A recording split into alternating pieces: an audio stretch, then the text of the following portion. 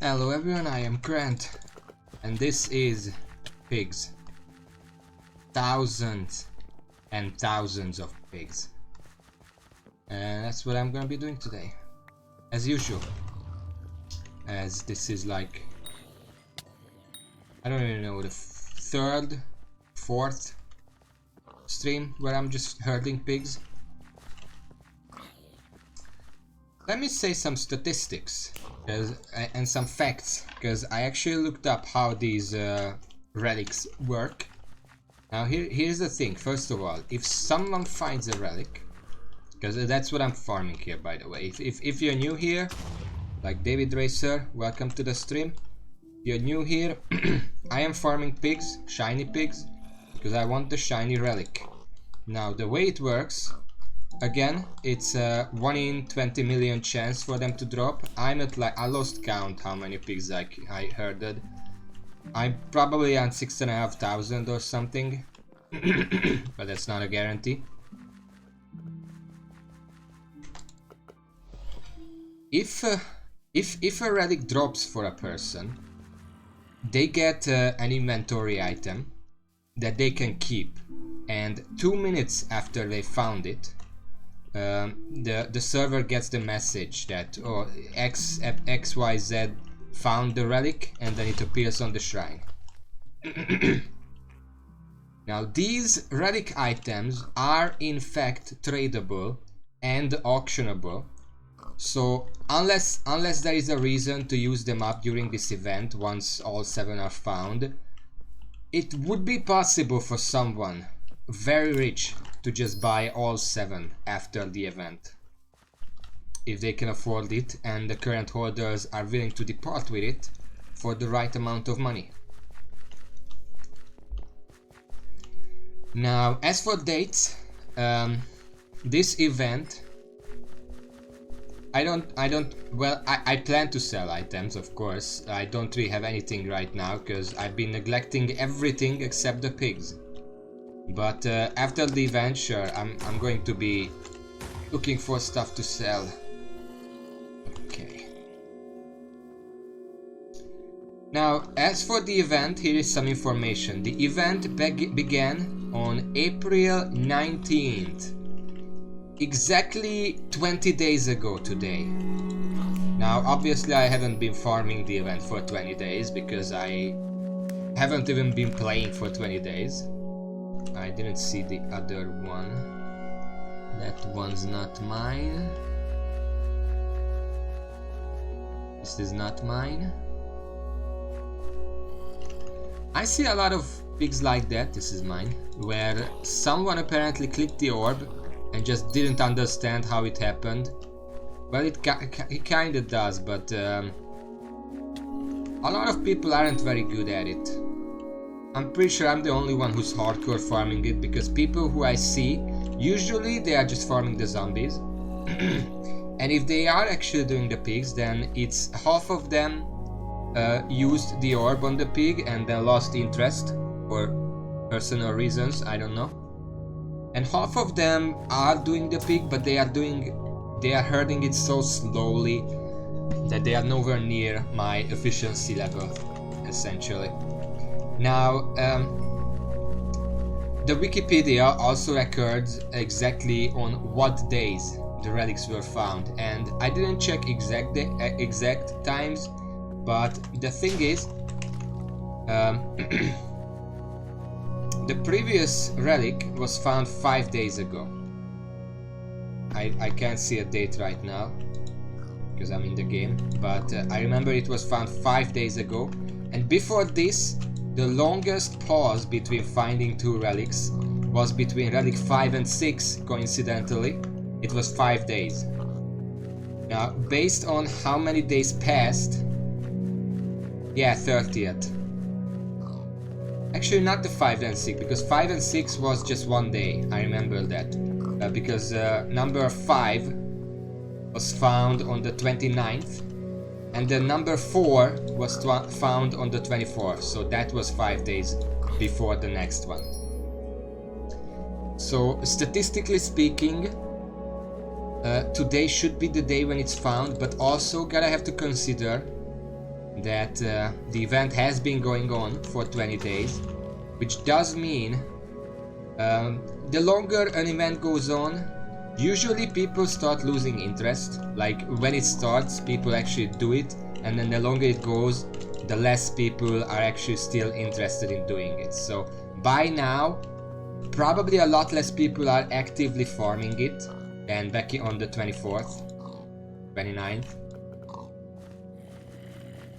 So if we include that fact, it might not be found today, but I'm doing my best in order to have it found, because you know I am obligated to do this now that I've killed like how many hours? It's been I've been farming for like I started farming before the 6th one was found. I probably started farming on the 29th, so that was 6 days ago. And on average, I spent like, I don't want to say too much. Woke up at that. Could be,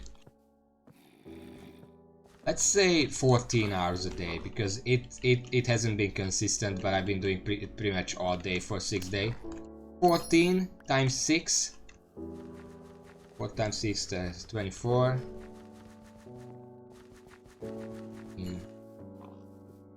60. That would be 84 hours of farm. That's not an accurate number. Let's say like 75 to 80 is an okay estimate. That's how long I've been farming a relic. And while I've been farming, one relic has been found. The 6th one. That was actually found pretty quickly. Well, it's random, so you can't really predict it in advance, but yeah. Yeah, 75, 80. My guess would have been about 60, but I also lost count how many pigs I actually farmed. So my estimations might be completely off. And I understand that a lot of people stopped farming because, for one, the drop rates are really abysmal. Even though it is profitable to farm them, it's a bit slow. So for a new player like me, it's a lot of money, but for a returning player like anyone else, or just a long-time player, it might not need that money or items. So the only people who would be farming this would be people who specifically want the relic, or they are just they don't really understand what the event is about and they are just trying it out, which is the more likely that I've seen. But I've seen one person in this entire time, aside from me, who was trying to double tag pigs. He was doing a really bad job at it. I'm pretty sure at least one of those pigs despawned because he was circling the orb. Basically, he couldn't put it in. The fact that these pigs are really dumb and very hard to hurt because they just do whatever they want, probably puts a lot of people off from actually farming them. Essentially, if you want to farm the pigs, you have to be willing to lose your sanity. Now, luckily that's not a problem for me because I already don't have my sanity, so there is not much to lose. Yeah, that's about it. So that's what I'm doing. I took the courtesy to put in some music. There is in-game music. Actually, let me just some volume on the in-game stuff because it's kind of low. There is in-game music, but I found that the in-game music starts up very inconsistently, and I need consistent music to keep me on the straight and narrow. So I just put the Minecraft music on YouTube, and that's my solution.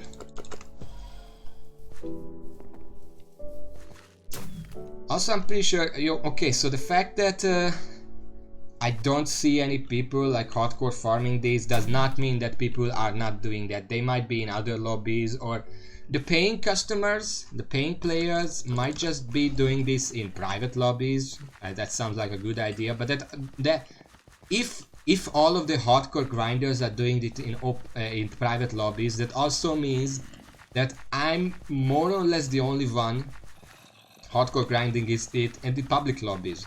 Because I don't meet anyone who's actually hardcore grinding this, except myself. I meet myself a lot. So I don't really need a private lobby because everyone else who wants to farm it already made a private lobby. It works out, it works out. So how is everyone today? I actually slept quite a bit tonight, so I'm not as tired as last time. I don't know how my voice is because if my voice is weird and not like usual, that's not because I'm sleep deep right now. I'm only sleep deprived a little, but that's usual. It's you know, it's the soul crushing nature of herding these pigs. That's all. It's nothing serious. Why are you zombified? You don't even hurt pigs. What are you talking about?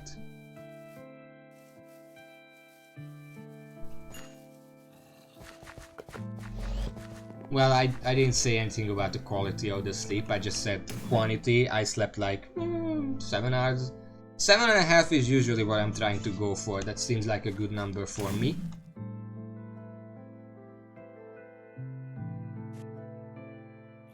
I don't remember the last time I played on a console.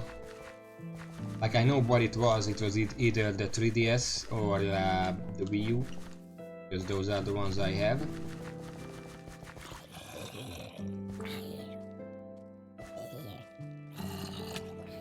Like, this is what I'm talking about. This guy, I don't know if he really tries.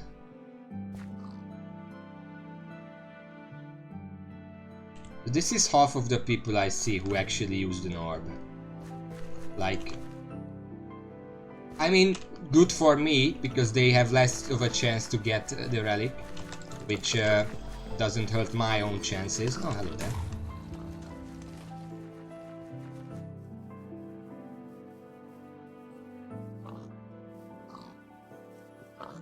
There are some items that could make this easier a bit. Aspect of the End, or whatever it's called, is a good item because it has an on-use effect to teleport you forward.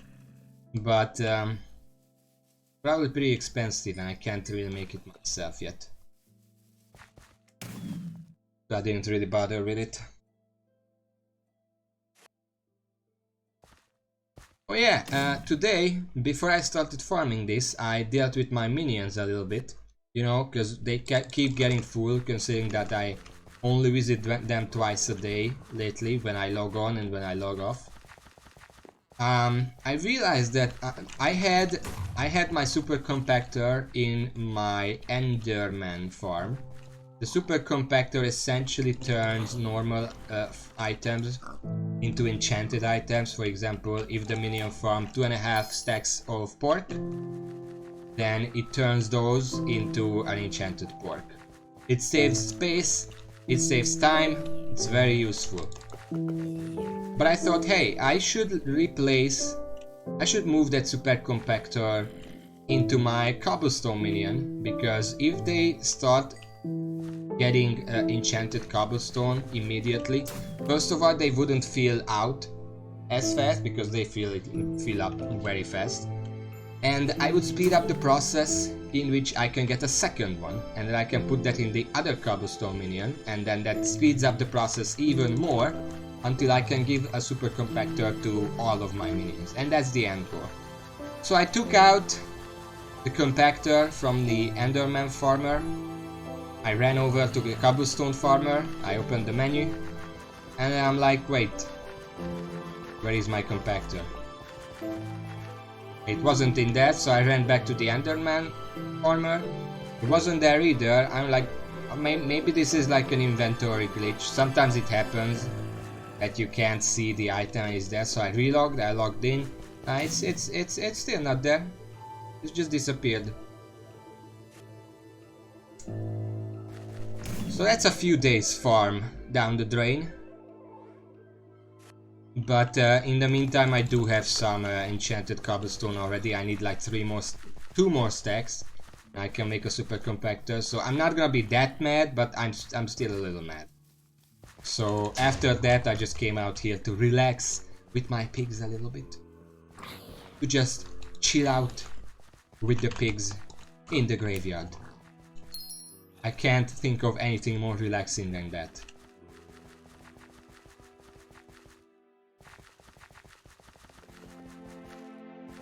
Oh yeah, that happened. I'm trying to think.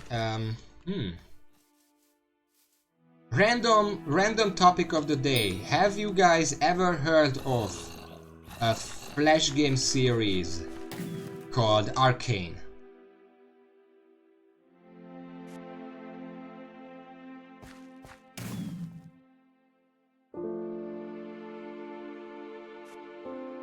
Arcane was a very old. Why you want to say yes because I told you about it before. I'm pretty sure that's the only reason. We already talked about it on like Discord or whatever. Basically, Arcane was a Flash game series. It was a horror game series, Flash horror game, where it had 2 seasons. Arcane season 1 was 4 episodes long. It was very, how do I say this? It had sort of like that kind of quality, that crunchy quality.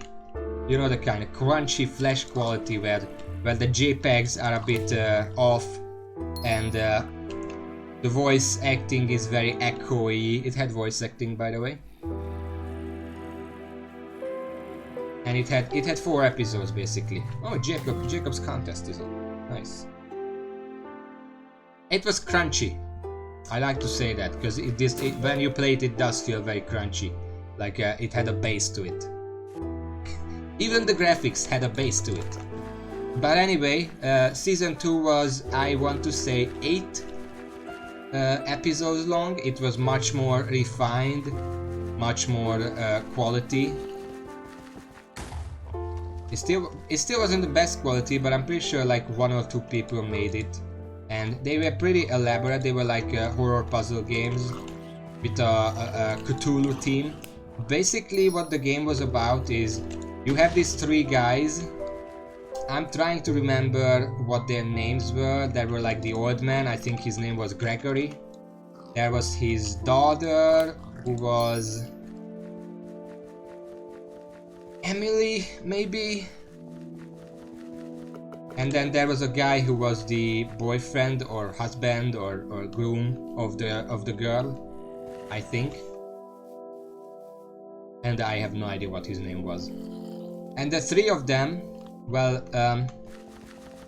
the thing is, Gregory, the old man, was like this mystical museum curator, sort of. He seeked out like mystical ancient artifacts or whatever. The younger guy, was like a supernatural investigator. He had like these gadgets, like the spiritual goggles, this like spirit tracker, like a metal detector except for spirits, that kind of stuff. And the girl was essentially a medium. She had like this third eye thing going on where she could detect, she could sense supernatural stuff. And he went around, essentially there was this cult. Can you go down? Please go down. Okay, fine. There was this cult who was, it was something about Cthulhu. But not just Cthulhu, it was all kind of like old god mythos stuff. And the way the game worked, it was a point and click adventure game. We had to point at stuff, pick up stuff, use stuff at the right place, whatever. The horror aspect came in, first of all, the visuals and the story. Obviously Cthulhu stuff, it's gonna be a horror. But the way you could lose the game is whenever you misclick or click on something wrong, the game registers that. And every so often when you misclick, it plays a little animation of like an encroaching evil, like the shadows are growing on some kind of thing is happening and stuff. And if you get enough of those, then you die, because the encroaching darkness envelop you, and you get like this very it was a very nice animation actually for that time. It was like early 2000s maybe. So I finished the game. Some of the puzzles were really weird, and some of, especially well, season 1 was pretty simplistic, obviously. Season 2 has some really elaborate puzzles, some really elaborate setups. For example, in season 2 episode, I want to say 6 maybe, the 3 of them plus like an Egyptian woman who worked at like as a museum curator or whatever. No, she worked in a theater, like some kind of musician curator or whatever, but she was very interested in the supernatural and she wanted to help the 3. So when they found out about something, they wanted to find some kind of diadem, like a headpiece, an ancient headpiece, I think. So they did a seance, the 4 of them. And what that did is that time froze for everyone except the medium girl. And then she went around the past, present and future, looking at like past memories or future visions, and exploring these weird landscapes. For example, there was one where it's all emptiness, but there are like some buttons on the floor and the Ouroboros snake eating itself sign on a door in front of it, so you have to open the door, and that's how you go to the past or the present or the future. Really? Really? Okay. And you had to do puzzles on all timelines, and then when you did it, time unfroze, and the diadem was just there. You somehow found it through time and space. I don't really understand. But yeah, I wonder if that thing is still up, because I know that Flash is kind of no longer a thing, and it was clearly very much a hardcore Flash game. But I wonder if it was preserved somehow. I should look into that sometime.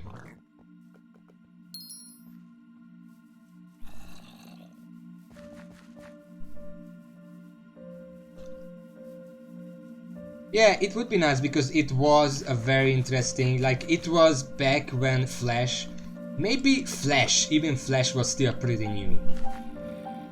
It was extremely elaborate games. So the thing is,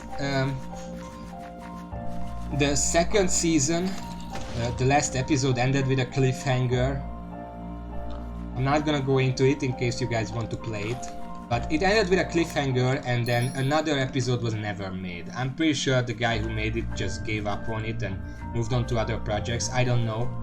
But it was kind of disappointing, because I actually wanted to see what happens, because it was such a huge cliffhanger. I mean, the first one ended with a cliffhanger, but you know, that was 4 episodes. And we did get a second season.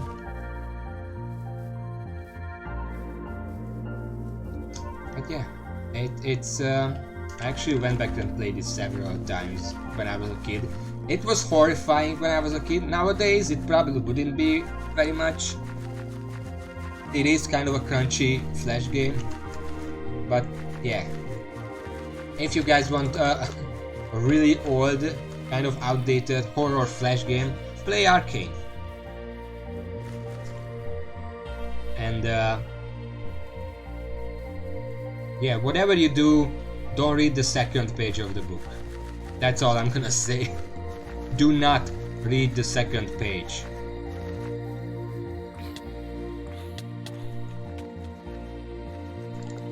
Also, hello Raffnator. Sorry I didn't say anything because I was in a monologue. Yes, 1 relic left. The last relic was found 5 days ago. This is the longest. Well, it's tied for the longest amount of time spent without a relic found. So someone should find it today. Although I did say there are less people farming it than back then, so maybe not. But today or tomorrow, it should be done today or tomorrow. Every time I go to bed lately, I'm like, there is no way that when I wake up and log in, it's still gonna be just 6 relics, but every time it is. It's not about percentages, it's just it's not a gambler's fallacy because I don't count percentages. Gambler's fallacy would be like 1 in 20 million means that if 20 million are killed, then it's a guaranteed chance. That's not how numbers work. What I'm just saying is that statistically, based on prior examples, this is the longest we've gone without a relic so far.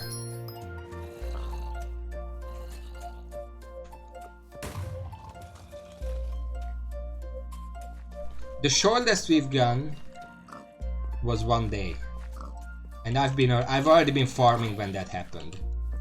I hate this fucking. Go, please. How did I? There.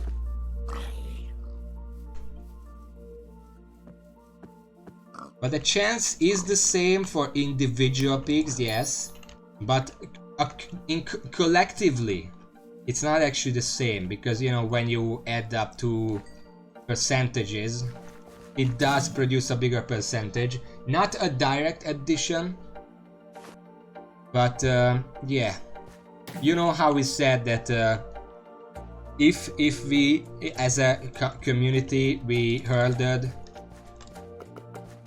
20 million sheep, pigs, then we would have about a total of a 63% chance to find it. That's generally what I'm talking about. I'm not talking about each individual pig. Individual pigs are always 1 in 20 million.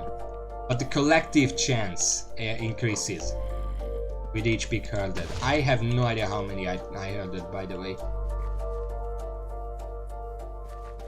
I'm probably around somewhere between 7 and 8,000.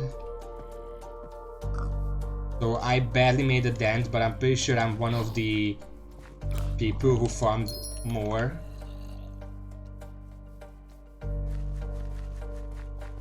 Yeah.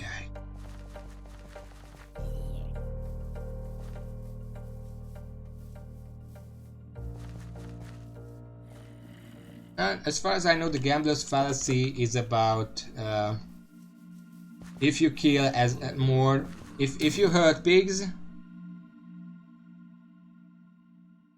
Well, it does because the collective chance goes up. The gambler's fallacy only talks about individual chances. Like if you played, if you herded. Okay, let's take like one of the items has 2.5% chance. That's it's like 1 in 40. So the gambler's fallacy would be that if you herd 40 sheeps. No, if you herd 39 sheeps, then the next pigs. I don't know why I keep saying sheep. 39 pigs. Then the next one should be guaranteed to drop it because it's 1 in 40 and you killed 40. But that's not how it works. 1 in 40. If you herd 40, that's 63%. But that cumulative chance does go up. But the individual chance doesn't. I don't know why I'm saying this. I am very bad at math, so don't listen to me about anything. Let's talk about flash games more.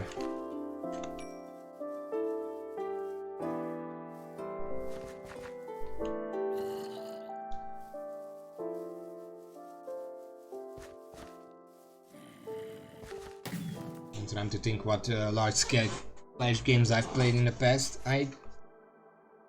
I obviously played the more meager ones, like the more well-known ones, obviously. But I'm trying to think of something. Okay, here is a question. I'm gonna wait for Verbener to explain the gambler's fallacy, and I'm gonna ask you a flash game-based question.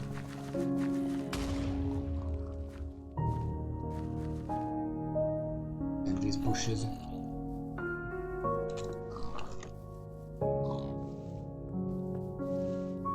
Also, hopefully Twitch isn't gonna shit itself today like last time. But if it does, I'm not gonna do anything, I'm just gonna keep going. Maybe I'm gonna stop talking because if nobody can watch, it's pointless to talk, but I'm gonna keep going. I'm not letting anything divert my attention, redirect my attention.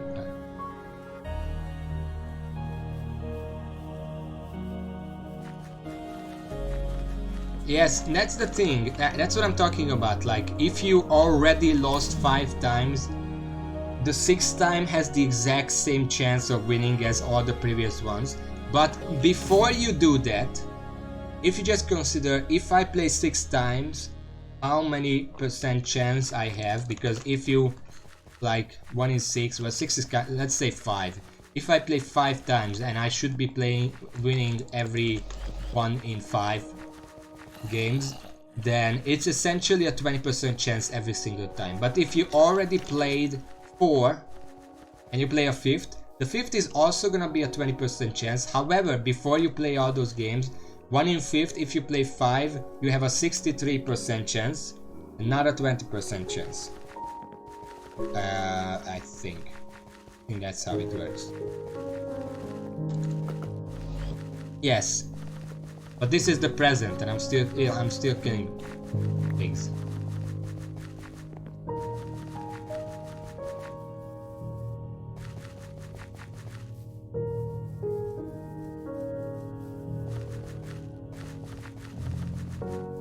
I'm not doing these because sometimes the item drops down, and if that's the relic, then it's just gonna drop into the void.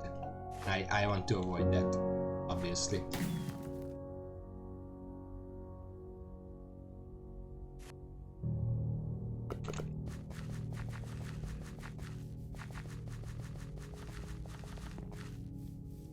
So, flash game question. There was a flash game that I played a long time ago that I don't know what it was called, and it's not a well-known one. So I tried to Google and YouTube words that I know relate to it, but I couldn't find anything about it. So if anyone knows this game, please tell me.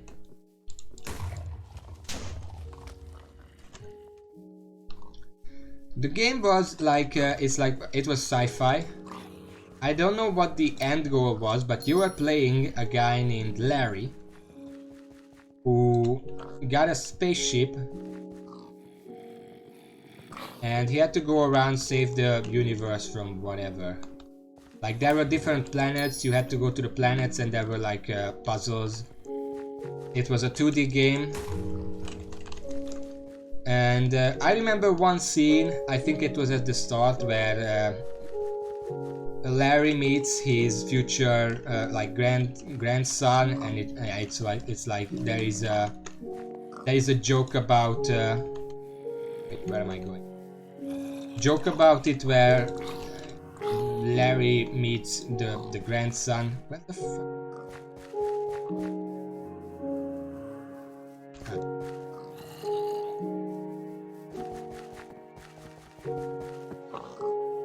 I don't know, but I remember there's a joke like, you know, meets his grandson and is like, hey, you're me, and then the grandson is like, no, I'm your great, and he says like 2 hours later, and then great grandson, Larry, whatever the name was. I don't know if I was like 5 years old, so I have no idea. Well, I wasn't 5, I already spoke English somewhat. 6 or 7, I guess. So I don't know if people were Australian or not. He was like an idiot. Most of these Flash game main characters were idiots.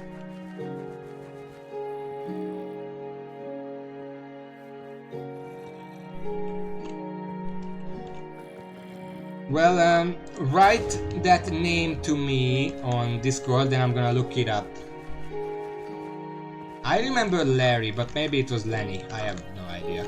Again, I'm going purely from sound because I didn't actually understand anything.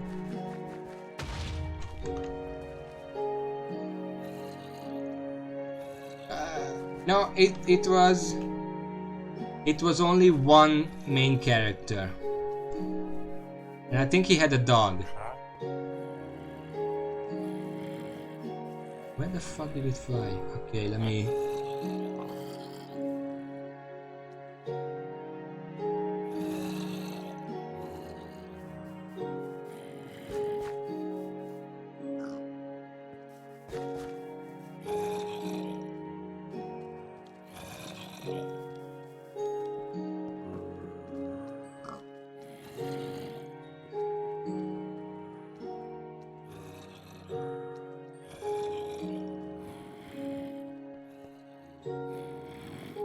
I don't see it anywhere. Oh, there it is. Fucking zombie hiding it.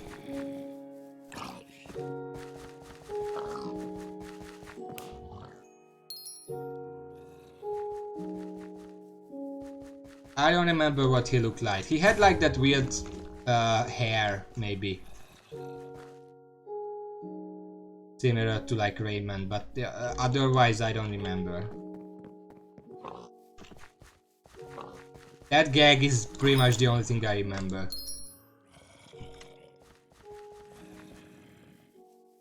And then I don't know if he had a dog or there was just a puzzle with a dog, but I remember when you did something and a dog came up to you and he was like, "Hey, doggy!" And that's alright.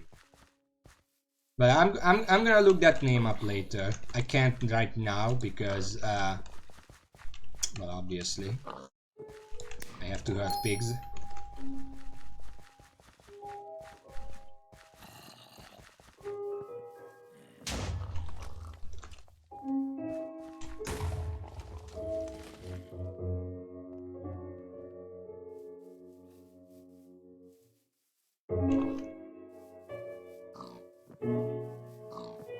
There was this Flash game also that I played quite a bit, Gemcraft.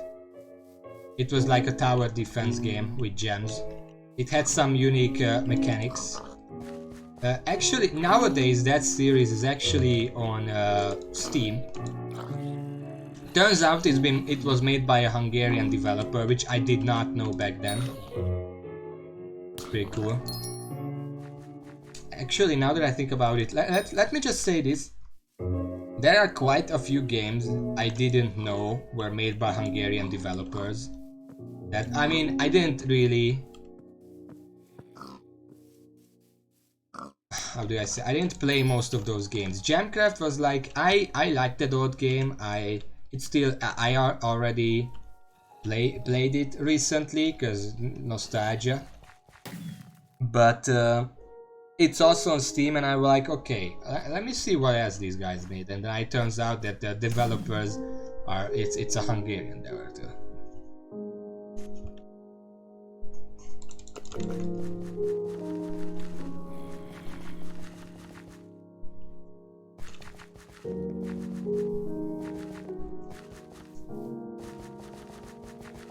I'm trying to recall what other games are surprisingly made by Hungarian developers. One I definitely remember is Echo the Dolphin on the Super Nintendo, I think. That was made by a Hungarian developer. The Jaws game, one of them, was Appaloosa. Appaloosa was the name of the developer, they are Hungarian. Who else is there? I don't know, there is like an entire Wikipedia page about specifically Hungarian developed games. There aren't many. Hungarians are not really known for making games, sadly.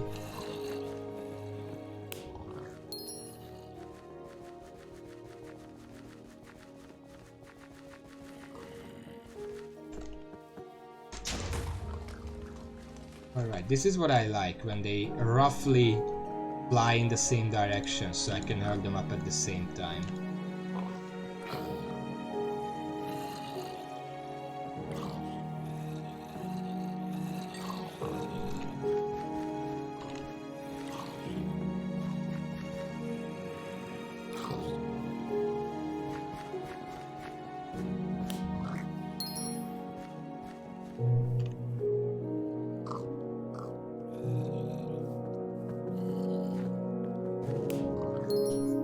I would love to make games myself. I have at least 2 or 3 ideas. But again, I mean, ideas are cheap, so that doesn't really mean anything. I really should get around to learning like a coding language or like a software or something and make a very simple one. Like, I have one in mind that's extremely simplistic. It just needs a lot of writing because it would have like some stories to it.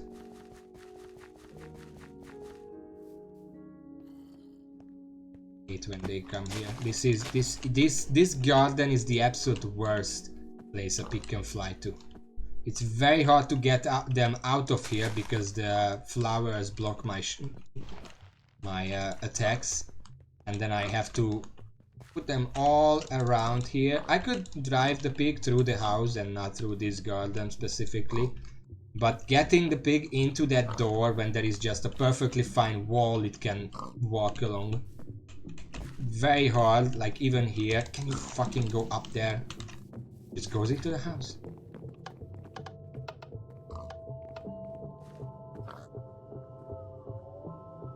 There we go. I like to take it here and then go around myself. The pig itself can go up here, but I found it's faster to put it over there and then just meet it up halfway through. Where was my... Right here.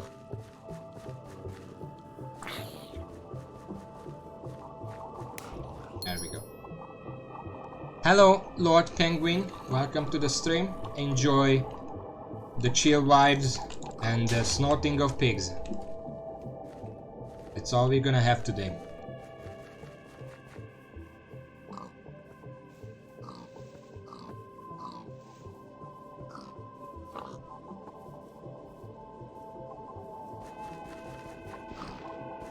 I always wondered why they call it boot. Because I'm pretty sure by the time we had computers that could boot up, we already have boots. Why did they name the act of starting a computer after the thing you put on your foot?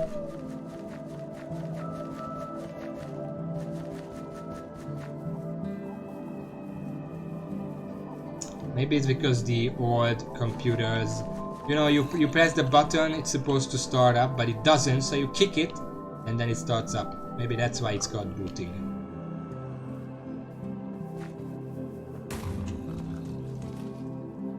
I used to like snorting pigs.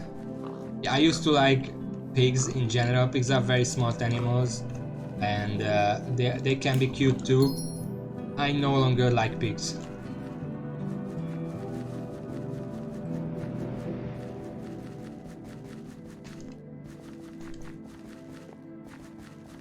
I think I'm done with this lobby. Imagine how much easier this farm would be if I could just fly like that guy. But I'm very far from unlocking any that kind of items.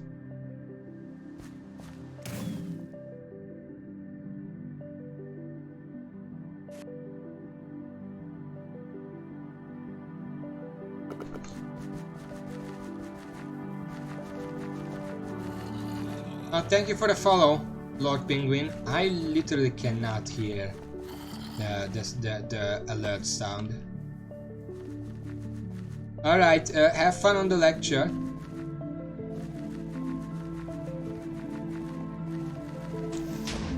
I mean, that's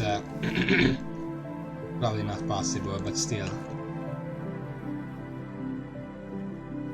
Is there no sound? I turned on the sound last time. I don't know what happened. But I can't check right now. I'm gonna check it after the pig apocalypse.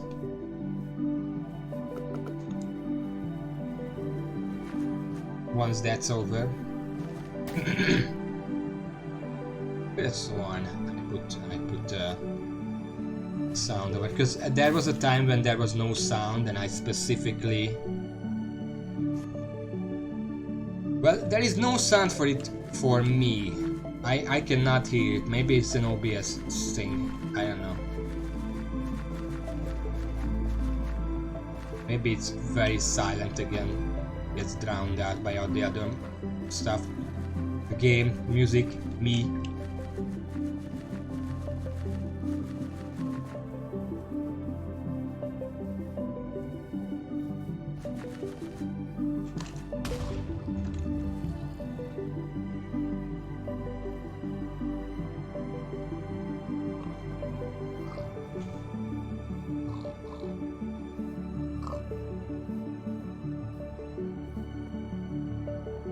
Please, pig. Pig. Work with me here, please. This is why people are not farming this. Second.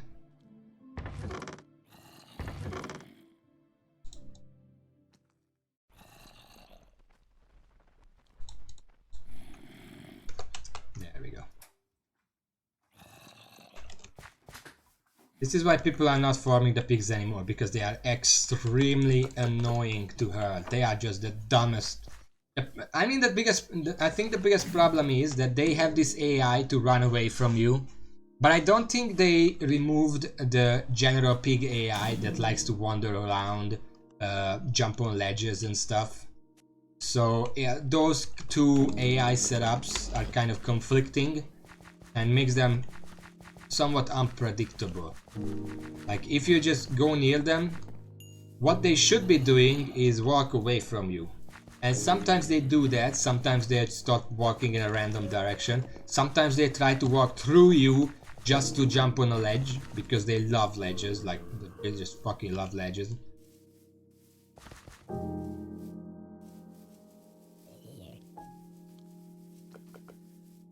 Hit them for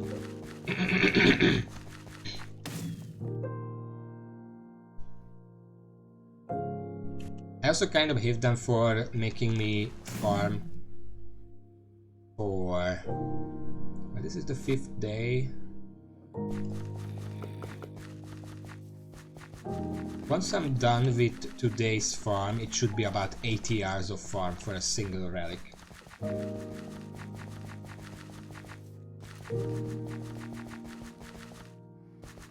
I consider that, well, for one, the relic really should be found today or tomorrow, because these pigs are really outstaying their welcome.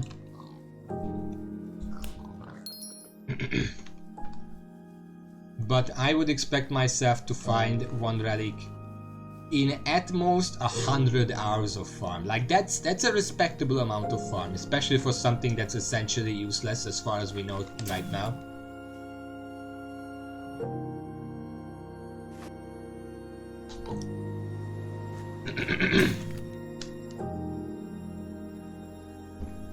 What else have I been playing? Okay, here's a question to everyone in the chat. What do you remember as your favorite Flash game of all time?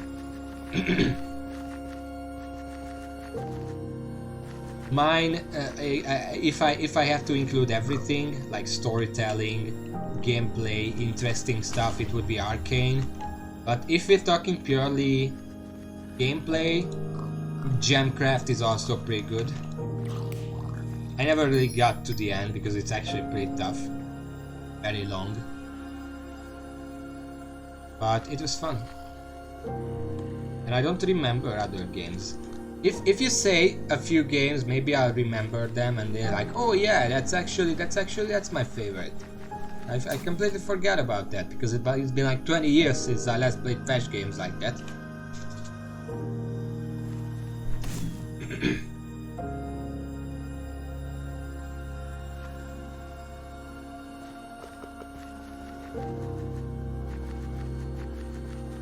Here piggies. Here piggies. There are no piggies on this lobby.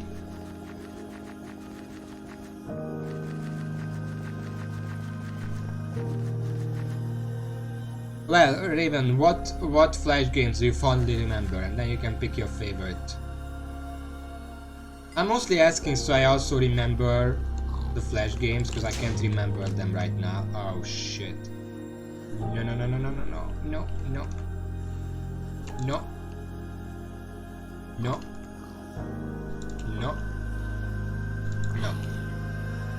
Because there are the obvious choices, like Fancy Pants was one very popular Flash game. I don't know if you remember that. I mean, I can almost guarantee you do, because it was one of the most well-known Flash games. Then Alien Hominid was pretty popular. Yeah, it was a Flash game.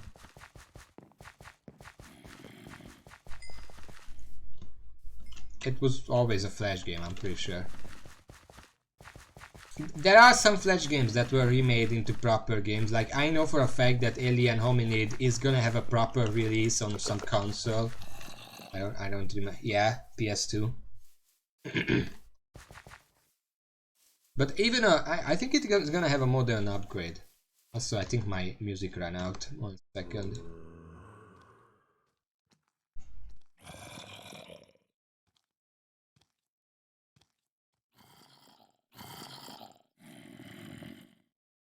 Relaxing music. Relaxing Minecraft music with cozy ambience. Let's try that.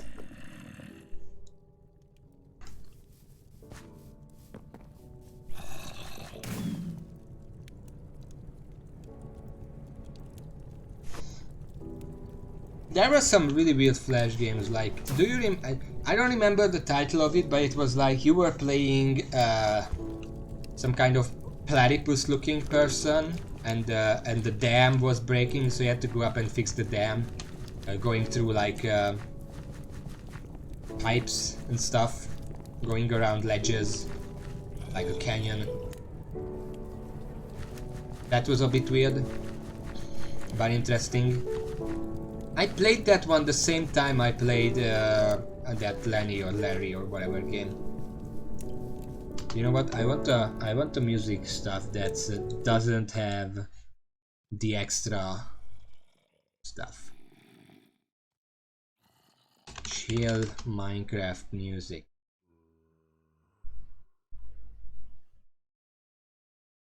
Lo-fi Minecraft. Let's see.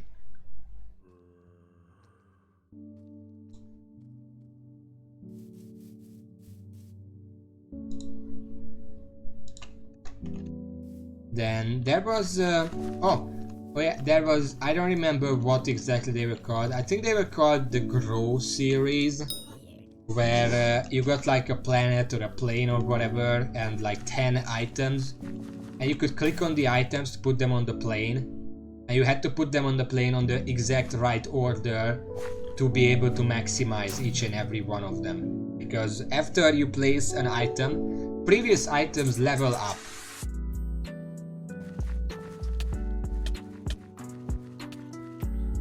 I don't know if I'm allowed to put this music in, because, you know, I want to avoid copyright. Is this fine? Technically Minecraft music is just a bit modified.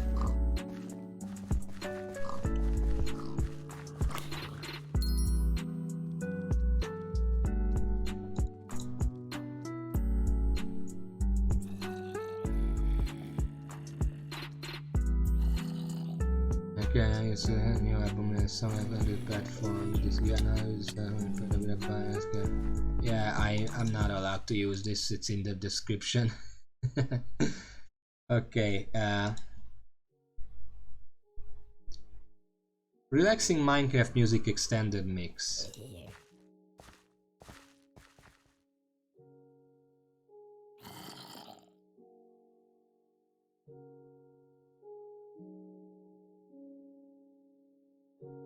I think this is fine, because this is just Minecraft music. Okay.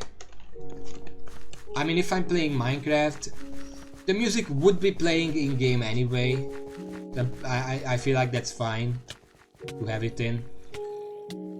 It's just that if it's modified, then the new author might not allow it.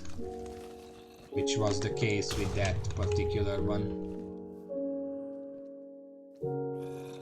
I don't know how much of a right they have to it, because they did not make the entire thing, they just made the modification. But I mean, remixes are typically fair game, so yeah, I'm not gonna take any chances. Yeah, the Grow series, I remember 2 of them specifically. One was you had this plane and you had to make like rivers with water and flowers and stuff, and then people started appearing and they used the quote-unquote resources that you already planted, and then you had to plant the exact right, or in the exact right order, in order to make the best world for these people. Oh, this is the fuck. You go that way.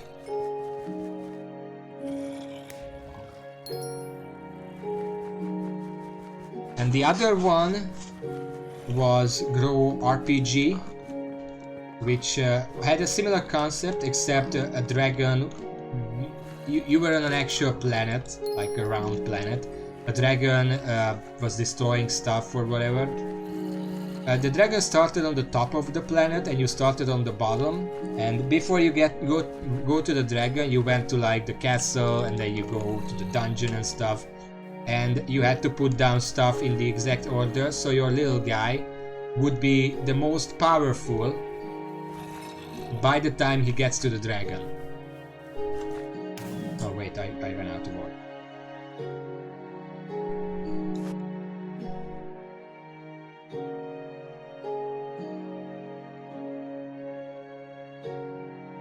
Just go back.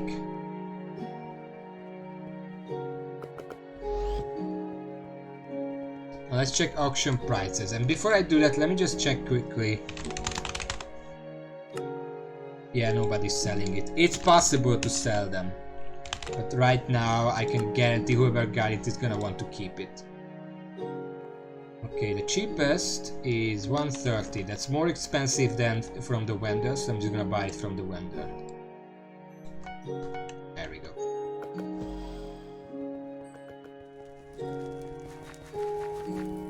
The Grow RPG was very interesting, by the way, because the way the story went actually told, like, you know, a story. Like, if you did it right, then you still wouldn't be powerful enough to kill the dragon on your own. But since you helped out the king with like a magic orb or whatever, the king helps you out, and together like that you can actually kill the dragon. It's actually really cool. The king appears in the on the top of the castle, way away from the dragon, and just uses the orb to zap the dragon to 1 health, and then you finish it off. It's really cool. I'm pretty sure if any game is preserved, those Grow games should be preserved. I don't remember if they were called Grow specifically, but it should be something like that.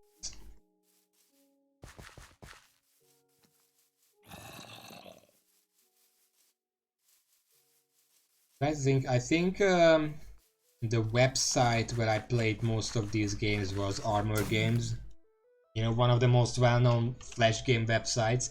I have tried Newsground. Newsground had some Flash games, like it actually had those, but the problem with that was I had some bad experiences because, you know, Armor Games is like safe, family friendly, whatever.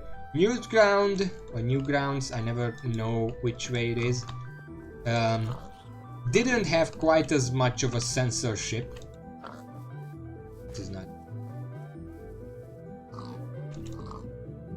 So like there was a game, for example, that I played as a kid that probably kids should not play, but I did it anyway because I know that it's wrong to play it, but I was it started with a little cinematic and I was curious how it would end. Basically, like it was I'm not gonna say exactly what it was about because I'm pretty sure that would be problematic for Twitch,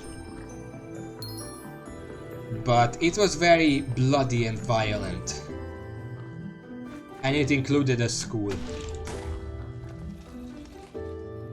That's all I'm gonna say.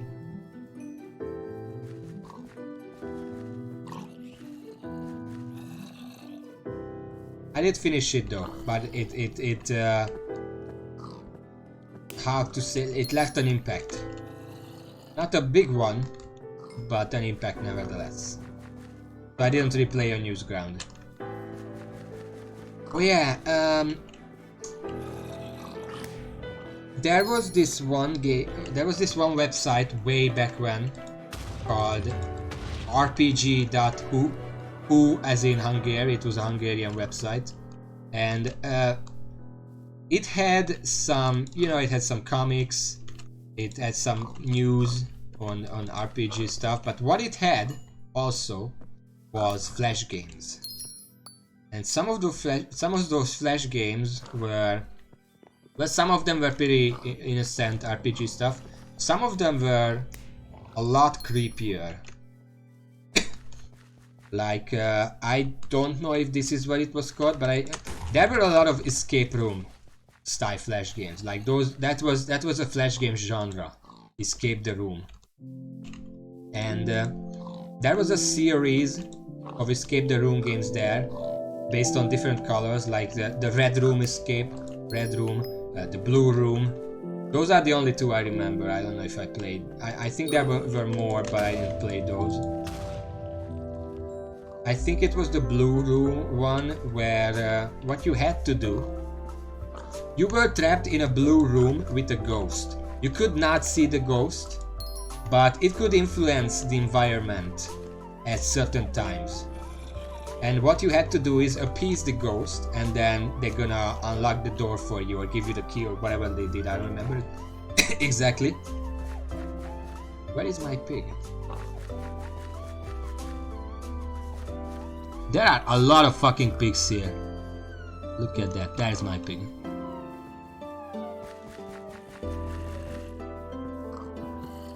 There are a lot of pigs here and nobody farming them, so this is all mine. Okay, please move on.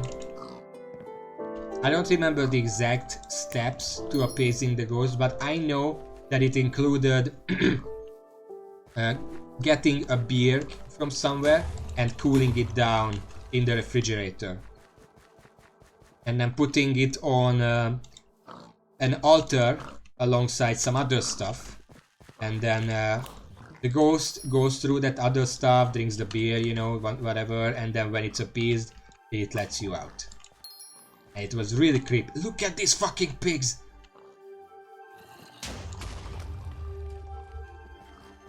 Did they increase the spawn rate of the pigs?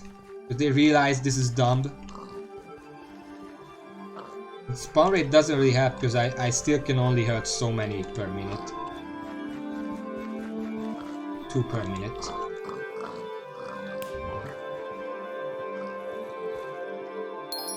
Event has been going on for 20 days. I still see some people looking at the orbs that try to hit my orbs and whatever because they don't understand what it is.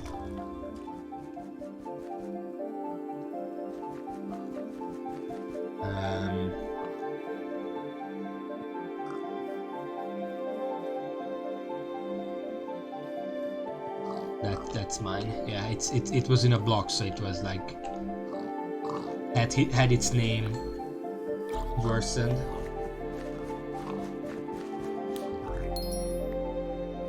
Speaking of escape rooms, the fuck is all these pigs? Sadly, you can only tag 2 pigs at a time, so even if there are so many pigs, I can only ever double tag. You can't triple tag or whatever.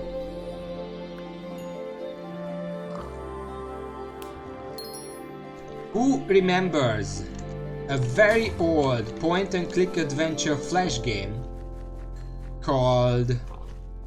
what was it called again?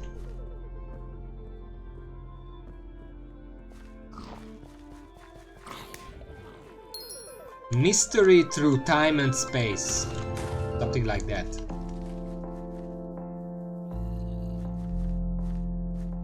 Out of the block. Another book. Mystery Through Time and Space was a really long, really big project. It was like you wake up in a room and you don't know where you are or who you are or whatever, and you have to get out. Can you fucking jump on the block already? And then you have to get out, and eventually you find out that you're actually in space on a spaceship, and then later you find out that you're some kind of escaped clone who didn't actually know that you escaped because, you know, that was just a room and you were trapped in there, so you, well, escaped the room with whatever you found in there. And it got really elaborate. And it had like 120 rooms or whatever, like not specifically rooms, because each level was multiple rooms that you could go back and forth. And I played that a lot. Sadly, I don't think it ever got finished. Like, at first, they released X number of rooms, and then while it was already online, they were updating it with new rooms. And I think when I played, they added like 20 new rooms. And then I played those, but they never added any more after that. And the story never ended, actually. Just kind of a shame. They should really revive that. Like, make it a proper game, not a flash game like online, but a proper game for like Steam. Make it have a bit more graphical fidelity. Is that how they say it? Give it a bit better graphics, but keep the atmosphere, because it's atmosphere. It was not a horror game, but you were all still always tense because the atmosphere was so good. So they should keep that, but remake the game otherwise. It also had some pretty good like MIDI soundtrack. Remember MIDI? Good old times. There were... it was actually... Some of the puzzles were actually so obscure. The game had a built-in chat room where you could talk with other people and ask for help. And there were... I remember... There were two particular... Well, there was one puzzle very early on where people took a while to get through. It was like... there is a locked door. ADT Wavy, thank you for the follow. Welcome to the stream.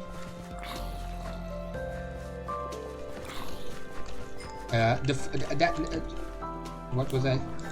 Oh yeah, the locked door. Keypad. What do you need a keypad? You know, usually keypads have like numbers. You put in the number and the door opens. Nah, this was Simon Says. No, I'm dumb. It wasn't even Simon Says. It was like there were 12 pictures that were each slightly different, and you have to find the odd one out. If you found it, then you got the next one. Sometimes the odd one out wasn't obvious because there were very subtle changes between the things, or there were multiple ones that you said maybe that's the one, but then what about this one? So partially it was like memorization game, if you can memorize the previous ones, because if you messed up, you went all the way back and there were like, I don't know how many, like 50 different odd one out choices that you had to pick the right one. So that took a while, especially if you didn't already know the solution. So some new players got stuck on that for a while, including me. The other puzzle that a lot of people got stuck on for quite a while was way later into the game. Way later into the game, it's simply known as the green wall. Do you know that game where you have like a square or rectangle area, and it has like squares in it or rectangles, and the idea is that if you press one of the rectangles, it turns the other color, but the rectangles neighboring it also turn the other color, and the idea is that the entire wall has to be turned green from white. Yeah, lights out. Except for the fact that it was like a 20x9 gigantic area that you all had to fill in. Even if you knew exactly how, and every single click went towards turning the wall green, it still took like well, not that much. If you know exactly, it still took a few minutes to input all those codes. So now imagine if you don't know the exact solution, you could be stuck there for hours. In fact, I remember that there were guides online for the game, what to do on different floors, and the green wall itself just had a page just for the green wall, showing exactly what to press for the best result. Luckily the game had like a save system, so if you couldn't finish it in one go, you could just save and go back to it later. but it was still pretty insane. Actually, Hypixel has a lights out game, but it's just a time waster on the main island. It doesn't even give you anything. I solved it. It made a sound and then reset. What a reward. I think it also gave an achievement, maybe. I don't really follow the achievements.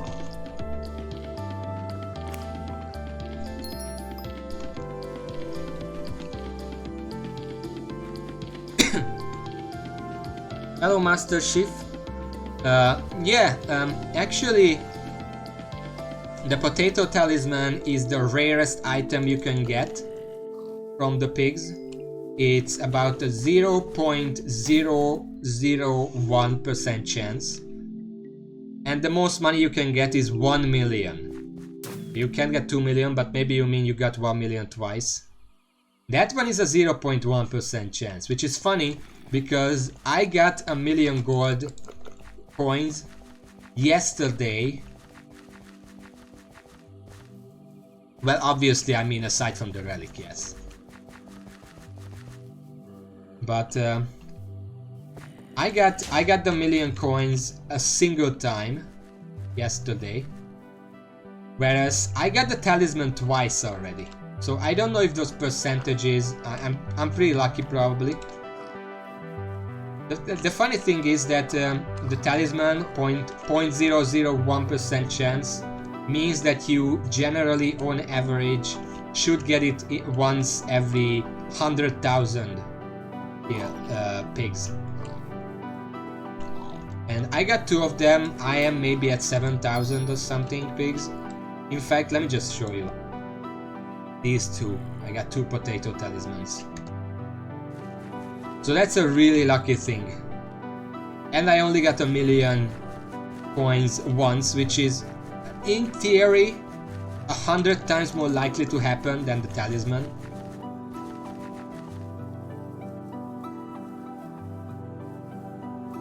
Yeah, I mean, this is the 5th day, no, 6th day that I've been farming them, but I don't have very much like equipment. I only use these 2 swords, which is enough for me. That's not to say it's not enough, but it's not as fast as it could be if I had like end game gear or whatever.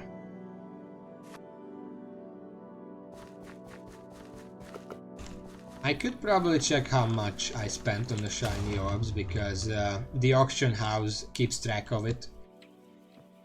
It's not 100 million, but well, I made 6 million. I don't know. I don't care. Point is, I'm looking for the relic. Based on how long I've been here, I really hope I get it. Would give, yeah, I think it would give the stream, the channel, a minor boost in fame if I could put my name on one of these relics. But I mean, at this point, anyone who finds it, I would be happy because I've got so much shit from this. Like, I got millions of coins. I got a shit ton of potatoes and pork.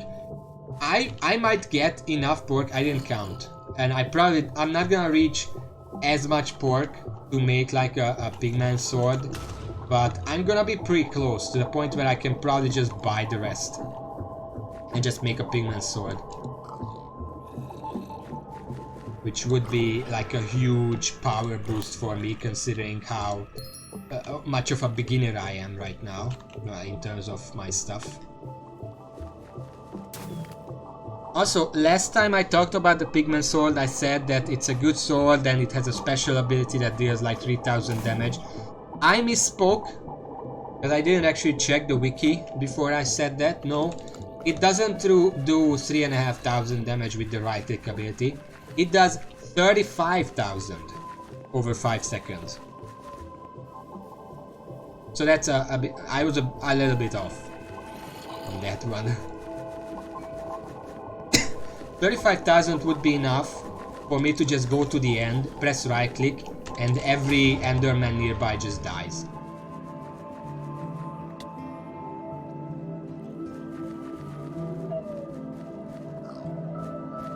Which would be cool, because then I would be able to start farming for like the Ender Sword, the Ender Armor. I don't remember what the Ender Armor does. It should be pretty cool. Maybe some kind of teleport. No. But I'm happy for the Enchanted Pork, definitely. That's the best item I can get aside from money. And the relic. I don't know what I'm gonna do with all the potatoes I'm getting here. I'm getting so many potatoes. I have like 4 chests full of potato stuff. But not just potato stuff, because at the beginning I was trying to sort them.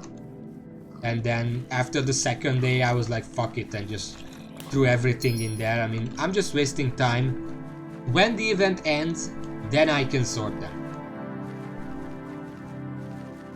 Sort the items, you know, all the different books I've got, the pork, the potatoes. I have shiny shards as well. I looked at the auction house, how much they were selling for. It's not worth selling right now. It's like, I don't know, 10,000, which is, at this point, it's little money to me. So I would rather just wait until the event ends, at which point you cannot get any shiny shards, and then see if it becomes a collector's item or not. If not, whoop-de-doo, I have a couple of them. If yes though, that could make it sell for quite a bit.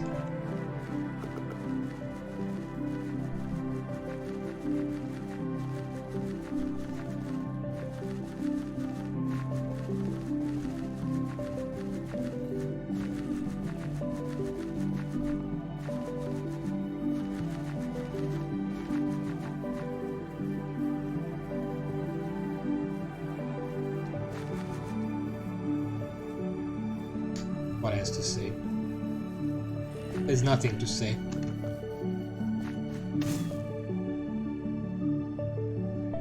So any of you guys remember any other Flash games from the good old times that I might know? Because my brain is pig, so I don't remember any Flash games aside from that right now.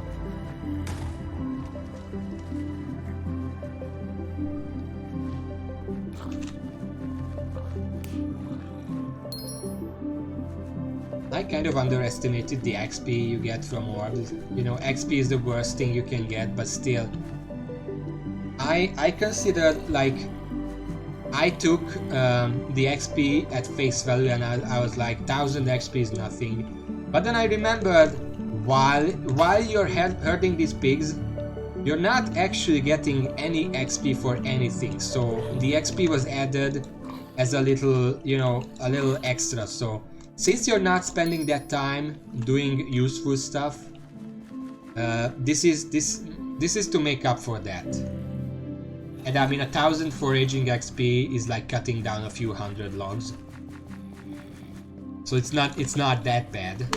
Relatively, considering how much you actually need, it's bad. But I mean, once you're at skill 20, it would be pretty slow either way. So the 1000 is actually not that bad.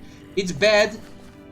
The only reason getting XP is bad is because you got XP and not something more useful, not something better in terms of the shiny orbs, like a relic, or even just pork or money.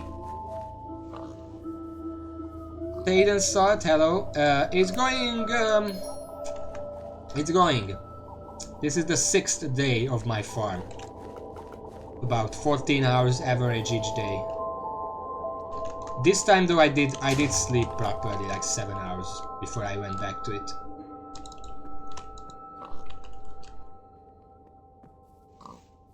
At least that every time I go to sleep, I think by the time I wake up tomorrow and log in, the 7th relic will be on the altar. But it never is. Nobody's finding them. It's not just me. Well, define lucky drops. Because I think anything but XP and money is pretty lucky, because most of them are very useful. Except the potato, you get so much potato You can make potato books from them, but they also drop potato books, so that's not even good. You can't actually get 500k, you get 50k. That is the 3000, 7777, 10,000, 25,000, 50,000, and a million.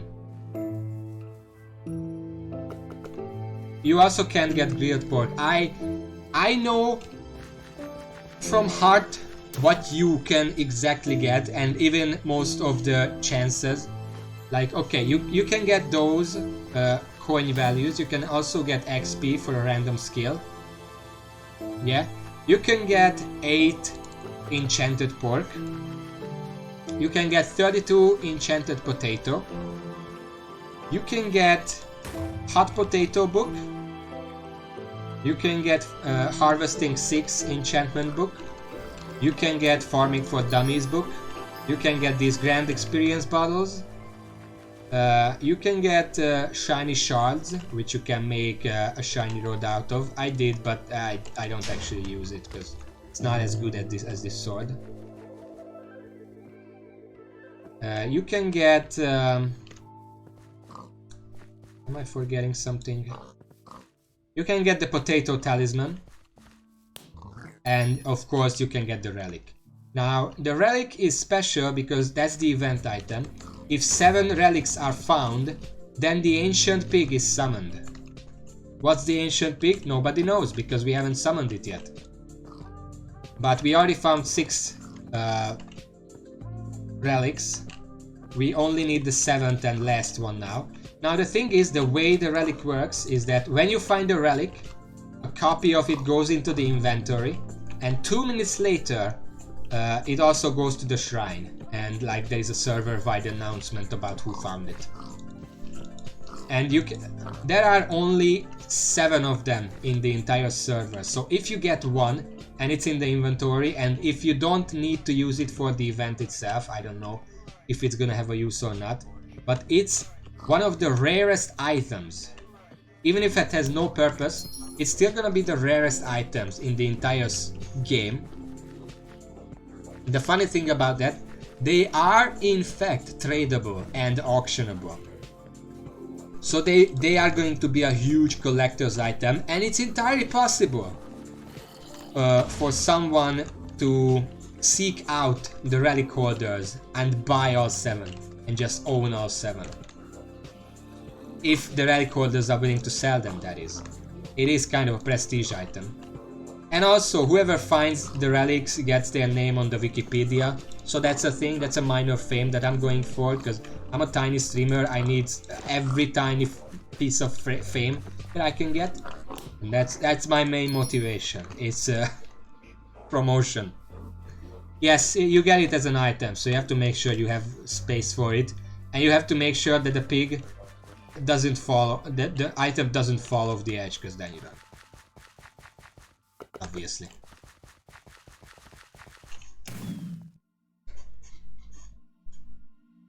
As for lucky drops, the 2 rarest, obviously I'm not gonna regard the relic because obviously that's the rarest drop. Yeah, I don't think someone in auction house it, but since the names will be on the Wikipedia, you can seek out those players if you want to buy one of them, and ask if they still have it, where you can find it, how much they would want for it, like 1 billion coins or whatever.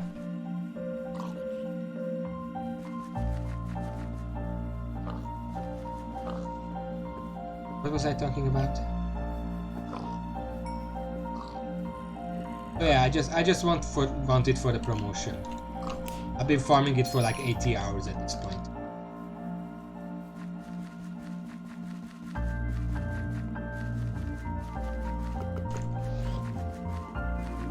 Someone who could buy all 7 of them.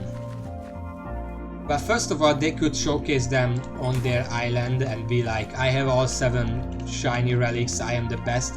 But they could also make a really famous and disliked video about just dropping each and every single one of them into the void. That would be hilarious. Imagine that. Someone spends hundreds and billions of money to get all 7 of them, and all they do with them is drop them into the void, because honestly, fuck this event.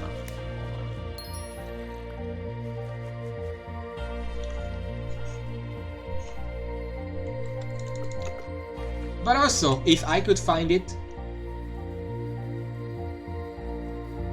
you know, if people want it from me, I could make a lot of money. But I don't think I would actually sell it. I would want the prestige more than the money. In fact, depending on how much they will go for and how well I can farm money, I might decide to just get all 7. Probably not, because I'm not that hardcore. But imagine. And then drop them all into the void.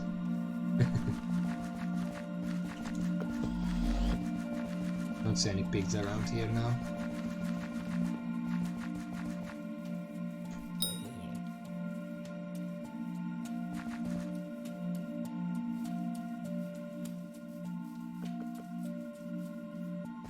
Honestly, even right now you can go to the Wikipedia and see the names of who found them. I don't know them by name, but yeah. One of them is a free-to-play with a grey name, the others are all VIP or more. That's probably because VIP can actually farm on like private servers, but considering that all of the VIPs are farming it on a private server, because I don't really see anyone farming them like actively. Every single person who's farming them is on a private server, which leaves pretty much just me on public servers, lobbies.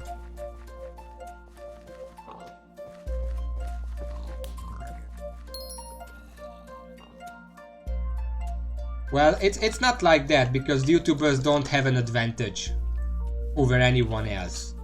Because you can say like, oh, the YouTubers can have someone else farm for it. Yeah, but then if someone else finds it, it's still gonna be that someone else's name on the relic.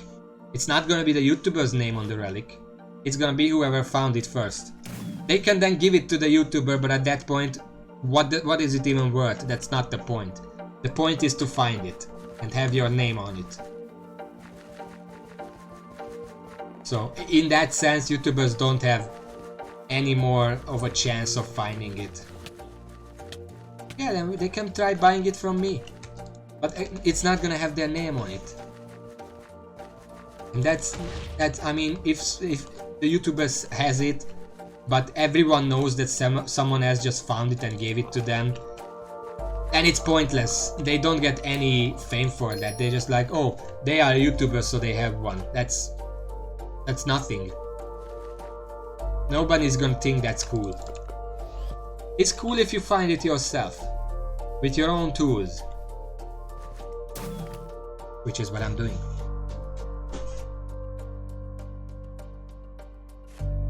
Well, once I ran out of orbs, I'm gonna go back to the place, get some more orbs, and I'm gonna deposit the rest of my money. I forgot to do that last time. And you're gonna see, but I made about 7 million at this point. Because when I started, I had 250,000. And now I have like 6 point something million, but I did buy the Bloodgrat crest for 500,000 somewhere along the way. So that's 500,000 on top of that I made.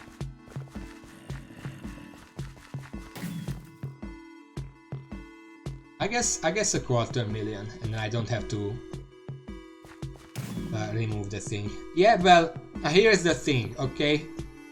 I started farming this like 6 days ago, but I started playing Skyblock like 2 or 3 days before that.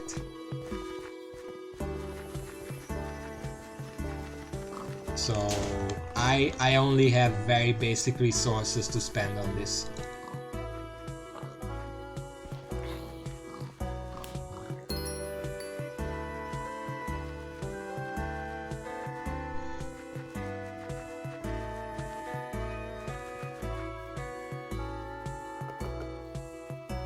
I think I made my first $250,000 just farming in the open islands, in open lobby, farming carrots or whatever on the open islands.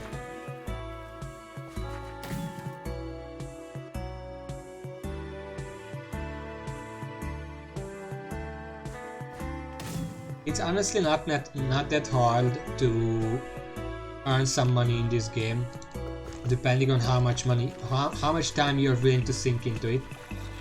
Let me just say, while I've been farming this, I've been looking at chat, because what else am I gonna do? This game has the most beggars that I've ever seen.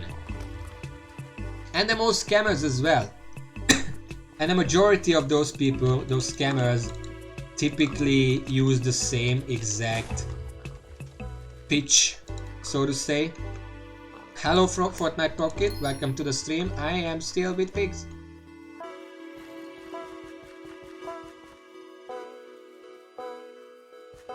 Like the most popular scam method is like, oh hey, I put this item up for much more than it's worth on the auction house. Whoever buys it gets like a huge endgame armor from me.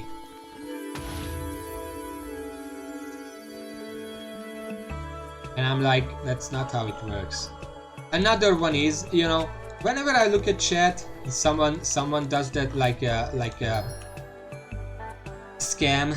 I'm like, there are a lot of people quitting Skyblock lately.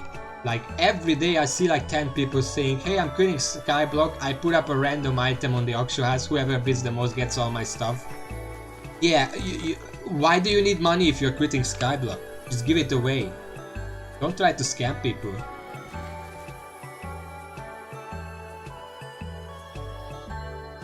Yeah, some don't quit, but for example this I am quitting Skyblock scam, it doesn't even make sense. Like if you're quitting, just give your, why do you need the money? Well, I don't think scammers have friends, so that's not in the cards, you know. Yeah, just if you don't want to play, just give it away or just quit. You can just leave your stuff there. If you ever want to come back, you're gonna have your stuff there. You don't have to get rid of it just because you're quitting.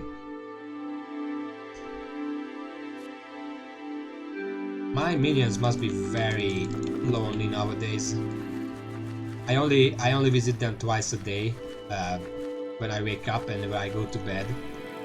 A lot of them are constantly full.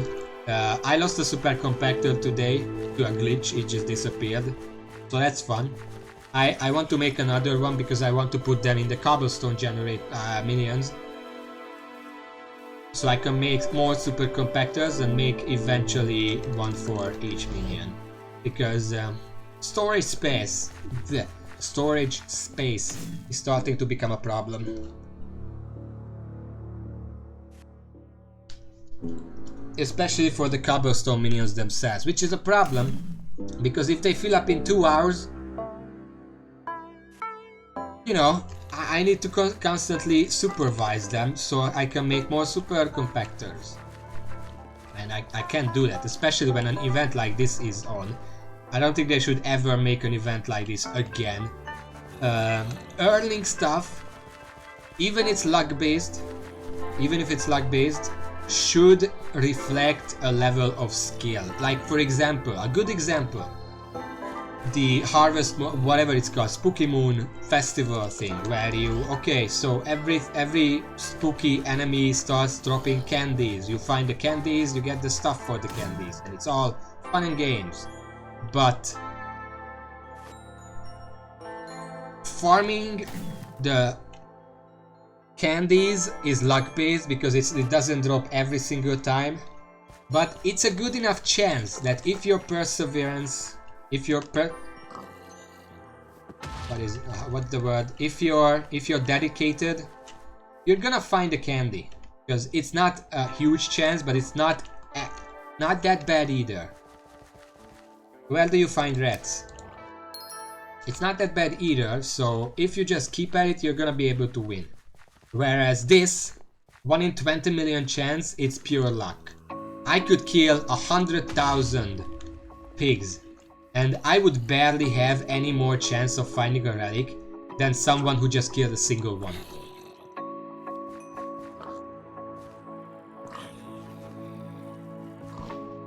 You can do the math, like a single one, obviously will know that killing a single pig is 1 in 20 million chance, which is 0.00005%, if I remember correctly. But if you kill 100,000, that's still gonna be like 0.000125 or whatever it was.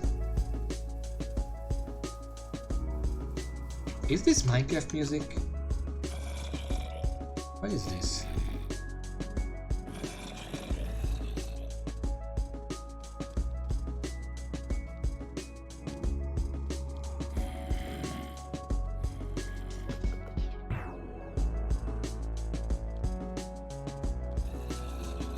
Oh. Apparently there are songs included in this one that never actually appear in the game, but are still part of the OST. I guess this is one of them. Hopefully I am not gonna get into trouble with this.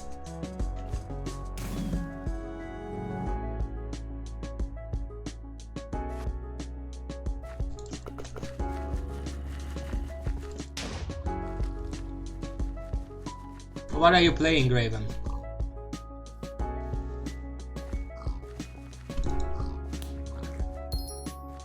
Oh yeah, that reminded me of another Flash game. Who here remembers Adventure Quest? I think that's what it was called. It was what do you mean? What do you mean? What's wrong with Adventure Quest?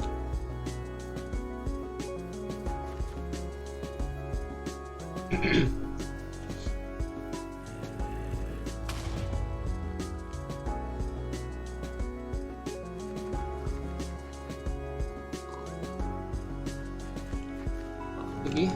Don't fight me, pig.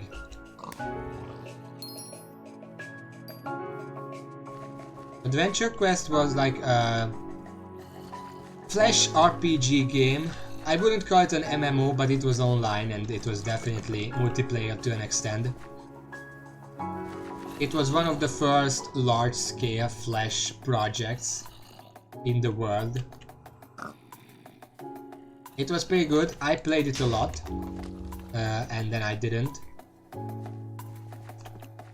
What I remember the most about it is the spiritual successor Dragon Fable, which was also... It was also a Flash game online, but it was much more refined, it had much better graphics. It just generally worked better, had more mechanics and whatever. Okay, I ran out of words. But what I remember about that is that Dragon Fable had this story where there is a good dragon and a bad dragon, but you have a dragon and you don't know which dragon it is, and the bad guy has a dragon. And nobody knows which is the good, which is the bad dragon. It's like a Bahamut kind of situation. Okay, shiny orb.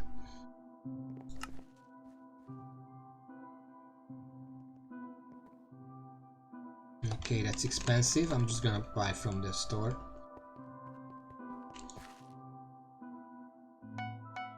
And I'm gonna submit my money. So here is how much money I have right now. I have 6.4. So in total that would be 6.65 or something that I made. Minus whatever I spent on the orbs, of course.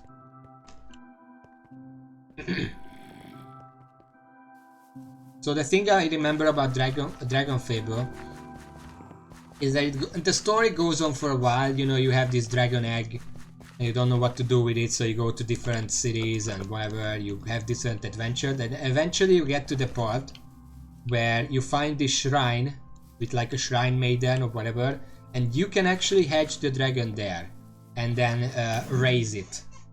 You can customize it and whatever. But the only way to actually do that is to be like a premium member. You have to buy like this Guardian amulet, and you can only buy that for real money. And I think once I got to that point of the game, I quit soon after, because it really rubbed me the wrong way how the game is like, your destiny is to raise this dragon and ride it into battle against the bad guy who also has a dragon. It's gonna be epic. But to unlock your destiny, you have to pay us one-time fee of $39.99, whatever. And I'm like, I have to pay money to pursue my destiny. My destiny is to spend money on your game. And I was like, you know what? I played enough. And then I left. I left that game soon after. Because that just really rubbed me the wrong way. That's the main thing I remember about those games. Which is kind of sad, because otherwise they were pretty good games. I enjoyed playing them, I just didn't... it just didn't agree with me.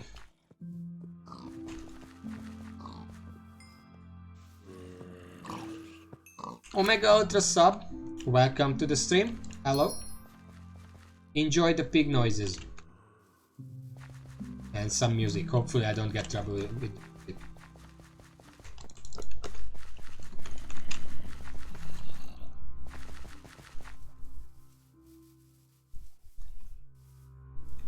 I mean, I really shouldn't, because if I just had the in-game music turned on, the similar music would play every once in a while. Okay, there are many new people, so let me ask again. How is everyone today? I am fine. I still have crumbles of my soul left while doing this farm, this grind.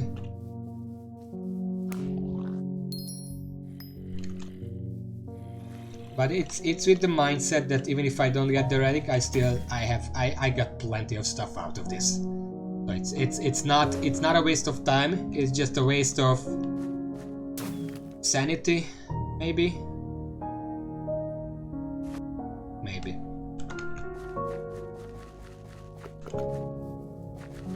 Man, Minecraft has really good music. Sometimes I listen to these just when I just want something calm to listen to. Yeah, that happens when you're a DPS. Why are you a DPS? I know that Final Fantasy XIV lets you just respec, just be a different class whenever you want. So why are you DPS? Why are you not something that lets you play more?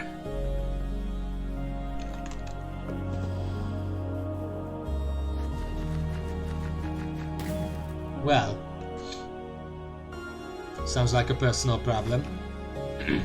Because I mean, when I play WoW and WoW, and I'm on my main, which is a mage, I don't really have a choice, which I kind of didn't like about WoW. I don't play it anymore, but I always thought, what if, I mean, every single class in WoW has at least 3 specs. What if every single class had a spec for each of the roles? Imagine a mage tank, tanking stuff not via like health pool and physical defenses, but by magical shields. They have a lot of magical shields already. Imagine if there was a spec that focused on those and allowed you to tank big powerful foes with powerful shields as defenses, magical shields. Wouldn't that be cool? That would be cool. Where did it go? Those are not mine.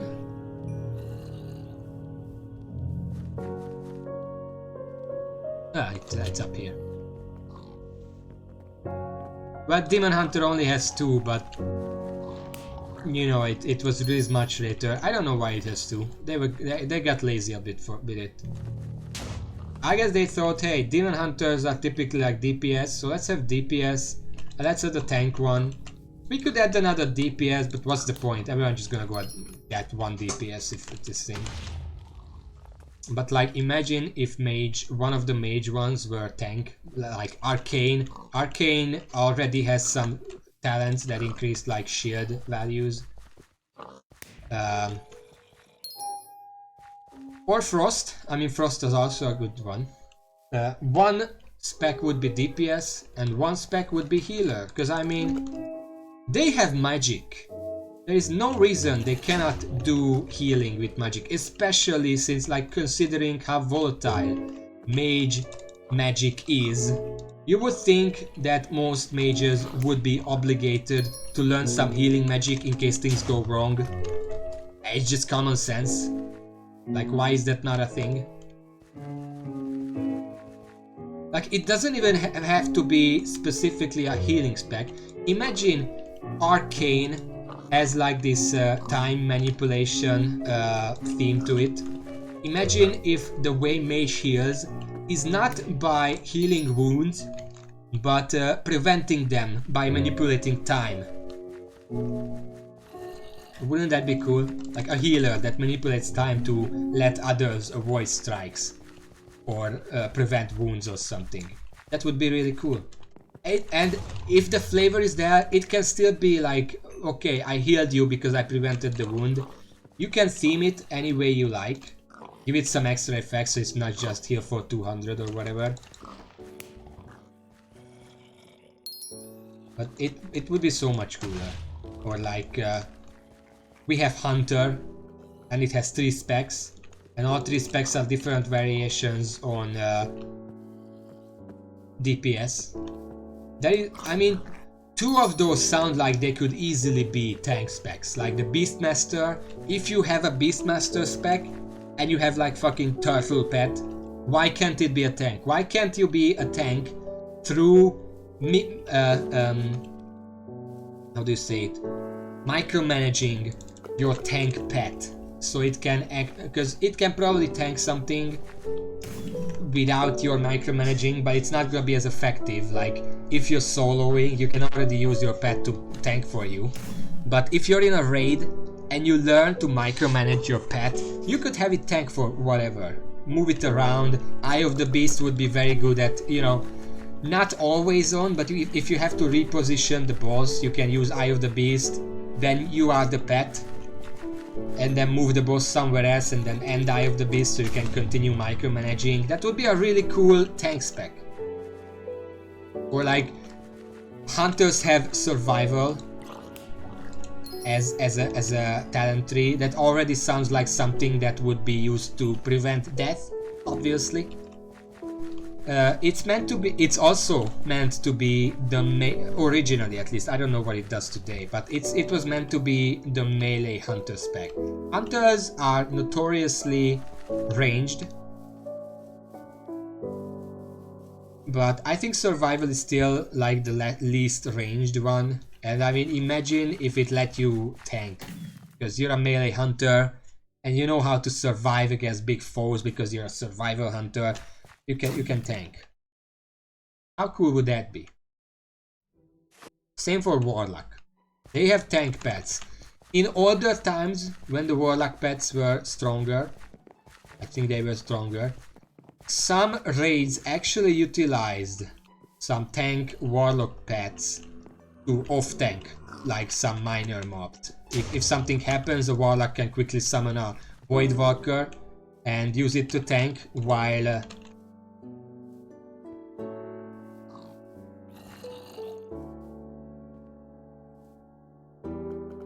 while the tanks can pick up the... Okay, well, that's just stuck there now. While the tanks pick up aggro from the stray mobs. So that's already a thing, just go the extra step. It would be so cool.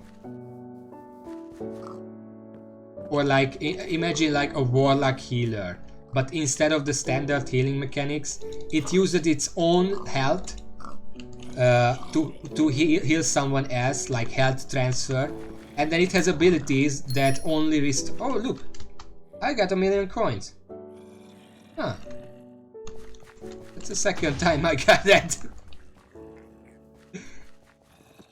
We're getting there. We're getting there.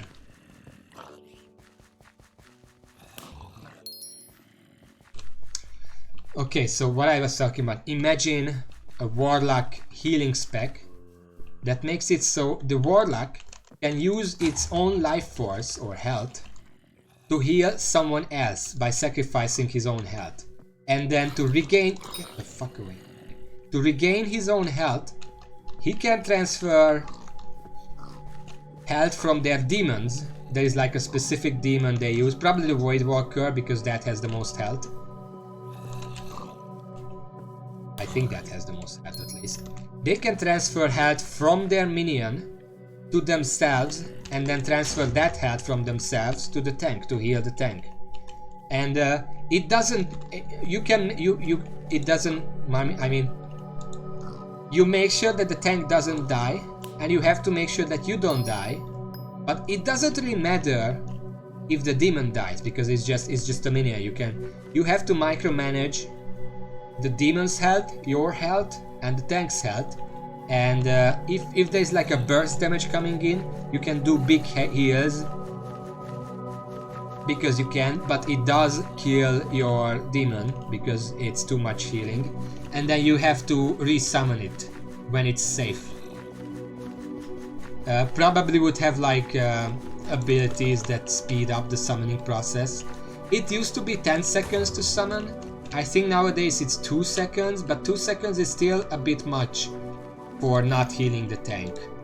So maybe they would have talents to somehow reduce it, like reduced by 0.2%, 0.2 seconds for every 10% health you're missing. So it's like you killed your demon, you heal the tank, you go to low health, and then because you're low health, you can summon the demon just like that. Boom, it's out.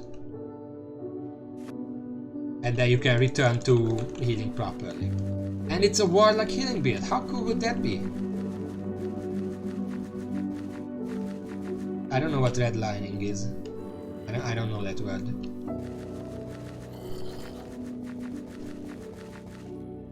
The general idea is the warlocks are already about evil, black magic and life force and whatever. They could easily use that for healing. And technically they do have healing, like life tap for example. Well, that's the opposite. Life tap makes it so you sacrifice your own health to turn it into mana for yourself, which by the way would also be a really useful thing for healers, because healers nowadays are basically the only type of class that has to manage their mana. Nobody else has to. It would be cool. Or I mean hunter, I mean I would love for the Beastmaster to be a tank spec. So the survival hunter, considering that survival hunter, it could be all about essentially be a combat medic. Instead of a traditional healer, you're like a field medic, applying healing salves and bandages and whatever in mid-combat. Now that would need a little refining, so it's not weird that the tank is like being beaten up by these guys and the hunter is literally there in melee range, bandaging them up the entire time to the point where they like just a mummy. But it's something, and I'm sure it would be possible to do. I'm not gonna start designing it right now, but it wouldn't be that hard to do. And then they can keep Marksman as the DPS spec, because obviously Marksman is about shooting stuff.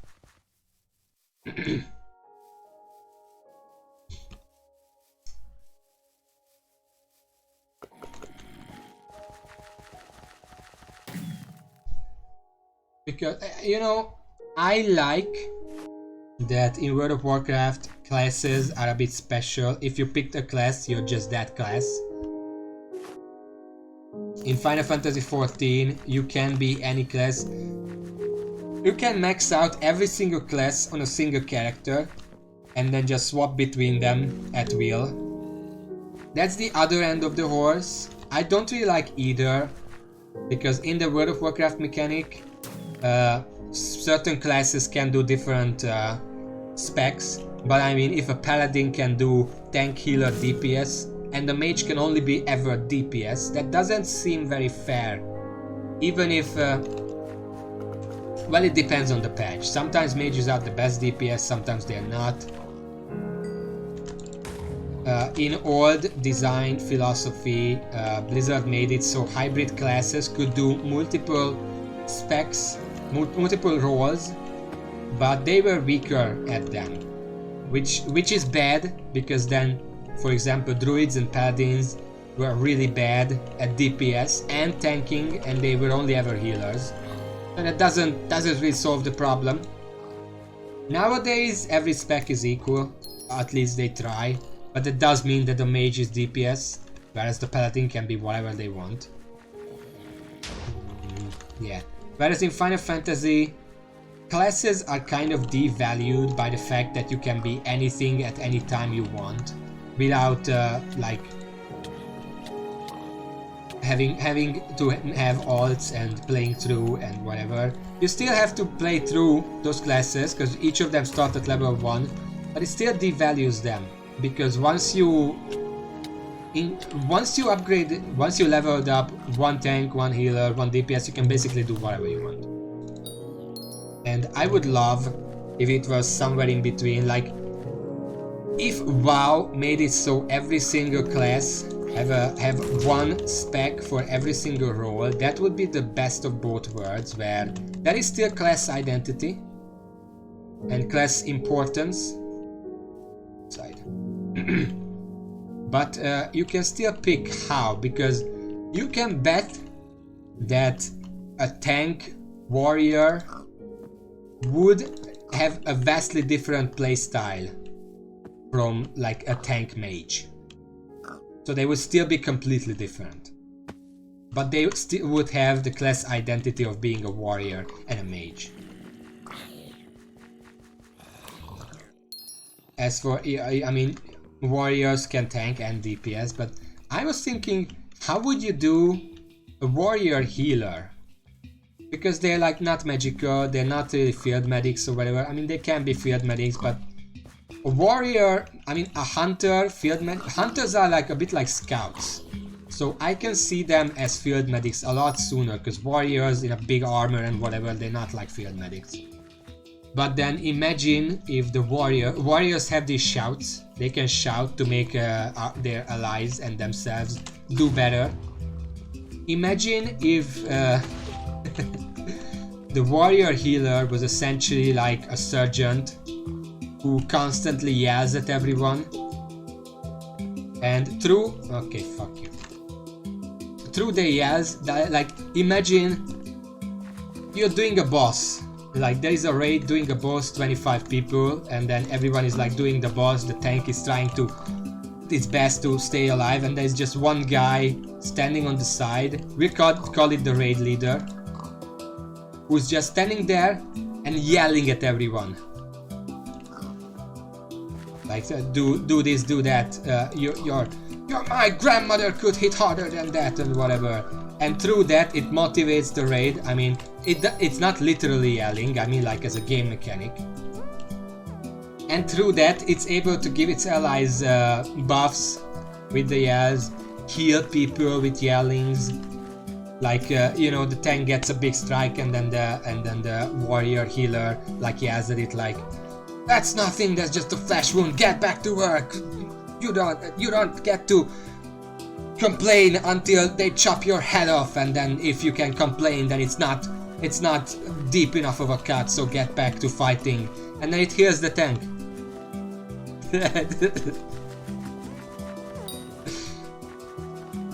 It would be the sergeant. That would be the talent tree. The sergeant. The support class that can heal the tank. Has a lot of AoE heals. So positioning is key, so everyone in the raid hears your yelling and gets healed by that. That would be an amazing. I would play that. I mean, I already tend to be very I tend to lean towards like supportive roles in games, except World of Warcraft, because there my mage was my main. And again, they can't heal. But like I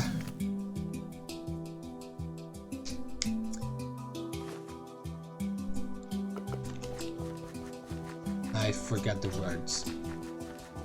You know, like in when I was playing League of Legends. I haven't played that in over a year, but back when I played, I was distinctly a support player because I just like the role. I like helping people. I like helping people in game, any game, out of game. I mean, out of game, I'm a bit too shy to actually go up and say, "Hey, you really happy with that?" And you're like, "Who are you?" And I'm like, "Fucking Santa Claus's elf, who do you think I am?" And then I help bring in the groceries or whatever. But no, I don't do that. I don't talk to strangers. Don't talk to strangers.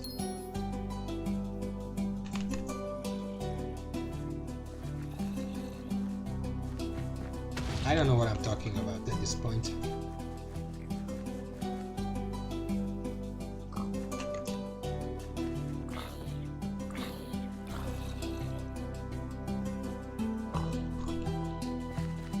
Trying to think of what I have to say, but I think I exhausted that topic. Let's talk about some of these pigs, because I can guarantee I have reached 7,000 at this point, which with the tools I have available is a lot. Overall, it might not be that as much, but I mean, come on. I just want the relic, please. Shiny pig, do you have the relic? You, with my name under you. I tagged you, you have the relic, give it to me. Potato spray, that's not a relic, but I can see how it would confuse you. I have like... Well, saying that I have a stack of potato spreadings doesn't really say anything, because, you know, they don't stack.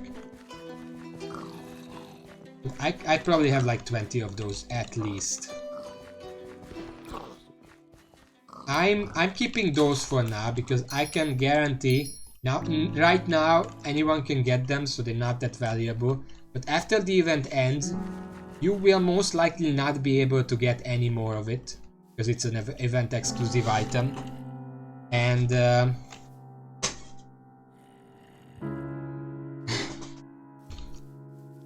it's not a very good item. I mean, if you want to make money, you would make diamond spreadings.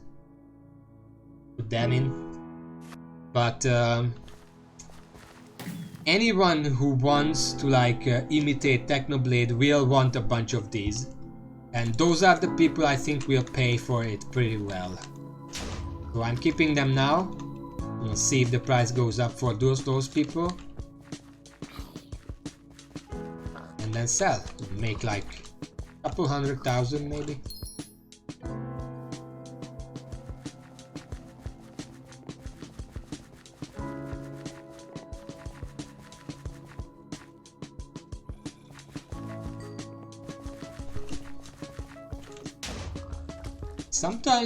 Sometimes it's good to just be silent, focus on the farming, listen to the music.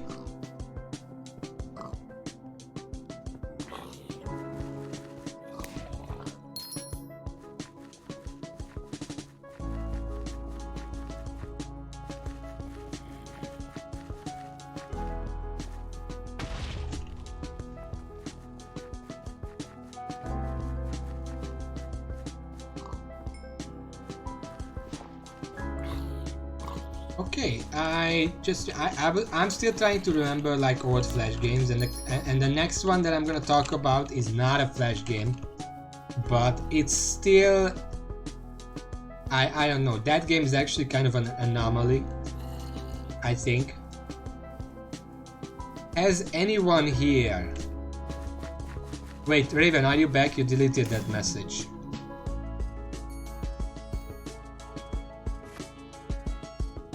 Alright. Has anyone here heard from anywhere else except me? Because I'm pretty sure to Raven I already talked about it, but has anyone else here heard about a game called Doom RPG?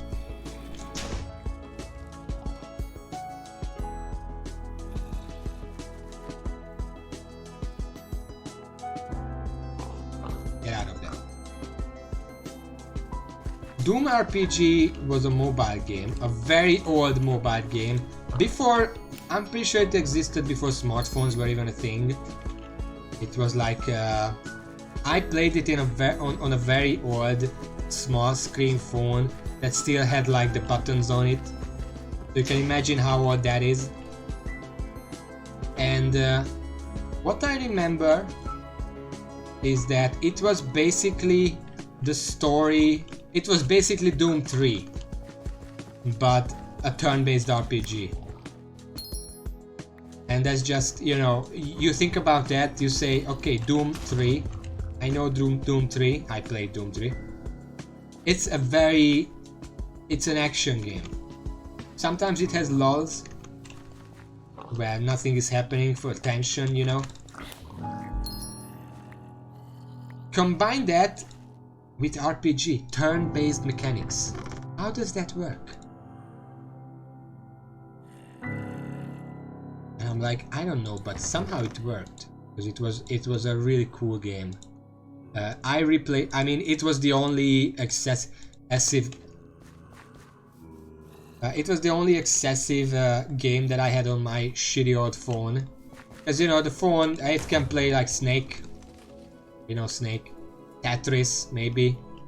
Not always. Sometimes Tetris, sometimes not Tetris. And then Doom RPG.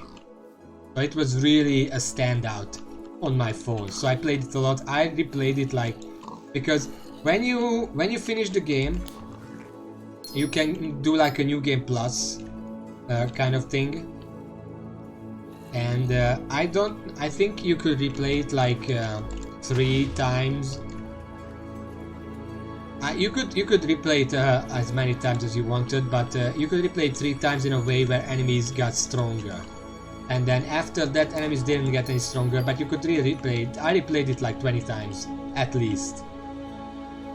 It was my favorite phone game on there.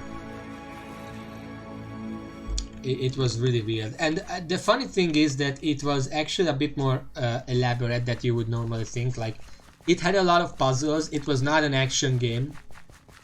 It did have combat, like turn-based combat, but it worked like you moved on a tile, and you move, then all enemies and NPCs move, and then you move again, and then it goes back and forth like that. You had to position yourself well so you get the first strike in on enemies. And it had like this mechanic where certain weapons were a lot more powerful against certain enemies. So for example, the axe was better against zombies. The shotgun was really good against imps if you're up close, I think. I don't know. But the one thing I remember, you had an axe, you didn't have a chainsaw. Instead what you had is a fire extinguisher,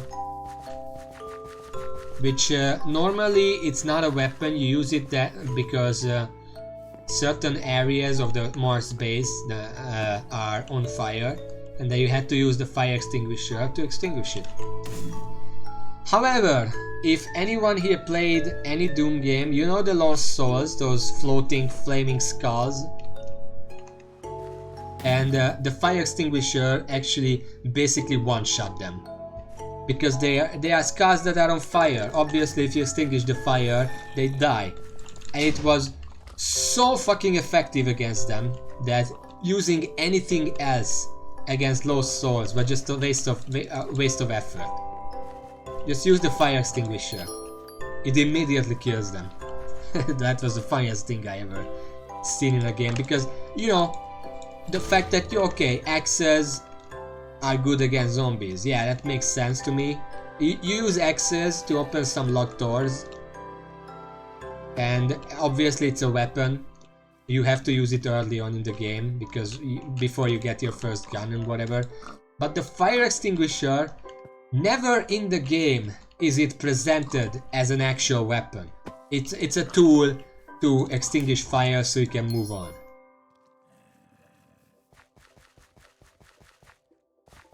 But they still included the fact that it's better against those. I think it was better against Lost Souls and one other enemy, but I never figured that out. I just read about it later. I don't know what it was. But yeah, it was a really cool game. I like RPGs. Depending on the RPG, of course.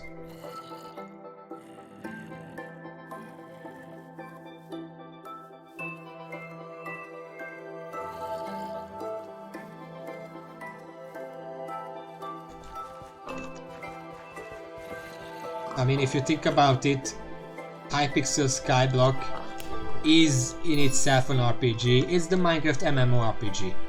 You level up stuff, you build stuff, that's a Minecraft path, and then you kill stuff and get stuff, and you know, RPG mechanics. I like it. I mean, obviously, if I didn't like it, I wouldn't bother with the shiny pig. But I like it enough to kill my soul for shiny relics.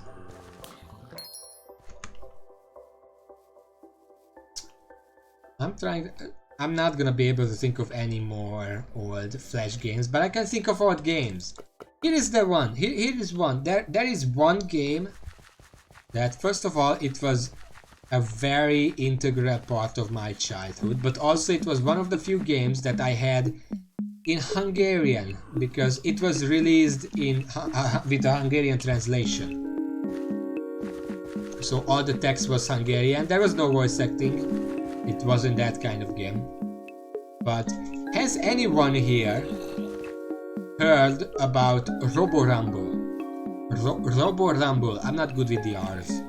Robo Rumble. It's one word.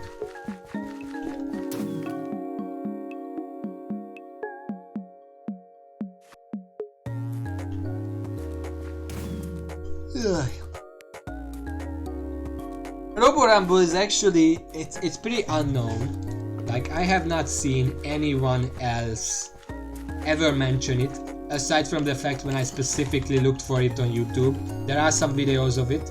It's a very old game, like 1998 or something. And the soundtrack is also up. And you can, it's also on Steam. There's actually a version of it on Steam. So it's not a dead game. It's definitely still out there. Just not many people play it. The graphics are really outdated. I mean, even back when I played it, it was really outdated, but I could look through past the graphics.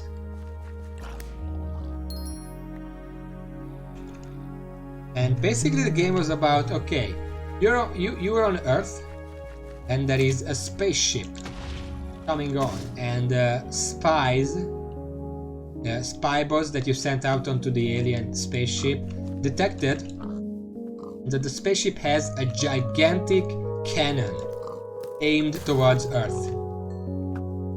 And even though Earth does not yet know whether they actually want to fire it or if it's just, you know, it's there,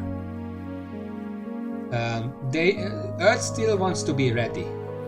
So there are two of the most powerful and skilled generals in the world, and they don't know which one to give the leadership position to. So they do like this little competition where the two generals can duke it out with each other to prove that they are the better.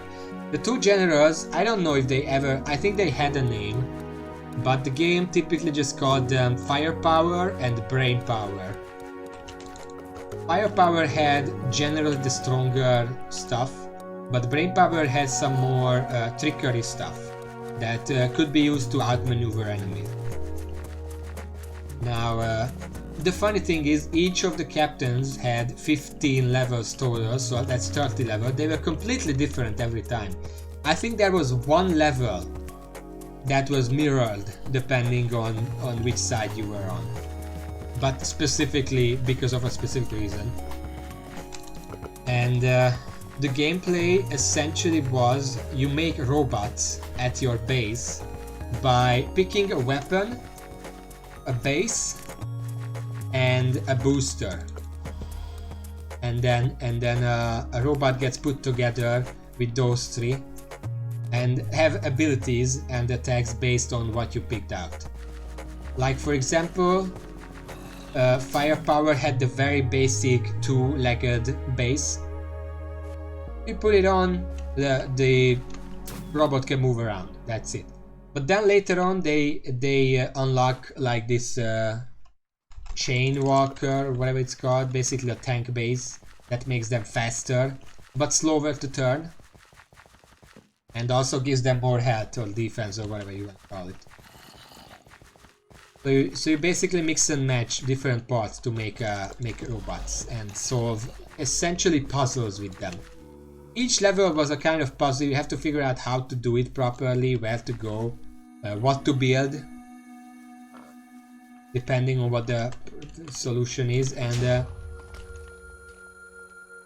the puzzles were usually, most of them was like, there is your base, there is the enemy base, this is the layout, good luck. But some of the levels, especially for brain power, I remember one specific level was the fact that when you start the game, well, first of all, any robot you build starts the game with all super boosters on it. So it's gonna have a lot of damage. Usually super boosters can be found scattered around the maps in certain strategic locations, and you always want to gather them because it makes your job easier. There were 3 different ones. One of them gave the robot that carried it a lot of damage. One of them gave them a lot of defense, and one of them gave them a lot of speed. There were 3 total. I think there were 4, but I don't remember what this 4th one is. It's not important. And on that particular level, there were 2 special rules. First of all, when you make a robot, it has all 3 super boosters already on it. So it's like a super robot.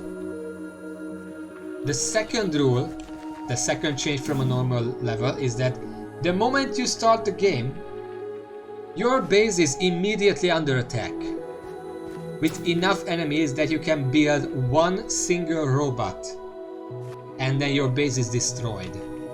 So you have to pick exactly what kind of robot you want to build. It gets all the super boosters, and then you have to maneuver around the map with that one specific robot and destroy the enemy base. That was one of the more fun levels too, but it was really difficult. I think the best thing you could do is like a plasma gun, a teleporter base, so you can go past like traps and whatever, and whatever booster. The booster didn't really matter.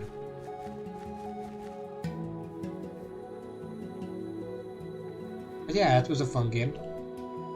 I still have the box of it, I'm pretty sure. It's one of the few games that I actually had an original copy of. I didn't have many games, but that was one of the few games I actually had legit. Some other games that I had legit was like Captain Claw, Virtua Fighter, the Turok 2, Rayman, the first one.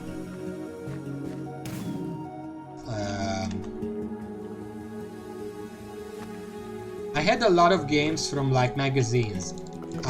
We had this magazine in the olden times called GameStar, and every time it came out every month. And every month, you know, it came the magazine and the CD with it. The CD had some demos, back when demos were a thing. I think they no longer exist.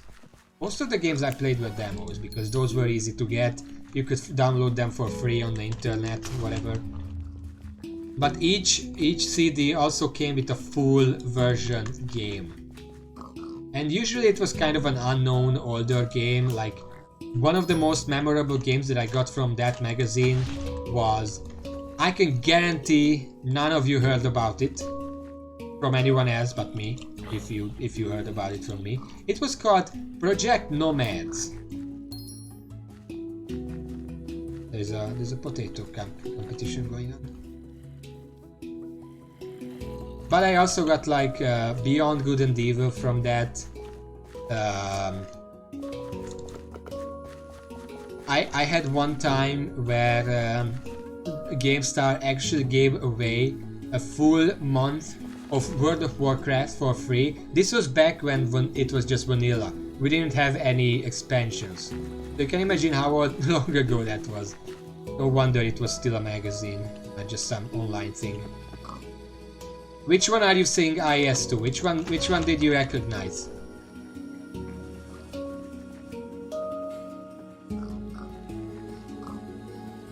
Project Nomads. Do you know that? It was like how do I say it? You had a floating island and you turned it into a battleship because your planet was destroyed. There were only like floating islands left of it. And then people, of course, what else would people do? They turned the floating islands into weapons. Like not spaceships, like battleships. And that's your job. You're helping like some guy. Yes, it's still the pigs. I'm not gonna stop until the relic is found. By me or by someone else. I did get, since Monday I've got 1,000,000 coins twice. I just got one not long ago. You can see I have 1,000,000 something in my purse. That's pretty cool. It's funny because the 1,000,000 coins is not actually the rarest thing you can get from it, even disregarding the relic. The rarest thing you can get is the potato talisman. Double what?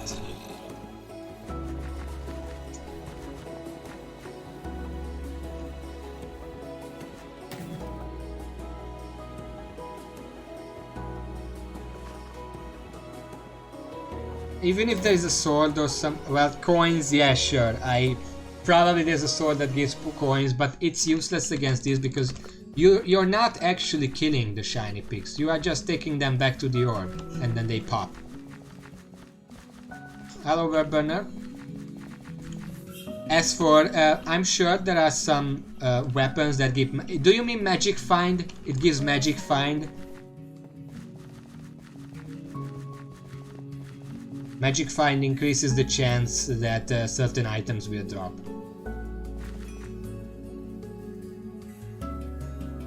Well, I mean, I have the shiny rod. It's not a sword, but it's garbage. You can't enchant it or anything, so I would rather just use my sword. My sword has knockback 2, which makes it a lot easier to get pigs around.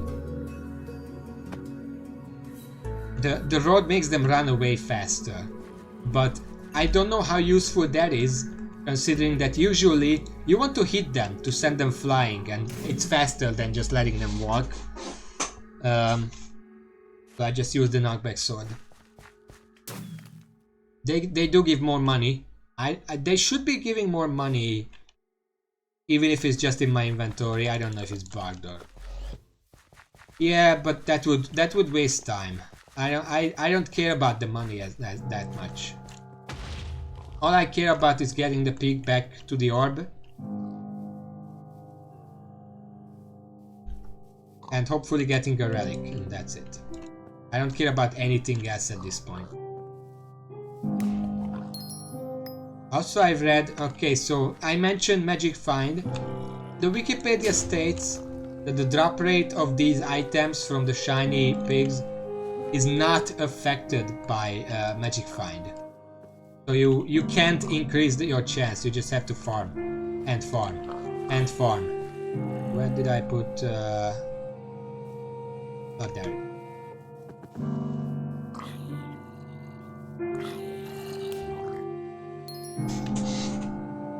I have so many enchanted potatoes. I have like 3 or 4 chests full of them. I'm gonna make inventory when this is all over.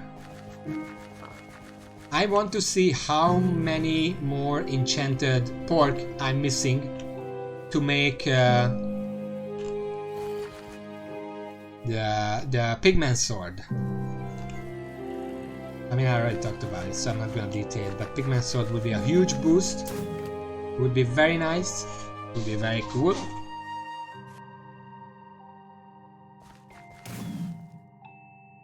What can you do with flowers? Because I've seen that you can make like flower minions, but I don't actually know what they're useful for. I never bothered because I have more important stuff to farm.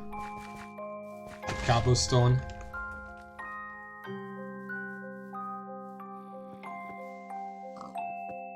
What does the flower minion give you? What can you do with that? I should look up. Oh look, I leveled up in Hypixel. I'm level 27 right now. Yay. Oh, I guess that makes sense. If you have like flower minion and the flowers are literally not used for anything else, then it makes sense that you can use it to unlock more minion slots. Yeah, okay, that makes sense. I should do that. But I mean, that's for when you already have everything else established.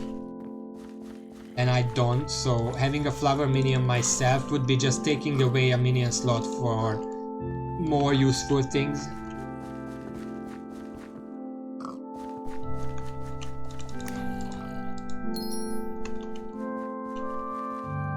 Like cobblestone.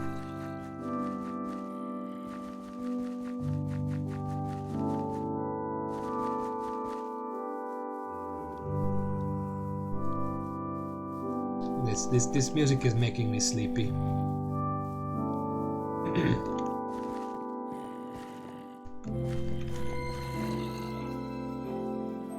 I don't see any pigs, so let's just go back. Oh, there's one.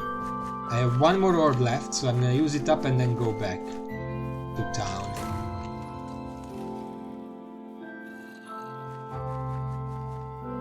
I guess the good thing about buying minions is that even if they are expensive, you can buy it, and when you no longer need it, then you can just sell it again and make back most of your money.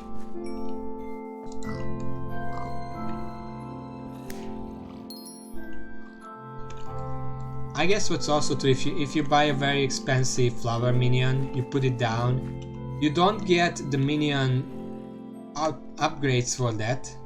But you can use that minion to make your own flower minion. You don't need to deploy that. You can just have it in the inventory.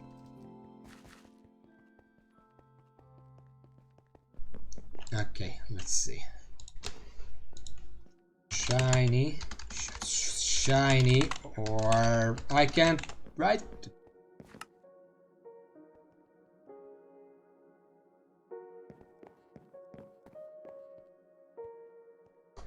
It's more expensive. In the afternoon, for some reason, it tends to be pretty expensive.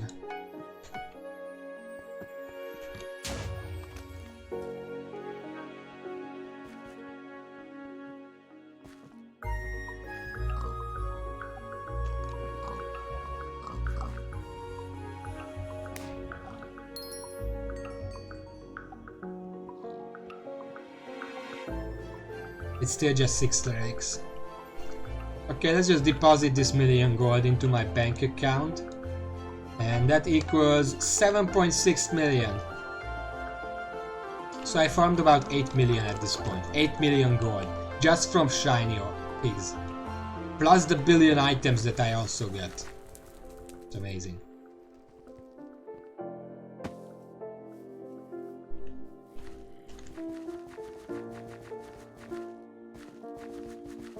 If you can't craft a flower minion, then how do you get one?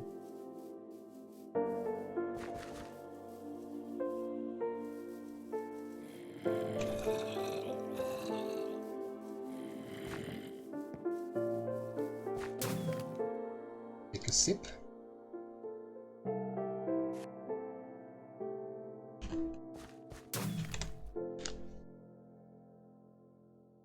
Oh, dark action. I haven't checked that out yet. I was just thinking, you know, I probably don't have the money to go to the dark action. That needs like tens of millions of coins at the least.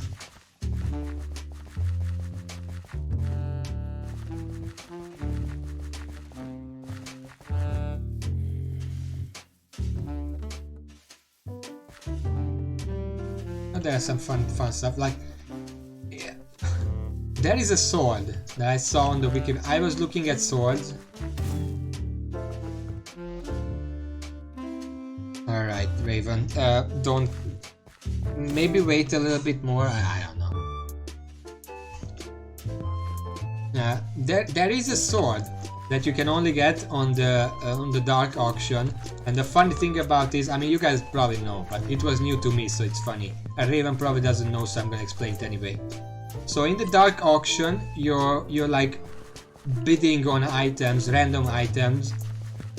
It's not always the same item. You're bidding in real time. So like there are other players around, and you have to like bid somehow. I don't know exactly how, but real time specifically. And the Midas sword, it's basically its stats change depending on how much money you spent on it in the dark auction house.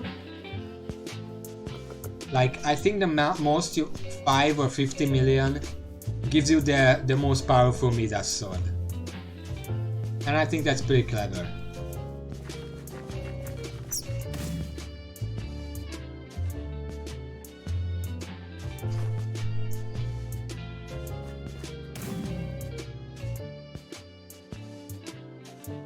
Well, there are a few Midas items, maybe well, I don't mean the most powerful as in most powerful sword, it's the most powerful Midas sword, if you spend a certain amount of money on it. Which is 5 or 50, I don't remember.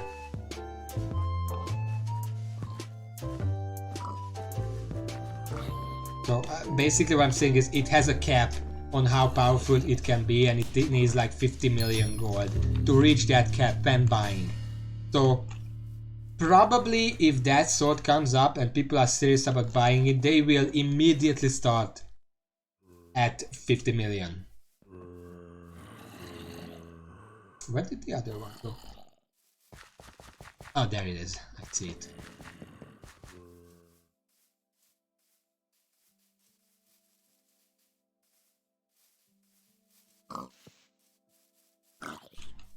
Okay, what? Now just out of curiosity, objectively speaking, if you're only considering damage and strength, attack speed, maybe ability, what is the most powerful weapon in Skyblock?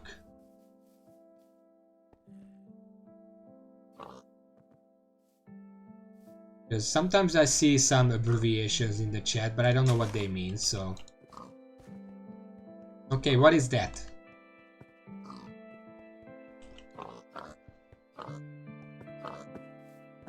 Hyperion, I saw that in chat one time, and it wasn't anyone having it, it was like some guy said I have a Hyperion, and another guy said no you don't. And that's all I know about it.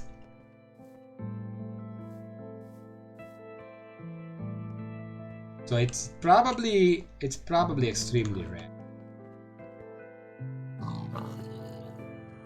How rare is it? How do you get it? I mean, I could check the Wikipedia and just go off of that, but I can't right now because I'm herding pigs.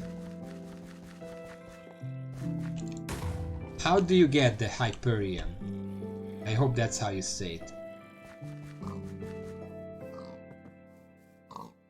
Hyperion. It doesn't sound as good.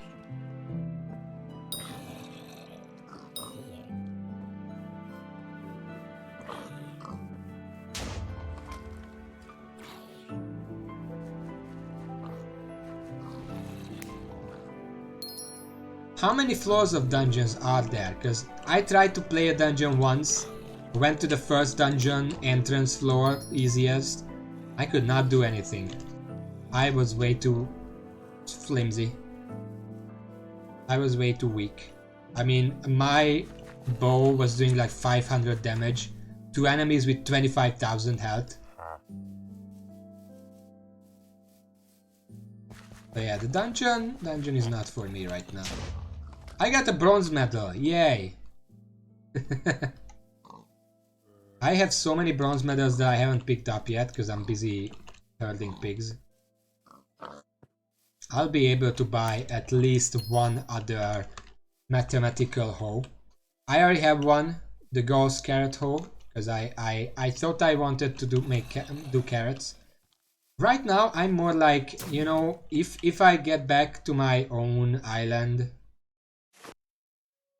and actually start doing stuff, you know, I want a theme. I don't just want to farm whatever because it's the most productive or whatever. But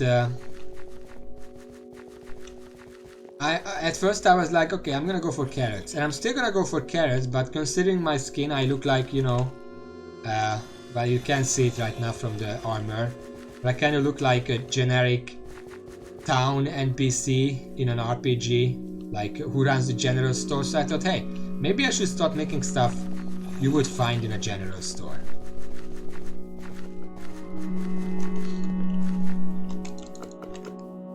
Eventually I'm probably gonna want all 4 or 5 special hoes. I don't know how many there are. There is the carrot, potato, netherwort, wheat. No, I mean from the mathematical hoe specifically. I think there's only 4 or 5. I checked it before, but I mostly was interested in the carrot one. But eventually I'm probably gonna want all of them just to min-max whatever I want to farm.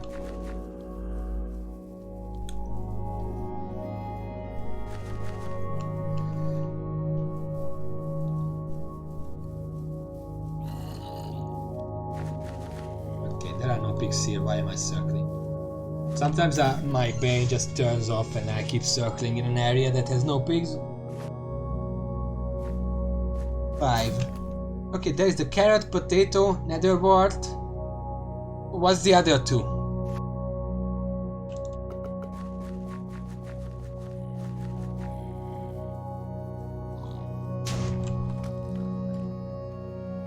Each of them are named after a mathematician. And the base hoe is called the mathematical hoe. I don't know why. It's never explained. It's like mine, the carrot one is called Gauss hoe. There is a Pythagorean hoe.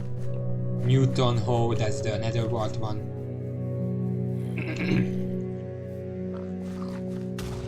Bit random. But sure, whatever.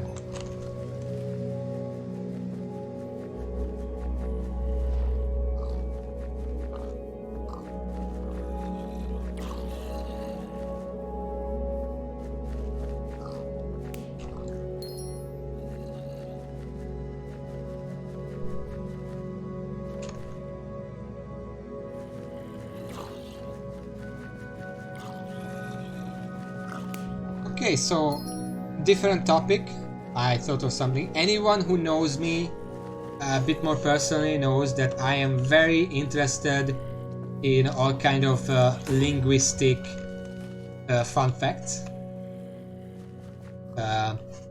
One of the bigger things that I noticed is that, like, as I'm Hungarian. Hungarian is a pretty unique language. Like, objectively, it's different from whatever else is around it.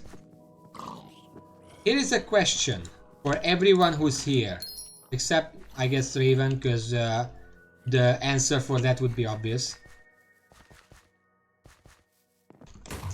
You guys know the Smurfs, right? It's like that comic book and later cartoon and movies and stuff.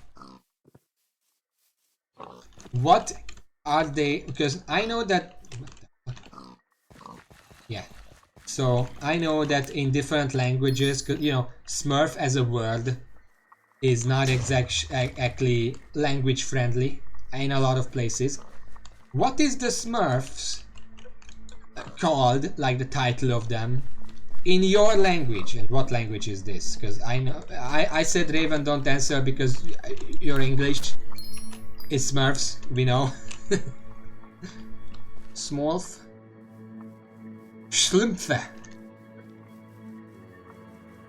So I did some research. I looked up what the Smurfs is in like 20 different languages, and it's always like some Smurf, Smurfe, Sumafu, that's in Japanese. It's always something like that. And then you have Hungarian, which is, you know what, let me just hurt this pig and I'm gonna write it into the chat. This is what Smurfs is in Hungarian.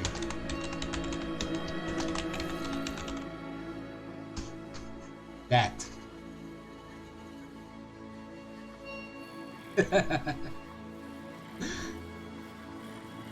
It's not exactly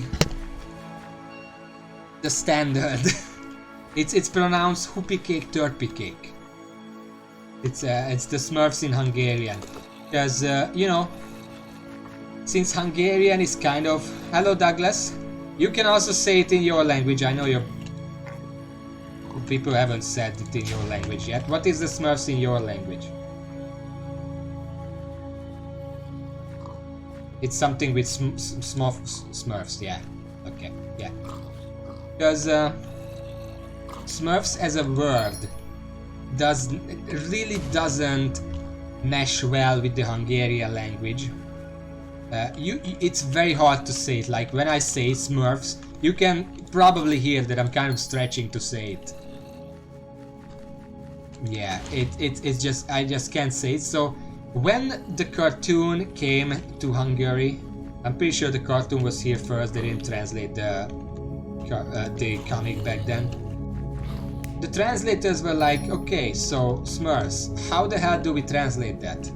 And they were like, we can't just take the word and Hungarify it. Sometimes we do that, but you can't do that with the Smurf word in Hungarian. It's just not possible. So they made up, okay, you know what? Let's just come up with a completely new concept. Now, hoopy cake, turpy cake.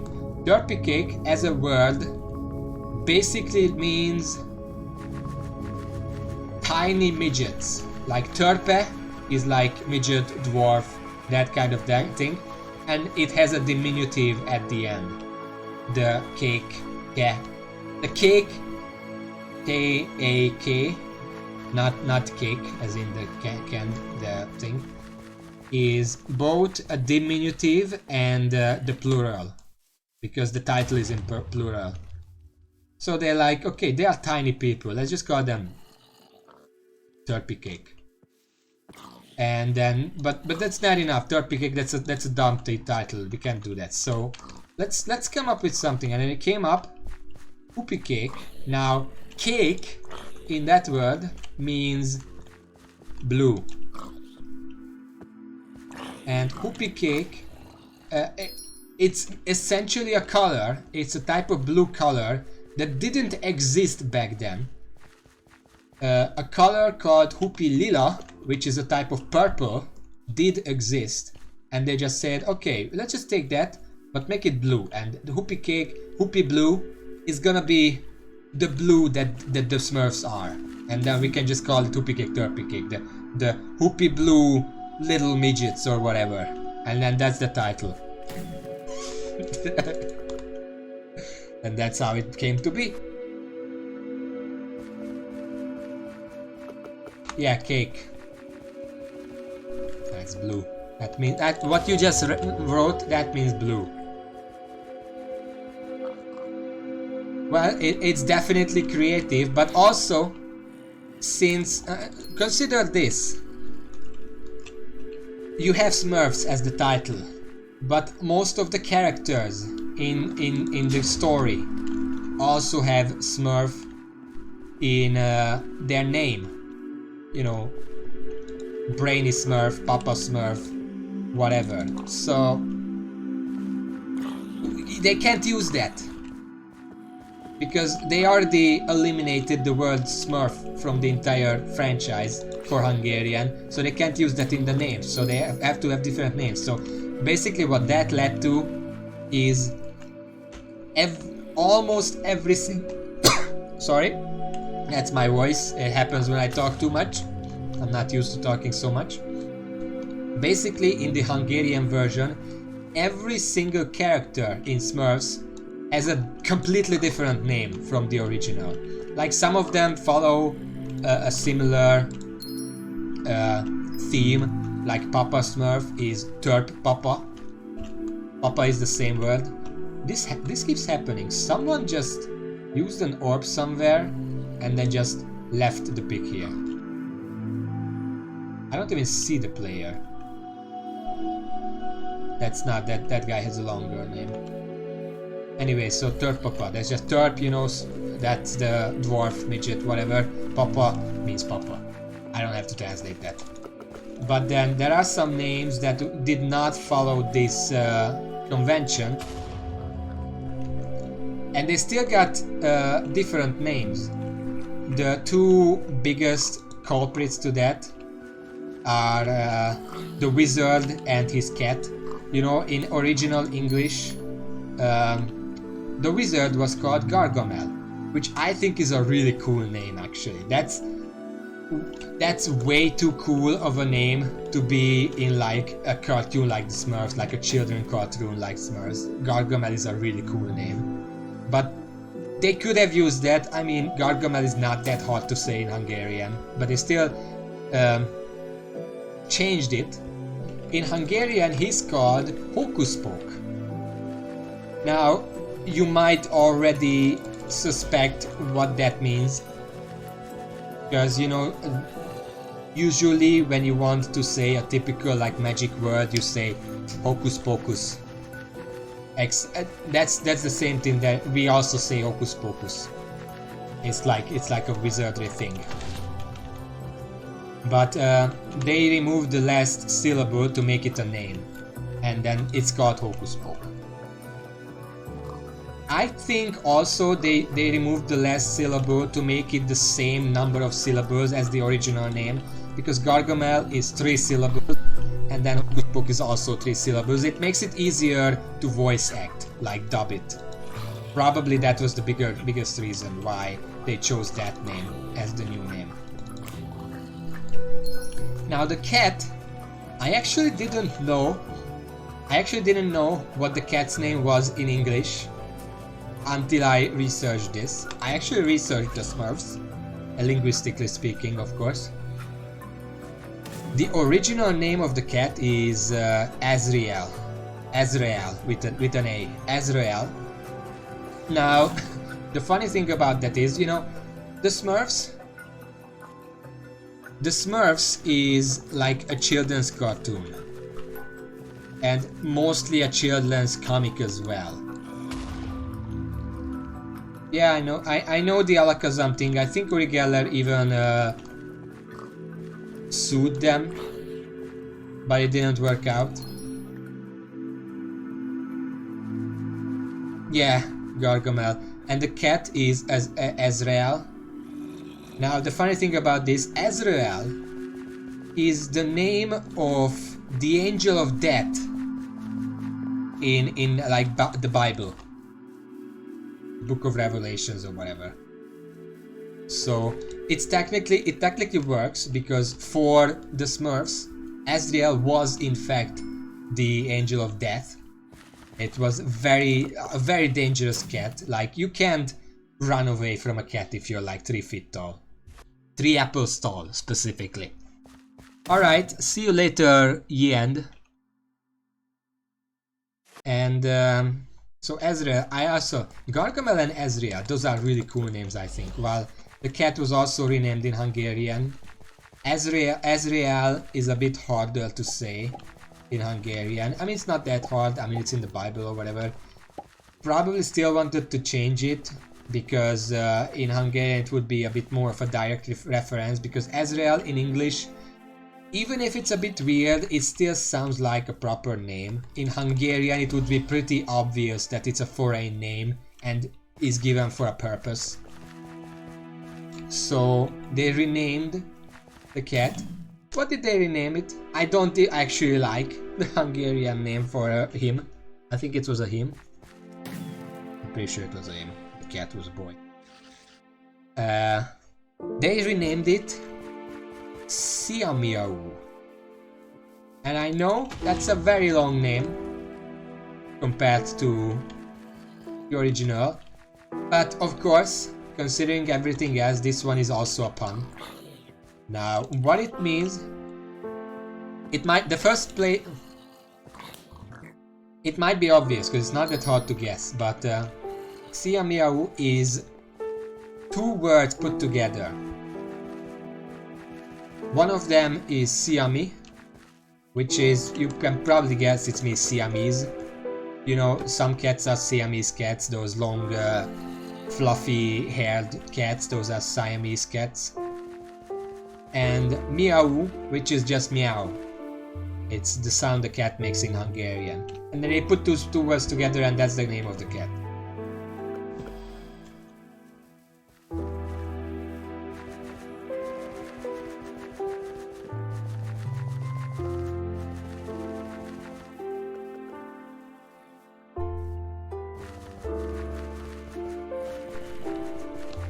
Thinking what other, I guess there is at least one other.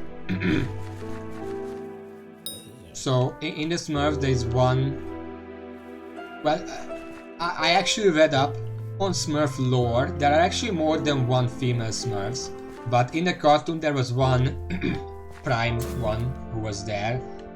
In English she was called Smurfette, which it makes sense, it's the Smurf and the female ending. Now in Hungarian they could have called her Törpet, but it sounds really dumb in Hungarian. It's really very much not a cute or serious name, it just sounds dumb, Törpet. So what do? Well, they just change the female ending to a different female ending that works better in Hungarian. So she was called Törpilla, which like a Illa, Ella, whatever, those are also traditional female name endings, so they just use that. And Törpi Smurf, of course. It's really weird how they renamed literally everyone. Slupfein. I don't know how to say it. I don't speak German, but yeah. I looked up these names in different languages and I'm pretty sure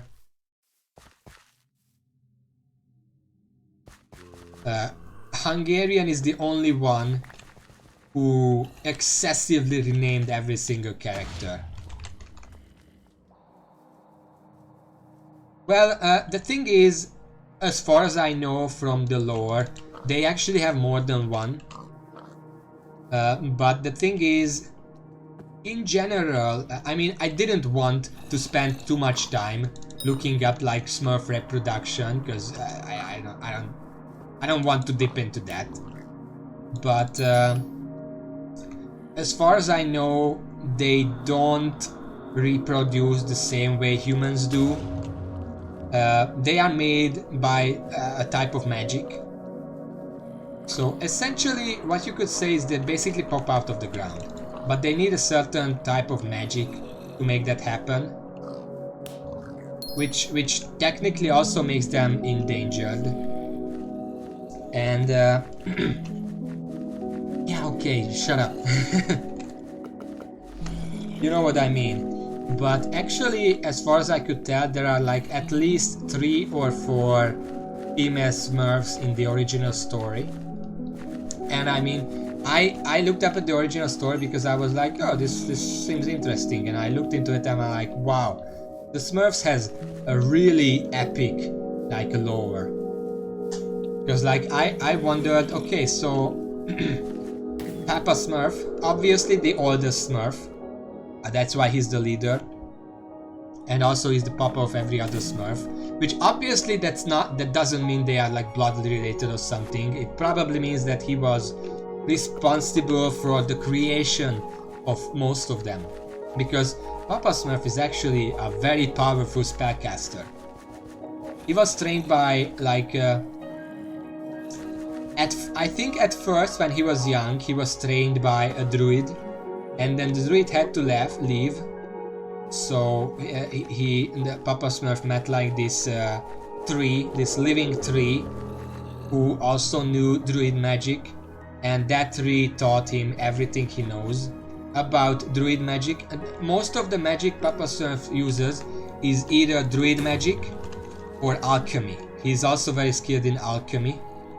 You can tell even in the cartoon and even in the movie, because you know there were like some Smurf movies. He is often seen mixing up some potions. So most of the magic he uses is actually alchemy, but he also knows some druid magic. He is very powerful.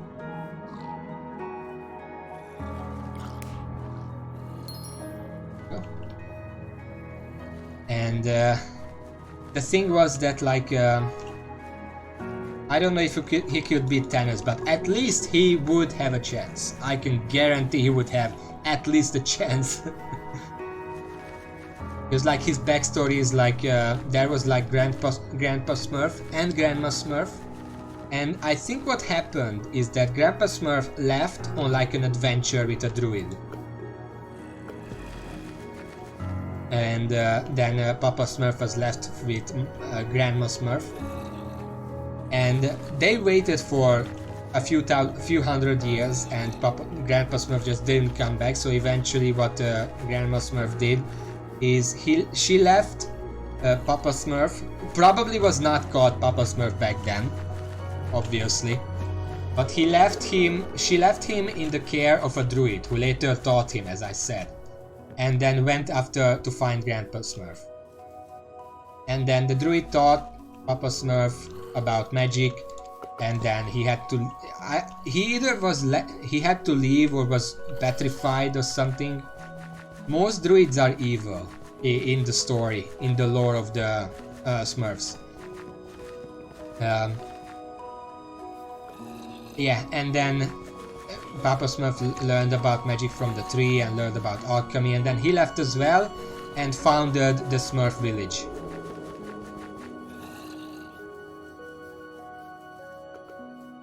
There is actually even an episode of the cartoon where it's like the return of the druids, and Papa Smurf is very worried because most of the druids, these druids specifically, are evil. There are very few good druids, so he made up like a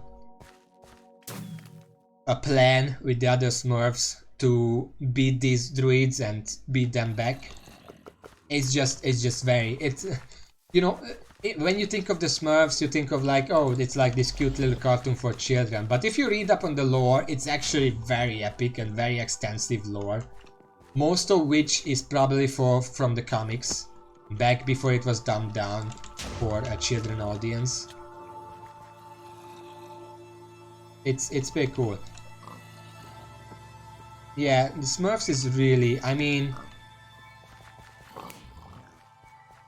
in the lore specifically, there are just straight out characters who are dead. They are dead. They died in lore, and they are. I don't think it was in the cartoon. It was probably in the comics where characters can just die. Smurfs and people and other characters can just outright die in the story. You don't usually do that if you intend the story for children. Unless it's a Disney themed fake out that, but you know, we don't count that.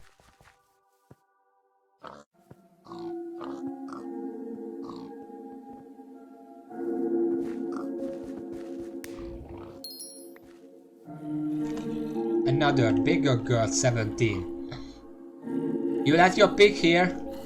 Hello? Okay.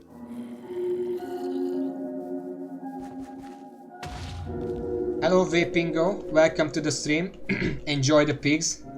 I looked away. Where did it go?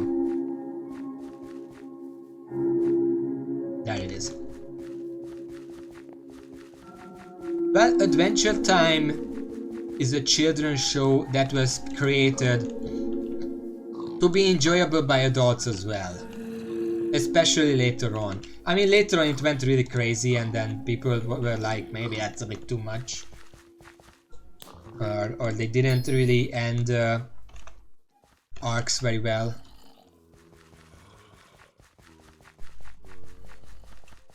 What do you mean? I see just fine. I don't know how to resize the chat without changing the entire UI, and I don't want to change the UI. I tried to change the UI. What the?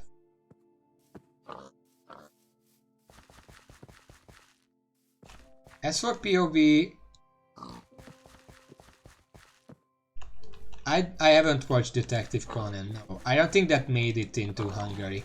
I mean, Hungary and animes have a bad relationship in general. Maybe not nowadays, but I remember when Dragon Ball was a really big thing when I was a kid, and every day I went home from school and I wanted to watch Dragon Ball. Well, I mean, I can try changing the FOV, but this is like really weird to me. My eyes hurt from this. No,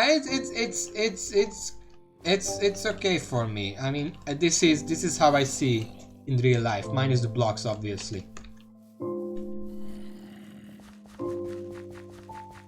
I mean, if you consider that Phoenix Wright is a game on the Nintendo DS, and it's about every single case is about murder. It's basically Detective Conan, but a video game.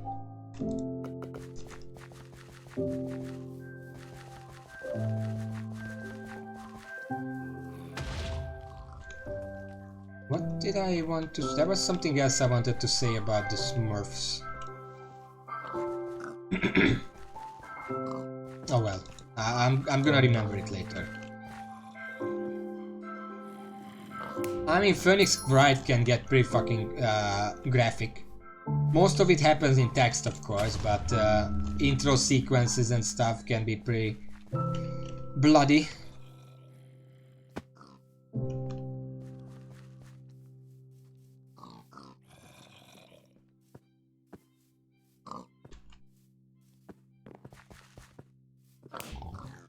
Oh yeah, I know now.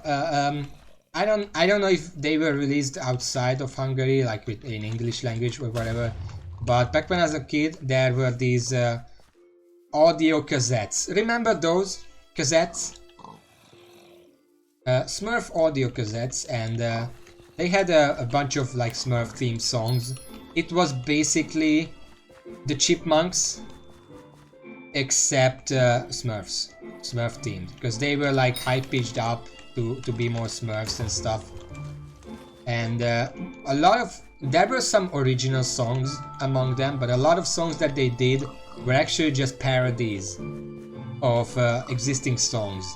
Like, I remember... One of them that I remember the most is the Smurfification of Gangster's Paradise. You know that song. Everyone knows that song. Now imagine that, but it's Smurfs. And that's not the only thing, because a lot of these songs, well, not a lot of these, the cassettes were obviously made for children, but some of the songs that I know among them were actually pretty thematically... How do I say this? Well, Gangster's Paradise was one of the lesser ones, but it was still like basically... It was about Papa Smurf talking to the rest of the Smurfs about how Gargamel is gonna show up and they have to fight back, and we have to win the war against Gargamel. We're gonna have to fucking drop 6 tons of peers on him like the ancient Smurfs who battled valiantly or whatever. And yeah, that... You know, that's... But then, I had 3 of these cassettes, but there are a lot more of them. All of them can be found on YouTube, so I've been listening to them. It's nostalgic, and some of them actually sound pretty good. One of the songs... I mean, I checked... First of all, I just listened to it and I was like, wait, what? What are you singing about? And I looked up, okay, what song is this based on? Maybe this bass song is... I mean, the original song is titled Sin With Me. So you can imagine what that's about. And then they smurfified that. And it's titled Finish Me.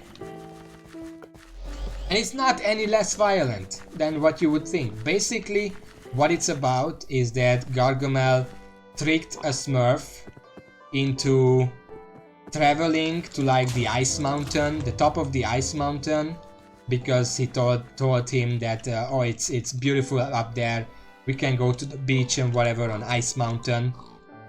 The Smurf was pretty dumb to believe that, but basically he went there just in like a swimming suit or whatever, and then now the song is about the Smurf basically freezing to death and just asking Gargamel to put him out of his misery because it's terrible to freeze to death. That's where the Finish Me comes in, by the way, the title that I said. And I'm like, this is a Smurf song for children. What the fuck? Oh, there it is.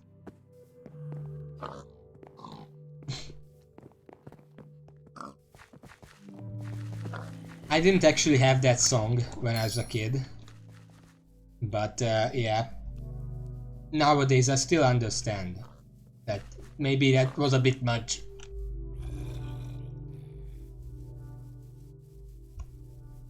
And it's not even subtle about it. Like the refrain is like the Smurf singing that he's freezing to death on the mountain, and it would be better if Gargamel just finished him off.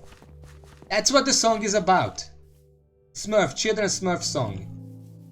Okay, some lesser things. I mean, some of these songs. Usually, what they try to do is they take a song, typically an English song, not necessarily an English song, and then they try to make it.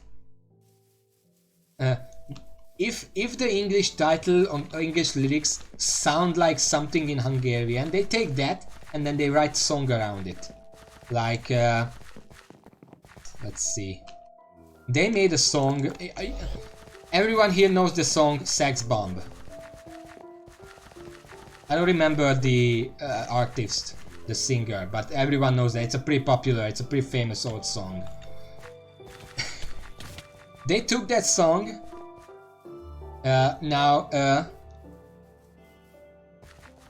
In that case, they took the title of that song and then they made it into a different title that sounds really close to the original. Now, obviously, they can't use the title Sex Bomb or anything similar to that. So they said, okay, this song is titled Kexbot with the X, because Hungarian actually doesn't really use the X letter very much, only in foreign words, except for Kex. That's a typical Hungarian word that actually, it doesn't write it like X, it writes it like KS. Kexbot basically means biscuit store, and then it's about a Smurf opening a big biscuit store. But they picked that title because it sounds close to Sex Bomb, Kexbot. As close as you can get anyway.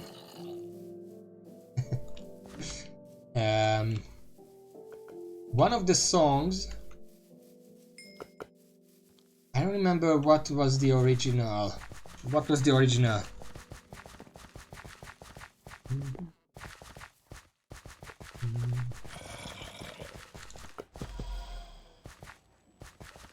It was like a love song, I think. What was it?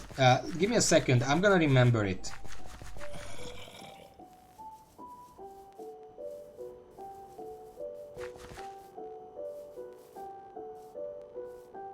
I'm looking this up. It's gonna bother me.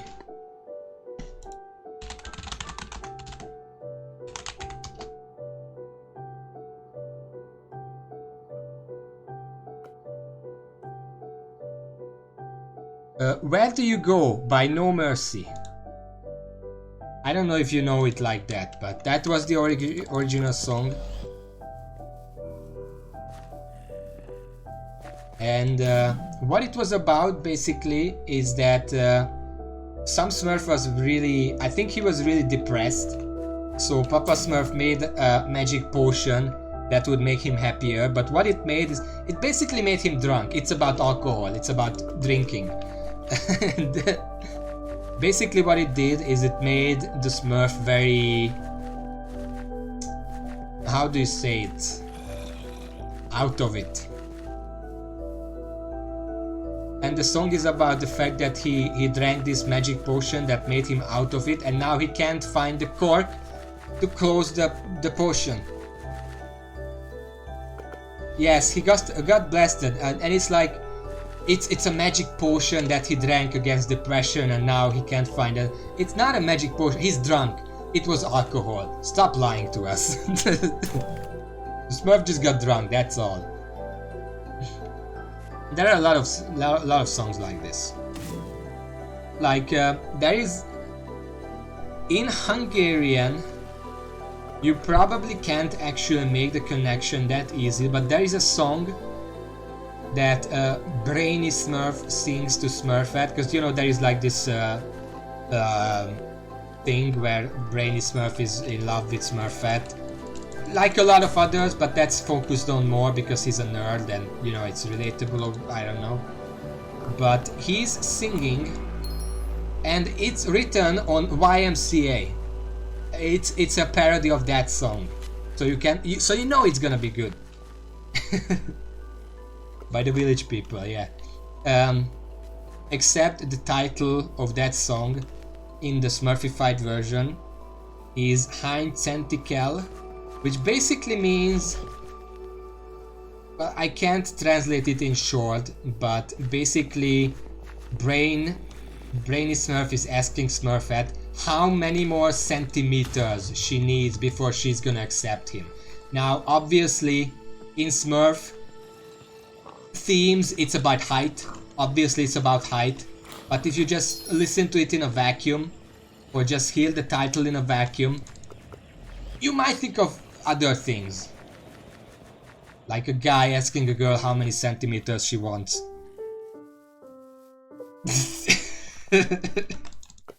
And I mean, it's not very subtle about it, because even as a kid, I listened to that song, I was like, okay, I understand this is about height, but even I know that there's a subtle undertone to it otherwise. Even I, a kid, like at 8 or 10 or whatever years old, I understand. Well, no, I think I was like 12. I already understood some of the implications, and I was like, even I know that you did a sneaky there. You did a sneaky there when you wrote this song. I understand that. So it's not that subtle. Smurf songs for kids. Brilliant. But yeah, most of the songs were actually pretty innocent. So these are generally the exceptions, but they loved sneaking in like these subtle things. And what songs they actually remade, they were not picky about that. If they thought of that, even if the original song is very much not kid friendly, who cares? Sex bomb. Let's make a song about it. It's about a biscuit store now. Fuck it.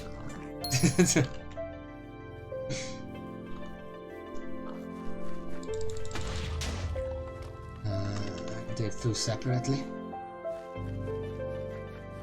I'm trying to think of more examples, but most of them are pretty innocent actually.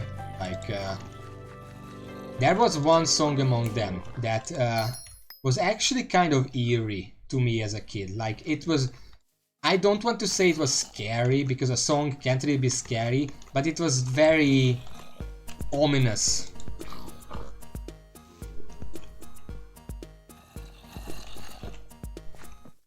And maybe it was just ominous to me, but basically it was an original song. That one was not a parody, that was one of the original songs. I don't know how to translate the title, but it was about like a gardener Smurf who every single day goes out into the village border to hold down the things, because apparently Gargamel cursed the village so that they couldn't grow anything. The land was cursed, nothing grew on it for years. And basically what it was about is this gardener Smurf's desperate attempts to break the curse, because the village is essentially starving. They can't grow anything, they can't eat anything proper. And it was just, it's not even just because starving, because you know a lot of these songs are like freezing to death, blah blah blah, but the way it was presented had just such determined futility to it. the Smurf was very determined to break the curse, but it was made pretty clear that it's completely futile. He's not gonna be able to do it. He's been going out there for years, every single early morning, biking out into the fields to work all day for years, and it's just not gonna happen. And it was very ominous to me as a kid. And even nowadays, when I listen to it, I'm like, that's just sad. Don't kill yourself 10 times, please. But yeah, it was that one song that really stuck with me, because it was just so... I mean, I've already said in the past that I don't mind like grindy games if there's a purpose to the grind. But if there is no purpose to the grind, I don't like it. And if you get some like undertones to it, like I have to break this curse, even if I know it's futile and it's not gonna happen, because my village is fucking starving. We don't have any food. That just makes it very, very ominous to me. And that was a children's Smurf song. Welcome to Hungary. Hungary in general doesn't really care much about censorship. Obviously, we're not gonna show like bloody horror movies to children. They'll still have like the circle with the 18 in them or whatever. But in general, there is less of a care for it than in somewhere like in the USA, where they take censorship way too seriously. That's the other end of the horse. In Hungary, it's like, you know, whatever. I mean, there is like this very old... Can you fucking jump down, please? There is this very old Hungarian movie that's based on a Hungarian epic poem called Johnny Corncob. And the original, the poem, is basically mandatory reading in school. You always read it, you have to memorize parts of it, blah blah blah blah blah. And for the writer's 150th and death anniversary, I think, or like anniversary in general, they made a movie based on it. And well, it doesn't have explicit blood, but it has some... You can find... Okay, so I'm not gonna say anything like, you know, but basically you can find on YouTube one of the songs when the army goes to Turk land. Because one of the plot points in the story is that Johnny Corncob is like a poor shepherd boy who loses the sheep because he was with a girl. The poem is pretty explicit about what they were doing. The movie turns it into a very artistic scene, like the shepherd boy has like this big jacket, and the jacket engulfs them, and then they start flying, and the jacket turns into like a two-headed bird. You know, it's very symbolic and whatever, it's beautiful, very well done. But because he lost the sheep, he has to run away from home. And then he joins the army, and the army has to go through... They go through France. They want to help France against the Turks, which is... Don't think about the geographical implications of that. There is none. The geography is just all over the place in the poem. But essentially what's happening is that Turks are raiding France. They are shown burning stuff, stealing stuff, and doing things with girls. I mean, it's not even subtle. It's literally shown on screen what they're doing. Exactly. In like the bush. You can find it on YouTube. As part of this like soldier song. I don't know what the title it is, but if you find like Johnny Corncob or János Vitéz, as it's called in Hungarian, you can probably find the video.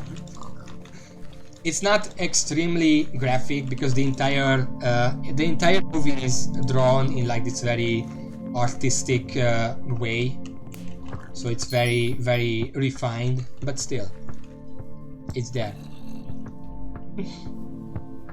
Hungary doesn't really care. The only time censorship really affected me was, I already mentioned it once. Let me just drink a bit because my throat is dry from all this talk.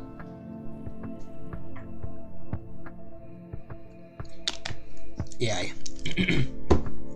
When Dragon Ball Z was a big thing in Hungary, I watched it pretty much every day. And what happened is that apparently, well, first of all, what happened is, you know, it was one of the first animes ever released in Hungary, and some kid who was watching it basically thought, he had this imagination, you know, he thought he was Shongoku.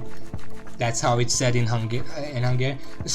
Dragon Ball also has a lot of renamed characters, by the way. I'm gonna talk about it in a second. But basically he thought he was like this character, he pretended.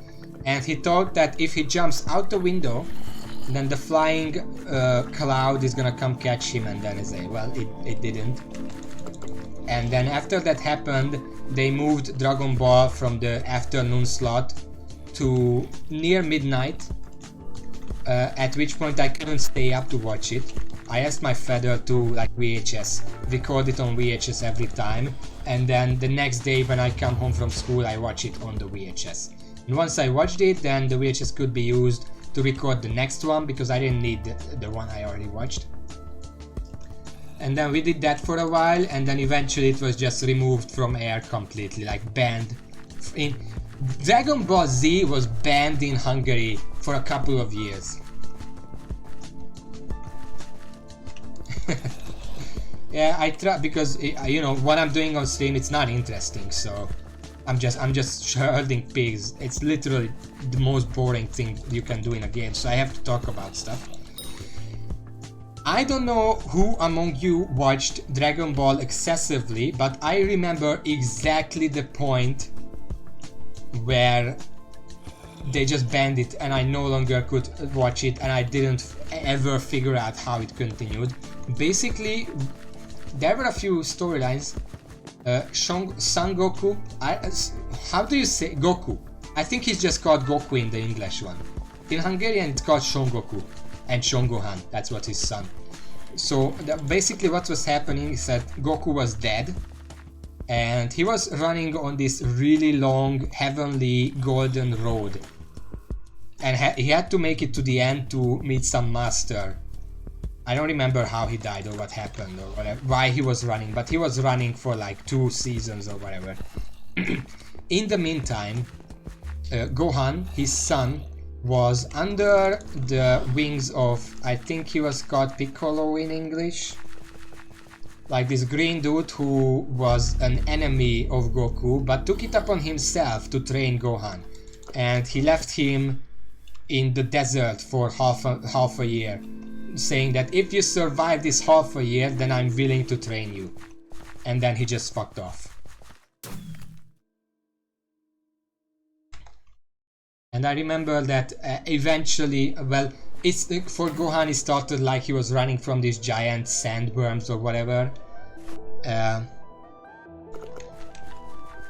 then after a while he was actually be able to beat these things, and then there was a big rock that he punched every single day to see if he got any stronger. And then he punched this rock the first time and his fist hurt, obviously, don't punch rocks. But after a while, when he was already self-sufficient, he punched this rock again, still hurt, left, and then the rock crumbled when he didn't see it. I think that was one of the last episodes that I ever saw. Yeah. It was really early. Yeah. Now here's the thing, one of the biggest changes in the Hungarian version's names is that Piccolo was not called Piccolo. He was Satan. He was called Satan. I think young Satan specifically. Which is weird because I know that later on in a series there was a character who was called Satan in the English version. I don't remember what they called him, but he was like the Demon King. I don't know.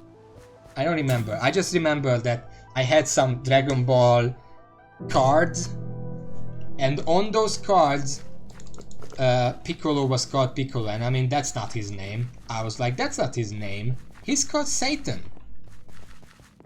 Yeah, maybe it was Mr. The green dude who was training Gohan. He was called the young Satan. Satan Jr. or whatever.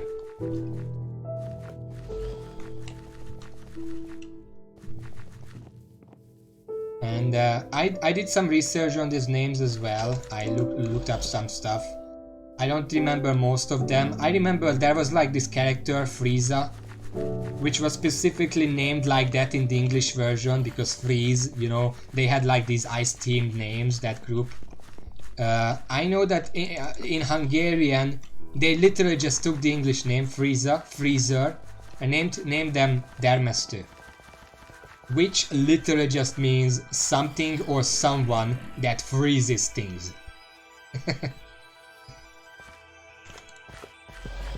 God God, yeah, there is a character called like the Demon God or something. Maybe that's what they mean. Mr. Satan was not the Satan I'm talking about. I know who Mr. Satan is. That's a different character. That's not Satan. That's not young Satan.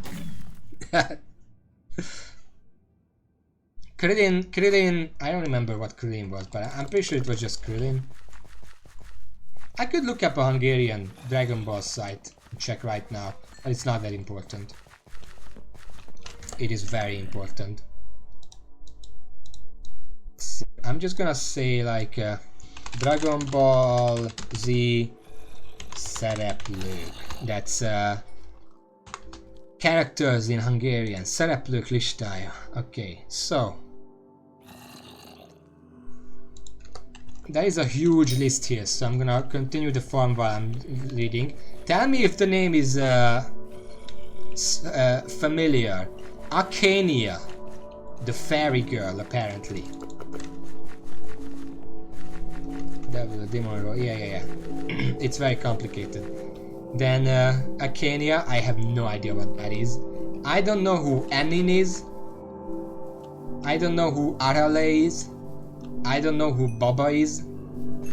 Black Tábornok, there's General, Black General, Blue General, Bora, Bulma, Chaos. Okay, so Chaos, let me just say this, Chaos, you know, Chaos English words, there is a Hungarian word for that, chaos. It's directly from the English word, I mean, yeah. But the way it's written here is like, it starts as you would write it in English, like C-H-A-O, but then it ends with an S, like a Hungarian S, S-Z. Chapa, the king, Chichi, Chuba, Symbol, Dolong, Dr. Brief, Égi Sárkány, there's the Sky Dragon, they translated that. Fun, Fertő. Fertő is a Hungarian word, it means disease. Yeah. Chichi was just Chichi. It's easy to say, it's kind of cutesy, it's funny. Who the fuck is disease?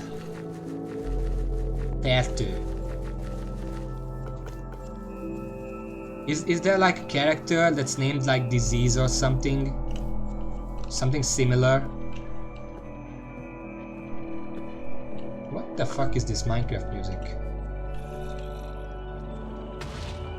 1 second, let me just heard. I slowed down because I'm looking elsewhere. No. Okay, fuck you. Once the pig goes to that area, you just can't save that. It's very dangerous and you risk just falling down yourself, so fuck that pig. Metaphorically speaking. I'm gonna continue in a second.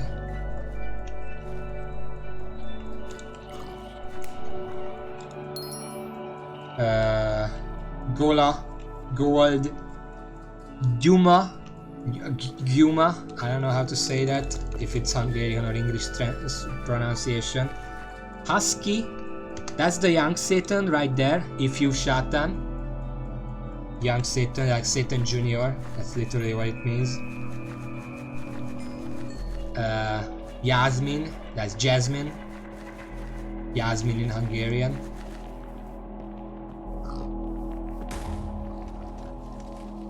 I'm gonna have to scroll soon.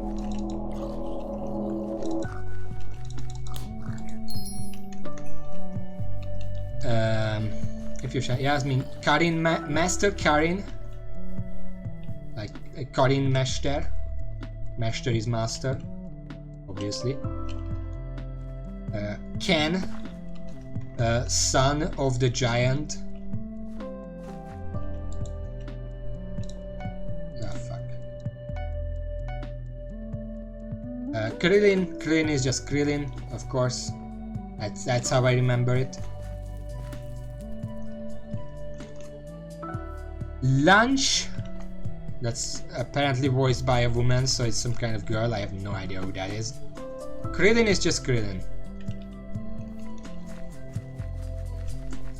Who's Karin, Master Karin?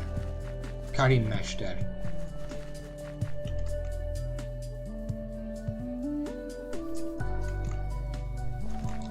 Yeah, I'm pretty sure the Hungarian translation was made half with the English, half with the Japanese version. But Kuririn is just how you would say Krillin in Japanese, so they just anglicized it. Not launch, lunch, L-A-N-S-H. That's how it's written. Lunch.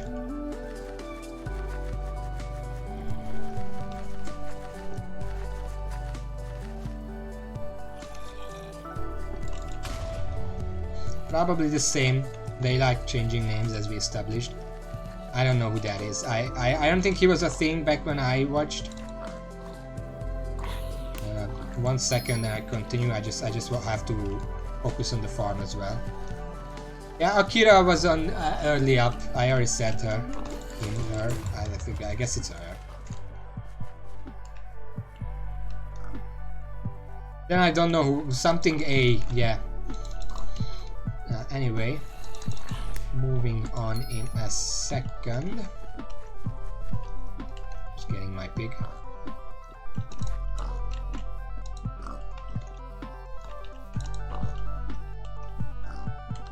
Go on.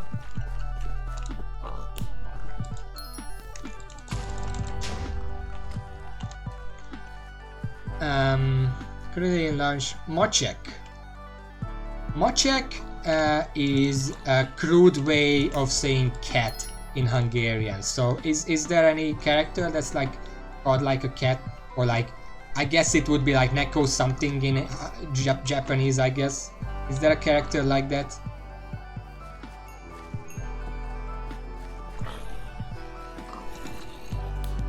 There we go.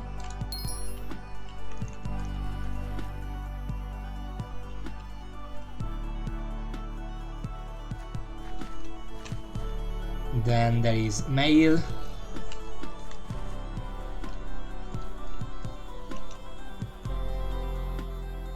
And there is this character that in English is called mindenható, but that's actually a word. It means something like omnipotent.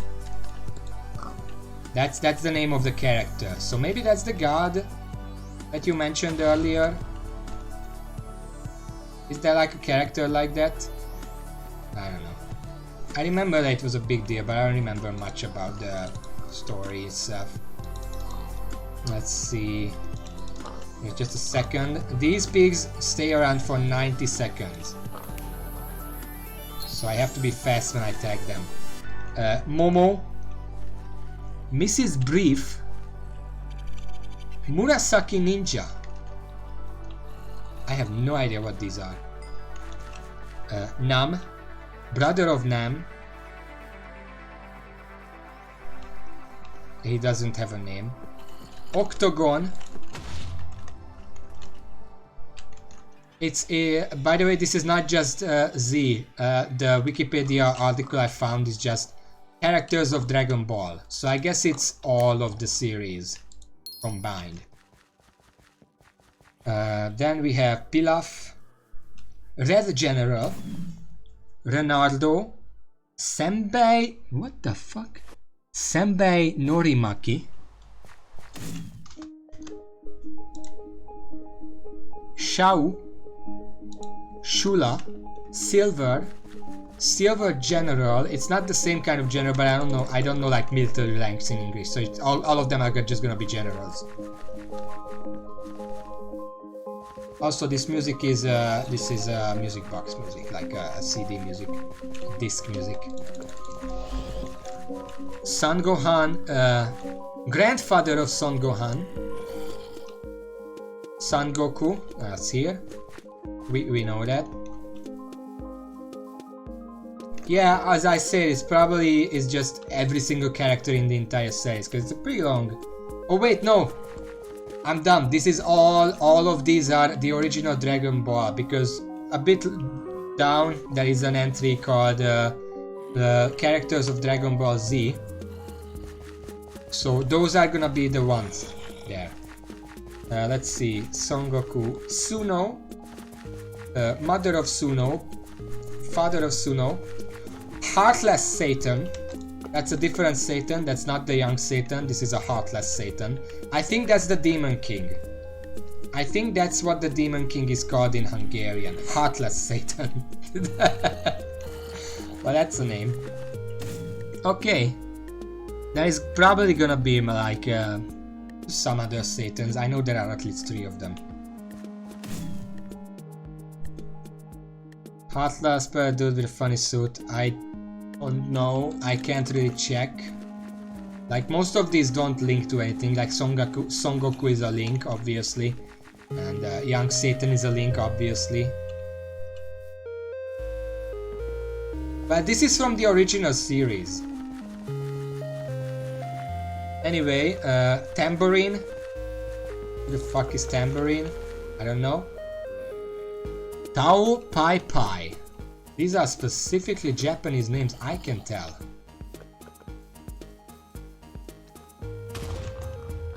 And then we have... yeah, these are all from the OG. This is a list of OGs. These are all from the OGs.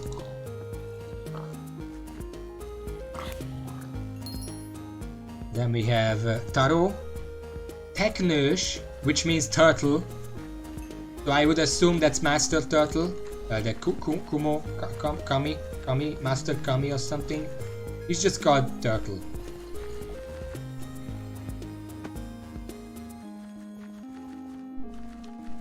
And then there is Tenshin Han, who also has a link to him. So he's probably an important character, but I have no idea who he is. Tenshin Han.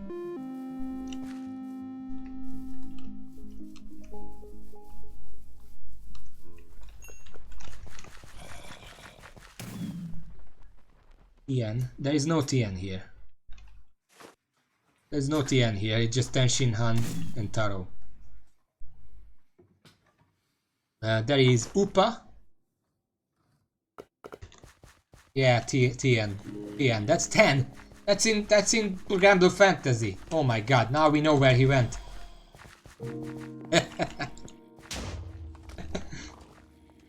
No. But in Hungarian it's not Tien Shin Han, it's just Tenshin Han. And come on. Go up. Thank you. Okay, that's good. They roughly bend the same way.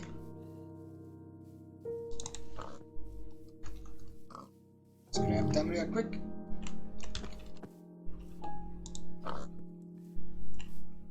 One second, I have 2 pigs here, so I have to focus a little bit. Double tagging is serious business.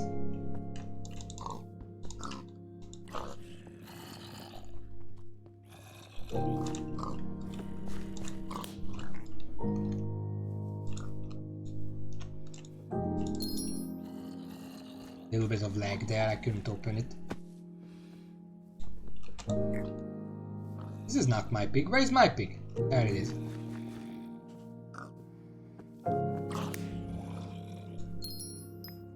Enchanted pork, very good. Both of them flew in the same direction, very good.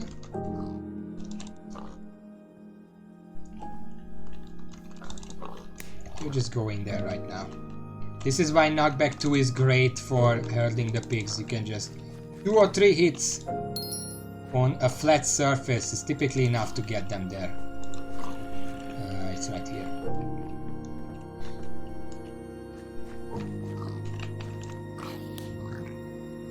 Then there is White Captain, of course, Captain White. They have all kind of different colors over here.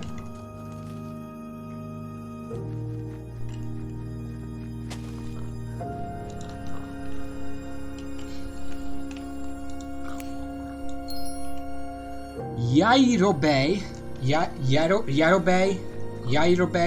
something like that, and Yamoha. Those are probably related.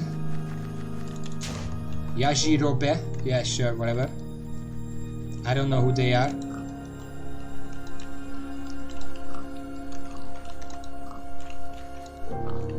And also, the turtle that I mentioned earlier, it's not actually Master Turtle. What was he called in English? The Turtle Master. It was like Kami or something, no?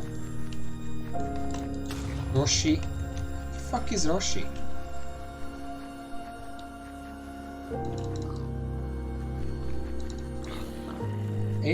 The turtle that I said earlier was not him, because at the end of this list we have Genialisch Hollow and Genialisch Technisch, which respectively mean Brilliant Raven and Brilliant Turtle, and I know that Brilliant Turtle was Master Roshi.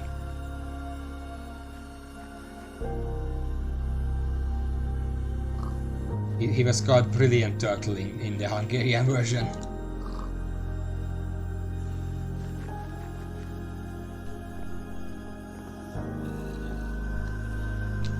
And Brilliant Raven was like a rival dojo or something. I don't know. I think that's what.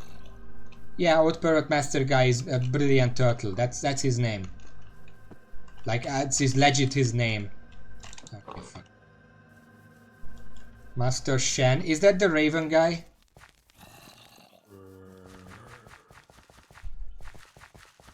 And that's the last original. Crane. Well, in Hungarian it was Raven. I guess because we know what a Raven is. Crane, Daru. It doesn't sound as refined. Oh my god, my stomach is grumbling. Okay, Dragon Ball Z characters. Right away we start with Idősebb Neptunus, Istenek bölcse. I'm gonna translate the entire thing. It means Elder Neptune, Wise Man of the Gods. So that's an interesting start. Who's that? It's Dragon Ball Z now. Wise of the Gods. Neptune. Elder Neptune. Oh, that's great.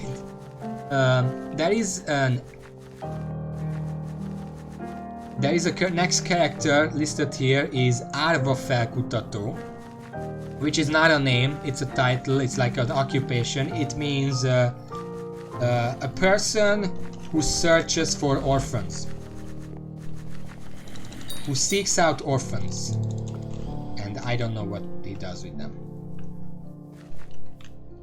Árva Felkutató. Okay. Baba, again, they are here. That's a girl because it's a female voice actor. So Baba, she's here again. Badibi, Banan, Bardock, Bibidi, Bora, Bra, Bubu, Fat Bubu. What are these names? Who the fuck is Boo? It's not even here. It's Boo Boo. I'm pretty sure the boo you say is boo-boo in Hungarian. Because boo means something in Hungarian. He probably didn't want his name to be a word. Like boo means sadness. Probably wouldn't fit the character. Yes. Boo means sadness. Like sorrow. Or something like that. Yeah, I do see voice actors. They are Hungarian voice actors though. I don't see the English voice actors. And Boo Boo is listed as Boo Boo and Boo Boo in brackets fat.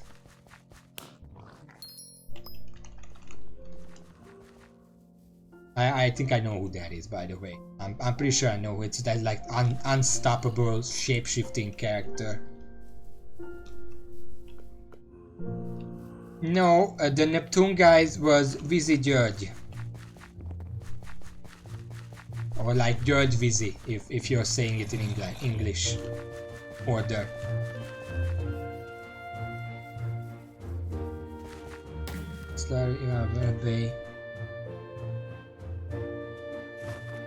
I mean, give me a second. Let me try something. Peter, no. Laszlo, no. Ivan. Verebey Ivan did actually voice two characters. One was Dr. Brief and the other was Kaito. The other two are not here.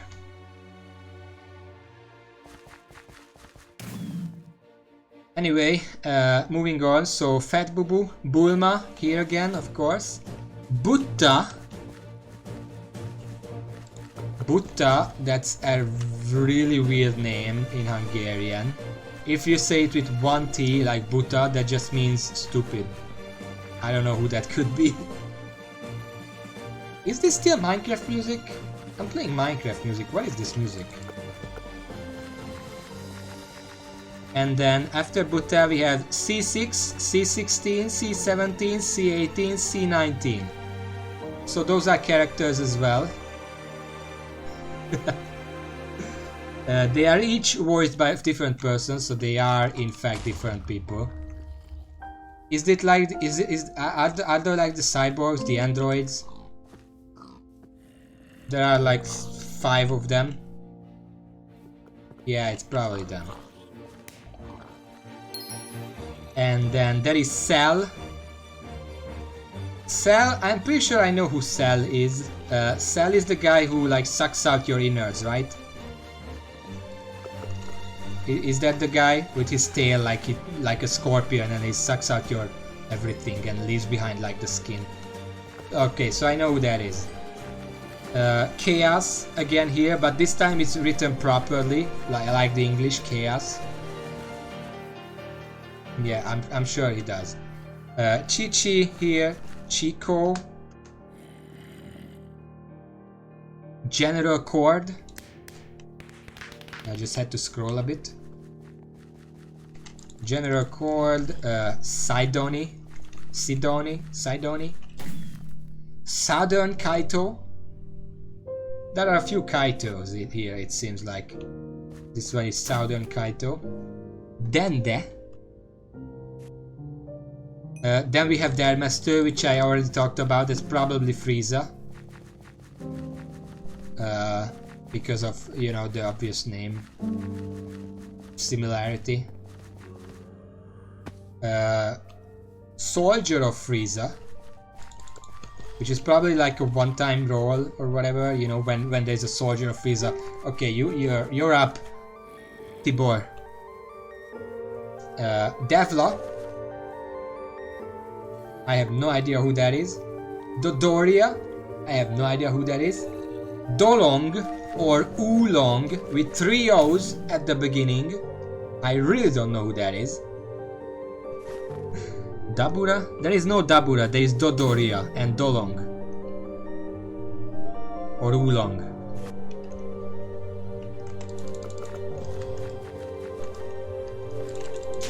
Dabura Tevia. Well, they probably changed that name because I don't see that here. Just similar stuff. Oolong, yeah. With 3 O's at the start. How do you say oolong? He's from the world of Adventure Time, I guess. Just okay, I have to focus on this. Yes, we have to find Oolong. We have to kill him for the artifact. He's very good at hiding, apparently.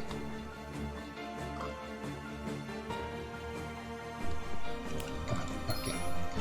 Next up, Dr. Brief, Dr. Gero, or Jero, or whatever it's said.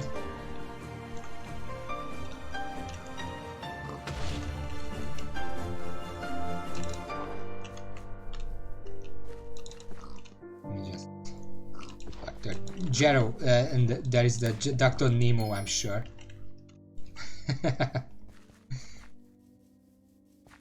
Geronimo.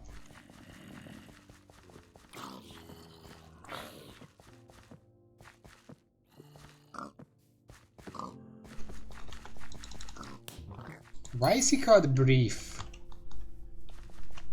Like, that's kind of a weird name.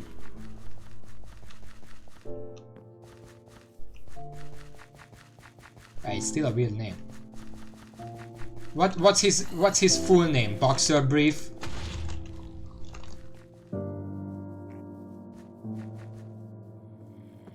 Because on this site it just says Dr. Brief.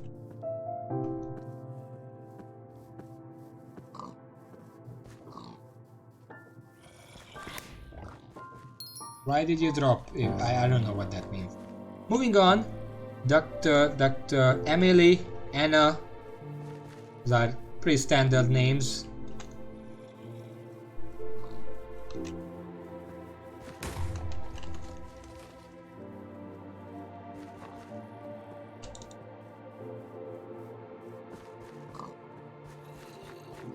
Doctor.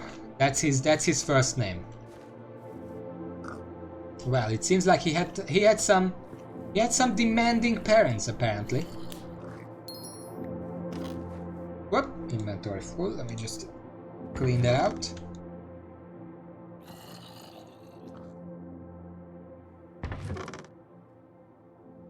One second. Or the shiny orb stays. No. Book in there. Okay. There we go.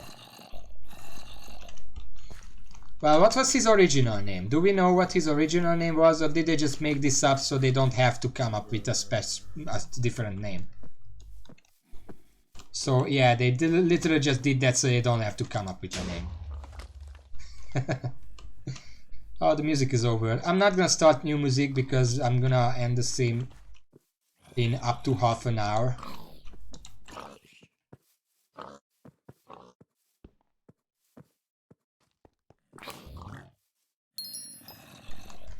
That kind of reminds me, I listened to the Japanese opening of Dragon Ball Z, and then I listened to the English opening song of Dragon Ball Z, and then I remember the Hungarian. The Hungarian is a really weird opening song. Like, imagine, what is Dragon Ball Z about? What is the top 3 things that you are reminded of if you hear Dragon Ball Z?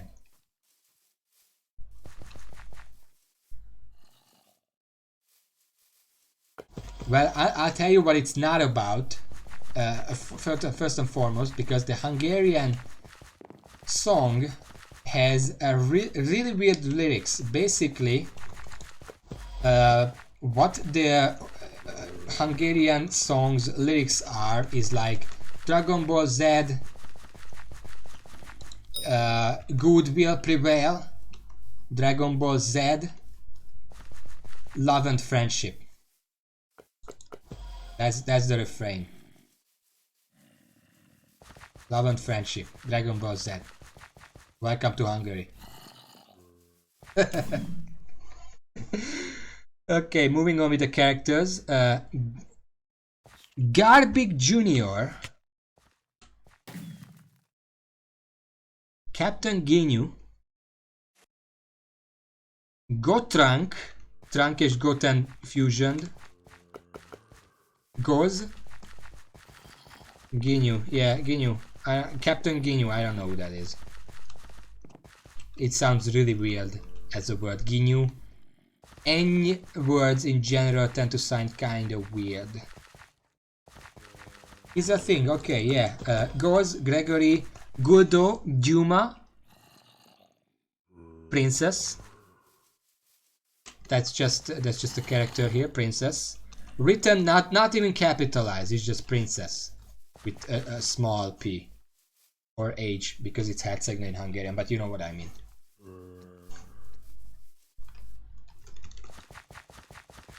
Princess Snake. Well, that sounds lovely. Let me scroll down. Then we have Hercules here and Impresario. Fuck. Is that imitator? There is Hercules and then imitator or impressioner of Hercules. I don't know what that's supposed to be. I have never heard that voice, not even in Hungarian. Then of course young Satan is here. Jeise. J-E-I-S-E. How do you say that? Jeise. Jace. Jice. Yeah, thank you for that. Which one? Jeise? Is that Jace? Okay. Jace. King Kai. Kai Kirai. He's here. We talked about him.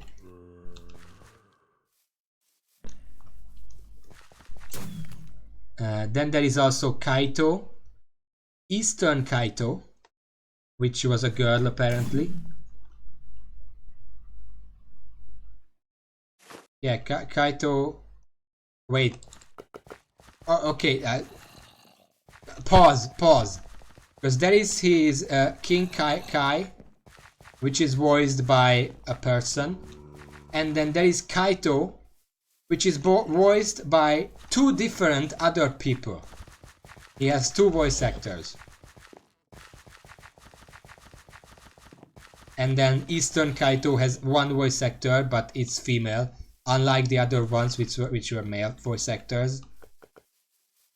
I didn't check the voice actor for Southern Kaito. That must be also kind of weird. Anyway, moving on. Kibito. Kabuto. Kibito. Then there is Kiwi.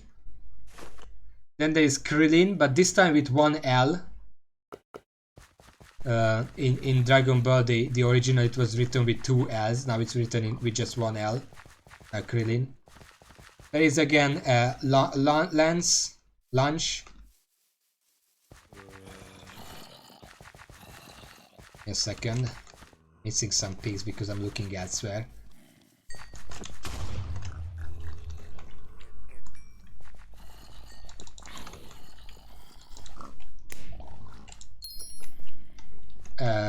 Macaroni. That's a character. Macaroni. There is Mochek again. That's a cat one. I don't know.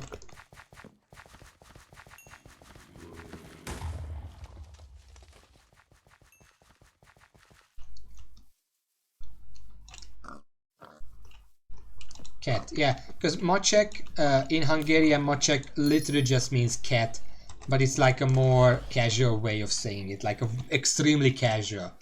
Normally you would say Mochka, but Mochek is like just crushes the ending there to be more casual. And that's his name. And then there is Malaka. Marlon, brackets Marlene. Mez.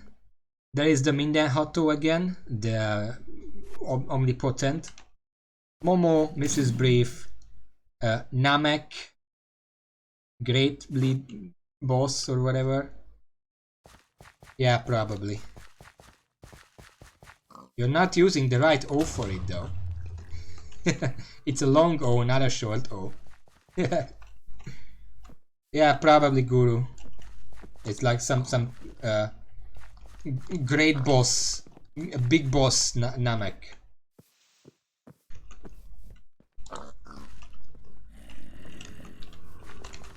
A second, this one is being unruly.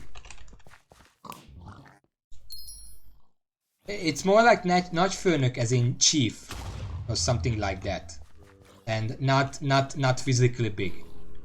It doesn't mean physically big, but just like a chieftain or something. That would be the direct translation. Yeah, it's probably him. And then we have Nappa. Nappa. It's a funny one. It's a funny one. Nappa.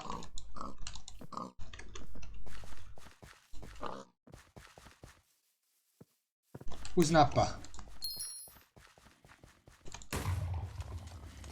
Sounds like an Italian person. I'm gonna take a Nappa. Mario would say that probably. Oh, I'm gonna take a Nappa. I mean, you have to have villains who kick everyone's ass, and then you go even further beyond, and then you can beat them after that. That's generally how it works, as far as I know, in Dragon Ball. And then there is the narrator. That's a character, apparently. The narrator. Is that actually a character? The narrator.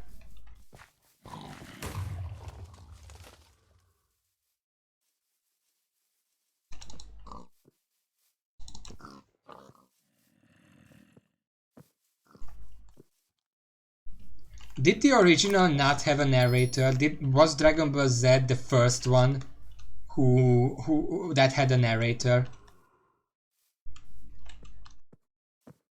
Yeah, I know. Find out in the next episode of Dragon Ball Z.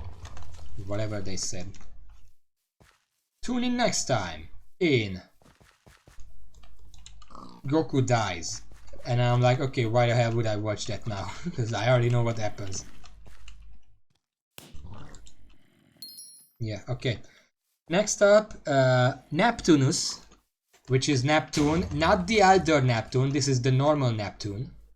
Oh, what the fuck? Is Shin Neptune? Now, who's Elder Neptune? There are two Neptunes. There's an elder one and there's a younger one. Scroll down real quick. There are a lot of fucking characters, but we're getting through the alphabet, so it's not gonna take forever. Okay. There is Neil.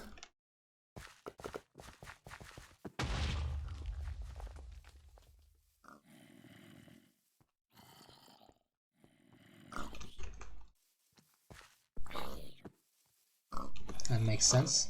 Yeah. I heard the skeleton. How would the skeleton get here? Anyway, Neil, there is Western Kaito. Also has two voice actors. And both of them are guys. And male.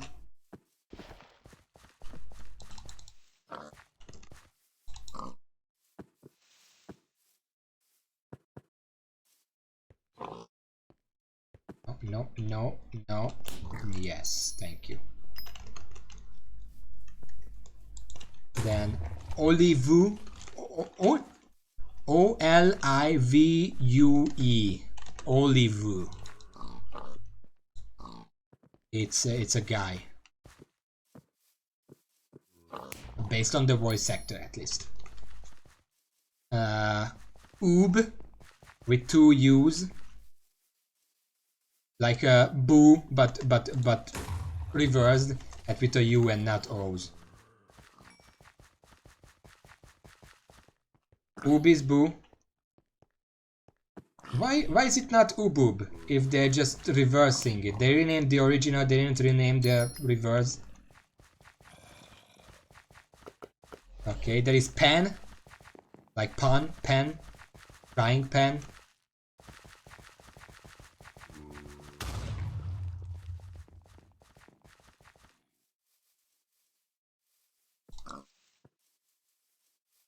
Gohan had a daughter. Last I saw he was like a little boy. I missed a lot, apparently.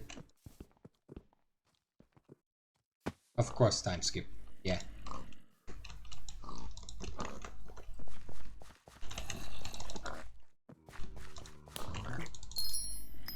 Pork, thank you. There is Paul Kwan. Paul Kwan.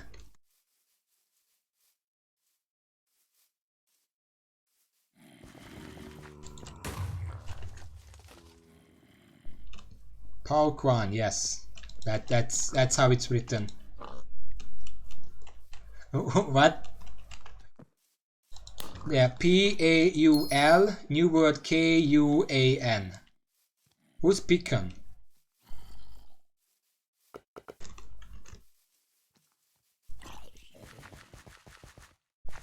Anyway, there is Pi Pi, P-I-E-P-I-E.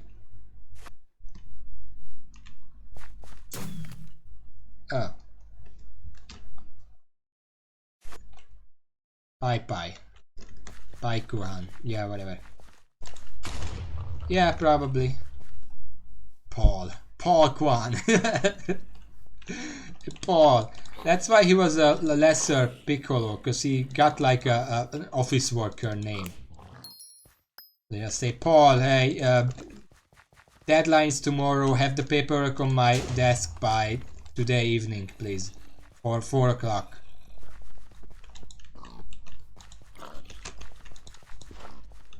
And he's like, fuck you, I want to be like my big brother. He can go on adventures. Next up, Pi Pi Pigero. I don't know these names. Pigero. Then there is, put this in there. Very good. Porunga. Porunga.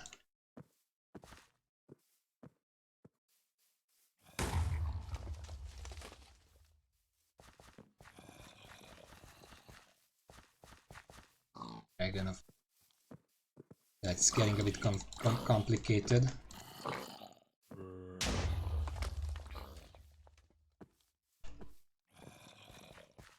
Give me a second, I got some pics here. There we go, and the other, I think, yeah, there it is. I don't even know if Digimon had like a Hungarian release. It probably did, but I never heard about it. Okay, next up, Reddits, TZ. I think you mentioned that before.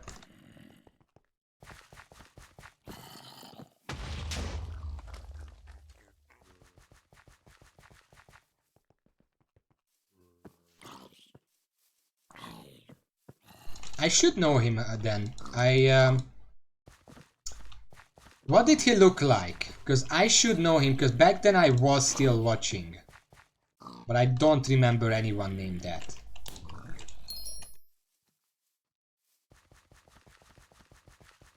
Oh yeah, I think I know then. A long black hair, very big and mean looking. He's like, basically he looks like Goku if he let himself go. Like hair-wise. And worked out a bit more. So let his hair go, but not let his body go. That's how. Okay. I know who he is then. Yeah, I know.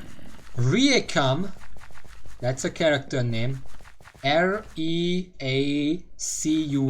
Reacum. No, not Ricum, but that's probably sounds better. Who's that?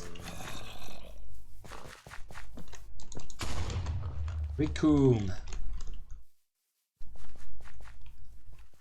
Who's that? Riccoon. Which character is the one that's a little boy with looks like a doll, like has like a white face and very small? Which character is that? Because I remember that he screamed a lot. I hated it. I hated that one.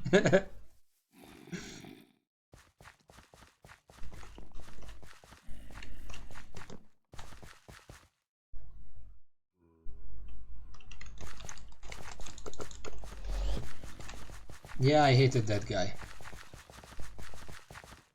I don't see any pics here, so let's move on. I'm gonna keep going with the stream until I run out of orbs, and then I'm gonna end it. Go shower, get something to eat, and then continue in my own time. Yeah, chow. I think in Hungarian maybe it was just called chow. I guess we're gonna see. Anyway, Rom is a character. Chaos was in Hungarian, yes. With 2 different spellings depending on the series. I don't know why they messed that up.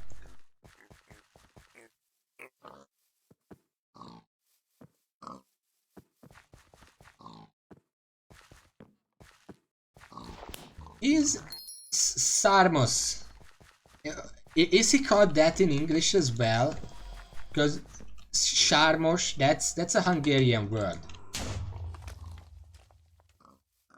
That's weird. Because Sármos, the way, because I guess in English it was a Sarmos, and then they said, hey, this looks like that word. It looks like, let's just call him that word, because Sármos basically means handsome in Hungarian.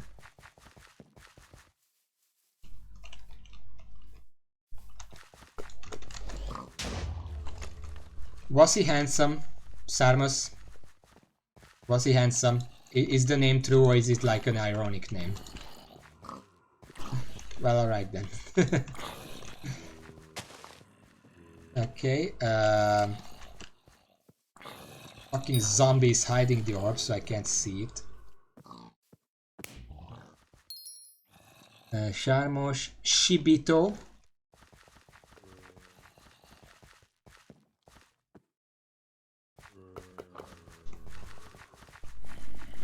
I don't know what Shibito is, but moving on.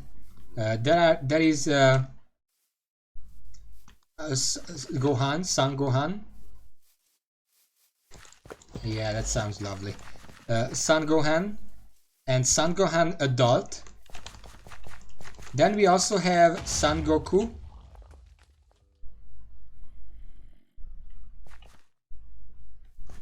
Wait.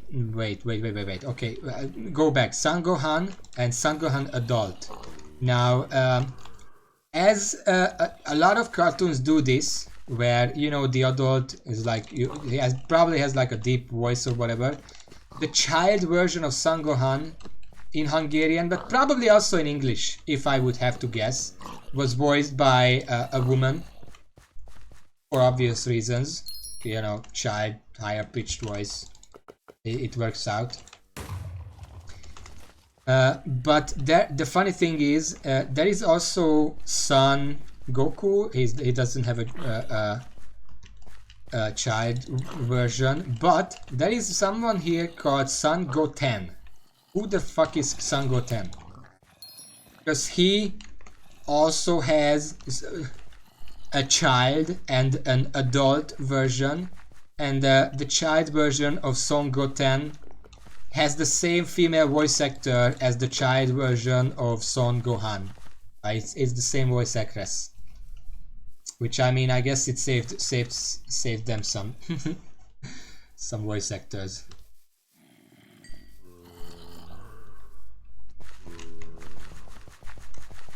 Yeah. There is Tapikar, who I have no idea who that is.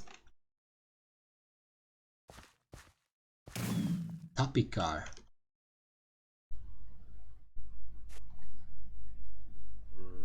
Not Tapkar, Tapikar.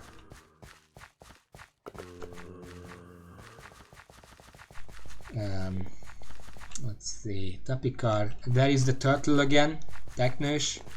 Not the master, just the normal one. Just a normal turtle, you know. Sometimes we need that.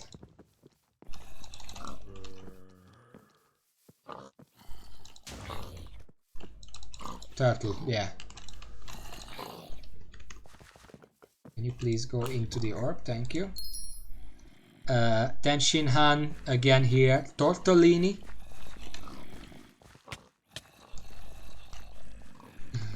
You probably shouldn't be doing that if you're being chased by zombies. It's a bit dangerous. Piroski. That sounds like Eastern European.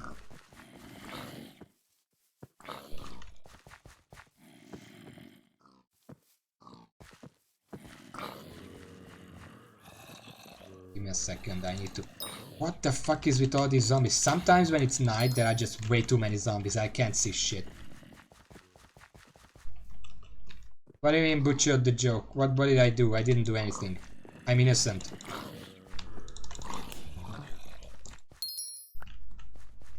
Oh. Well. Maybe he should be called Pierogi. Wait, isn't that a Pierogi character already? Or something similar? Pierogi is a pasta. It's like a baked cookie type thing. From like Netherlands, I think.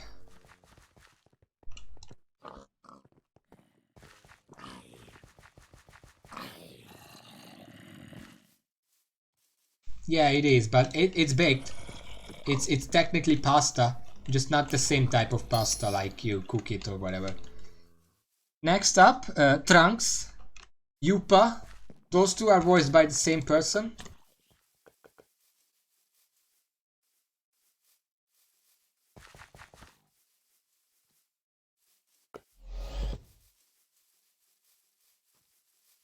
Well, Vegeta probably didn't like his son very much if he named him Trunks.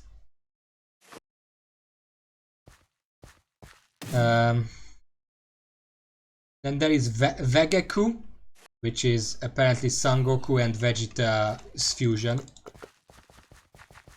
Is that where they use like the earrings to fuse? Because that was kind of weird. Why do you need earrings to fuse? Then again, I play Grand Blue Fantasy. I shouldn't talk about, oh, why do you have earrings?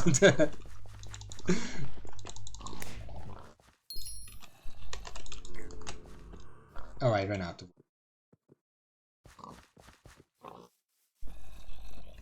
I'm gonna buy some orbs and finish this list, and then I'm gonna finish the stream.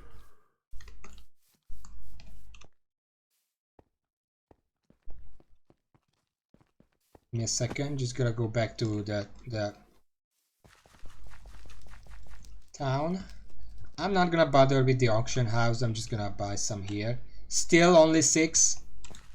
Just pointing that out. Okay, moving on, there is Vegeta. King Vegeta.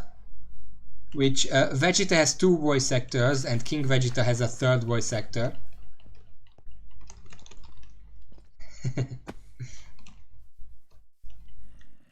Okay, makes sense. Why does Vegeta have 2 voice actors?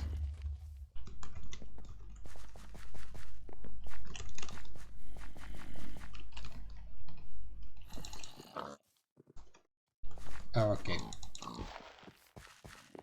I mean, did they do that in Hungarian? Because just because they change it in English doesn't mean they have to change it in Hungarian. Pig, please, thank you. Videl. That's some kind of woman.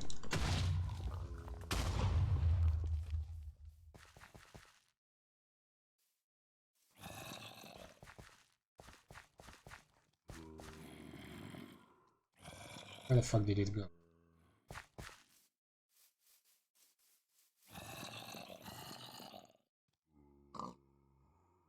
Ah, fuck. I can't get that. That's way too high. I can't go there. I don't have the tools to go up there, sadly. so we're gonna just waste that one.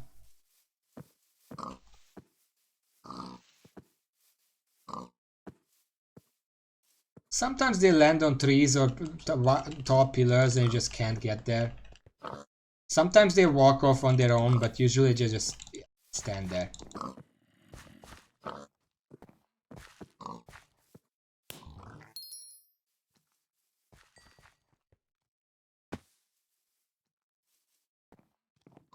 Yeah, that's not happening. Yarrow Bay, he's here again. Yako, Yama, Yamcha. These are all right here.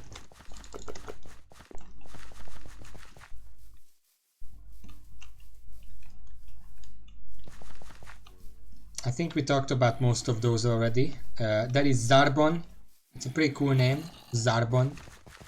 Sounds like a villain, but I'm not gonna judge.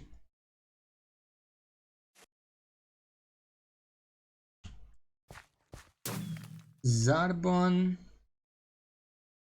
Yeah, okay. And of course there's Brilliant Turtle again. I guess the Raven didn't make it into Z.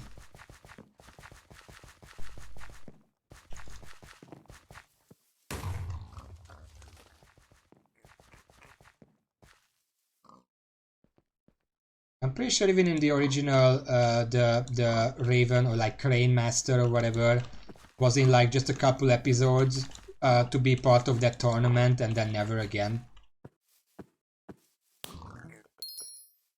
They do that in some, I mean, they did the same thing in like Yu-Gi-Oh as well, where they just introduce a bunch of characters and then they appear at one time and then that's it. Like that, usually they call that a filler episode.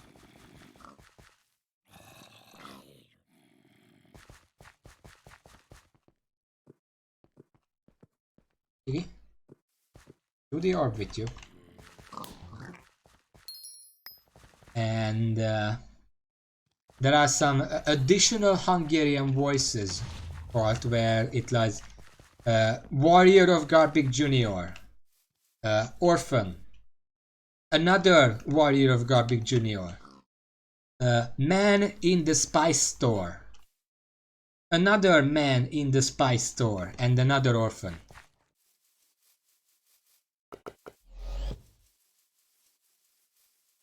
I mean, I like to write like that.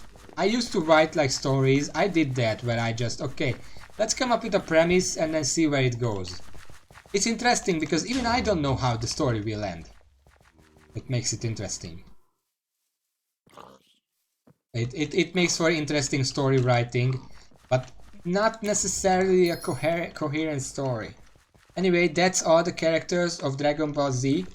There is another entry here for Dragon Ball GT, and that's it.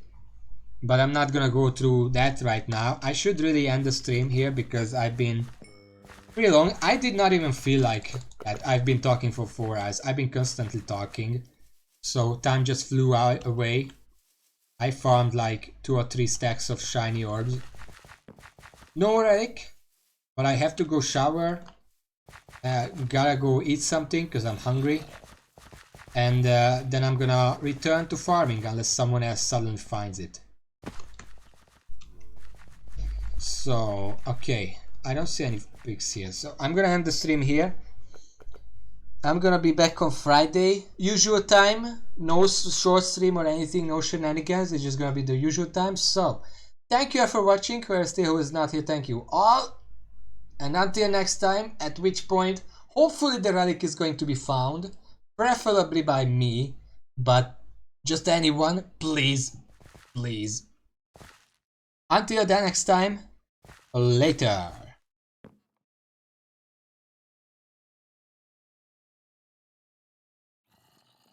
Big genocide over here. No, you're not gonna try. Don't steal the relic from me.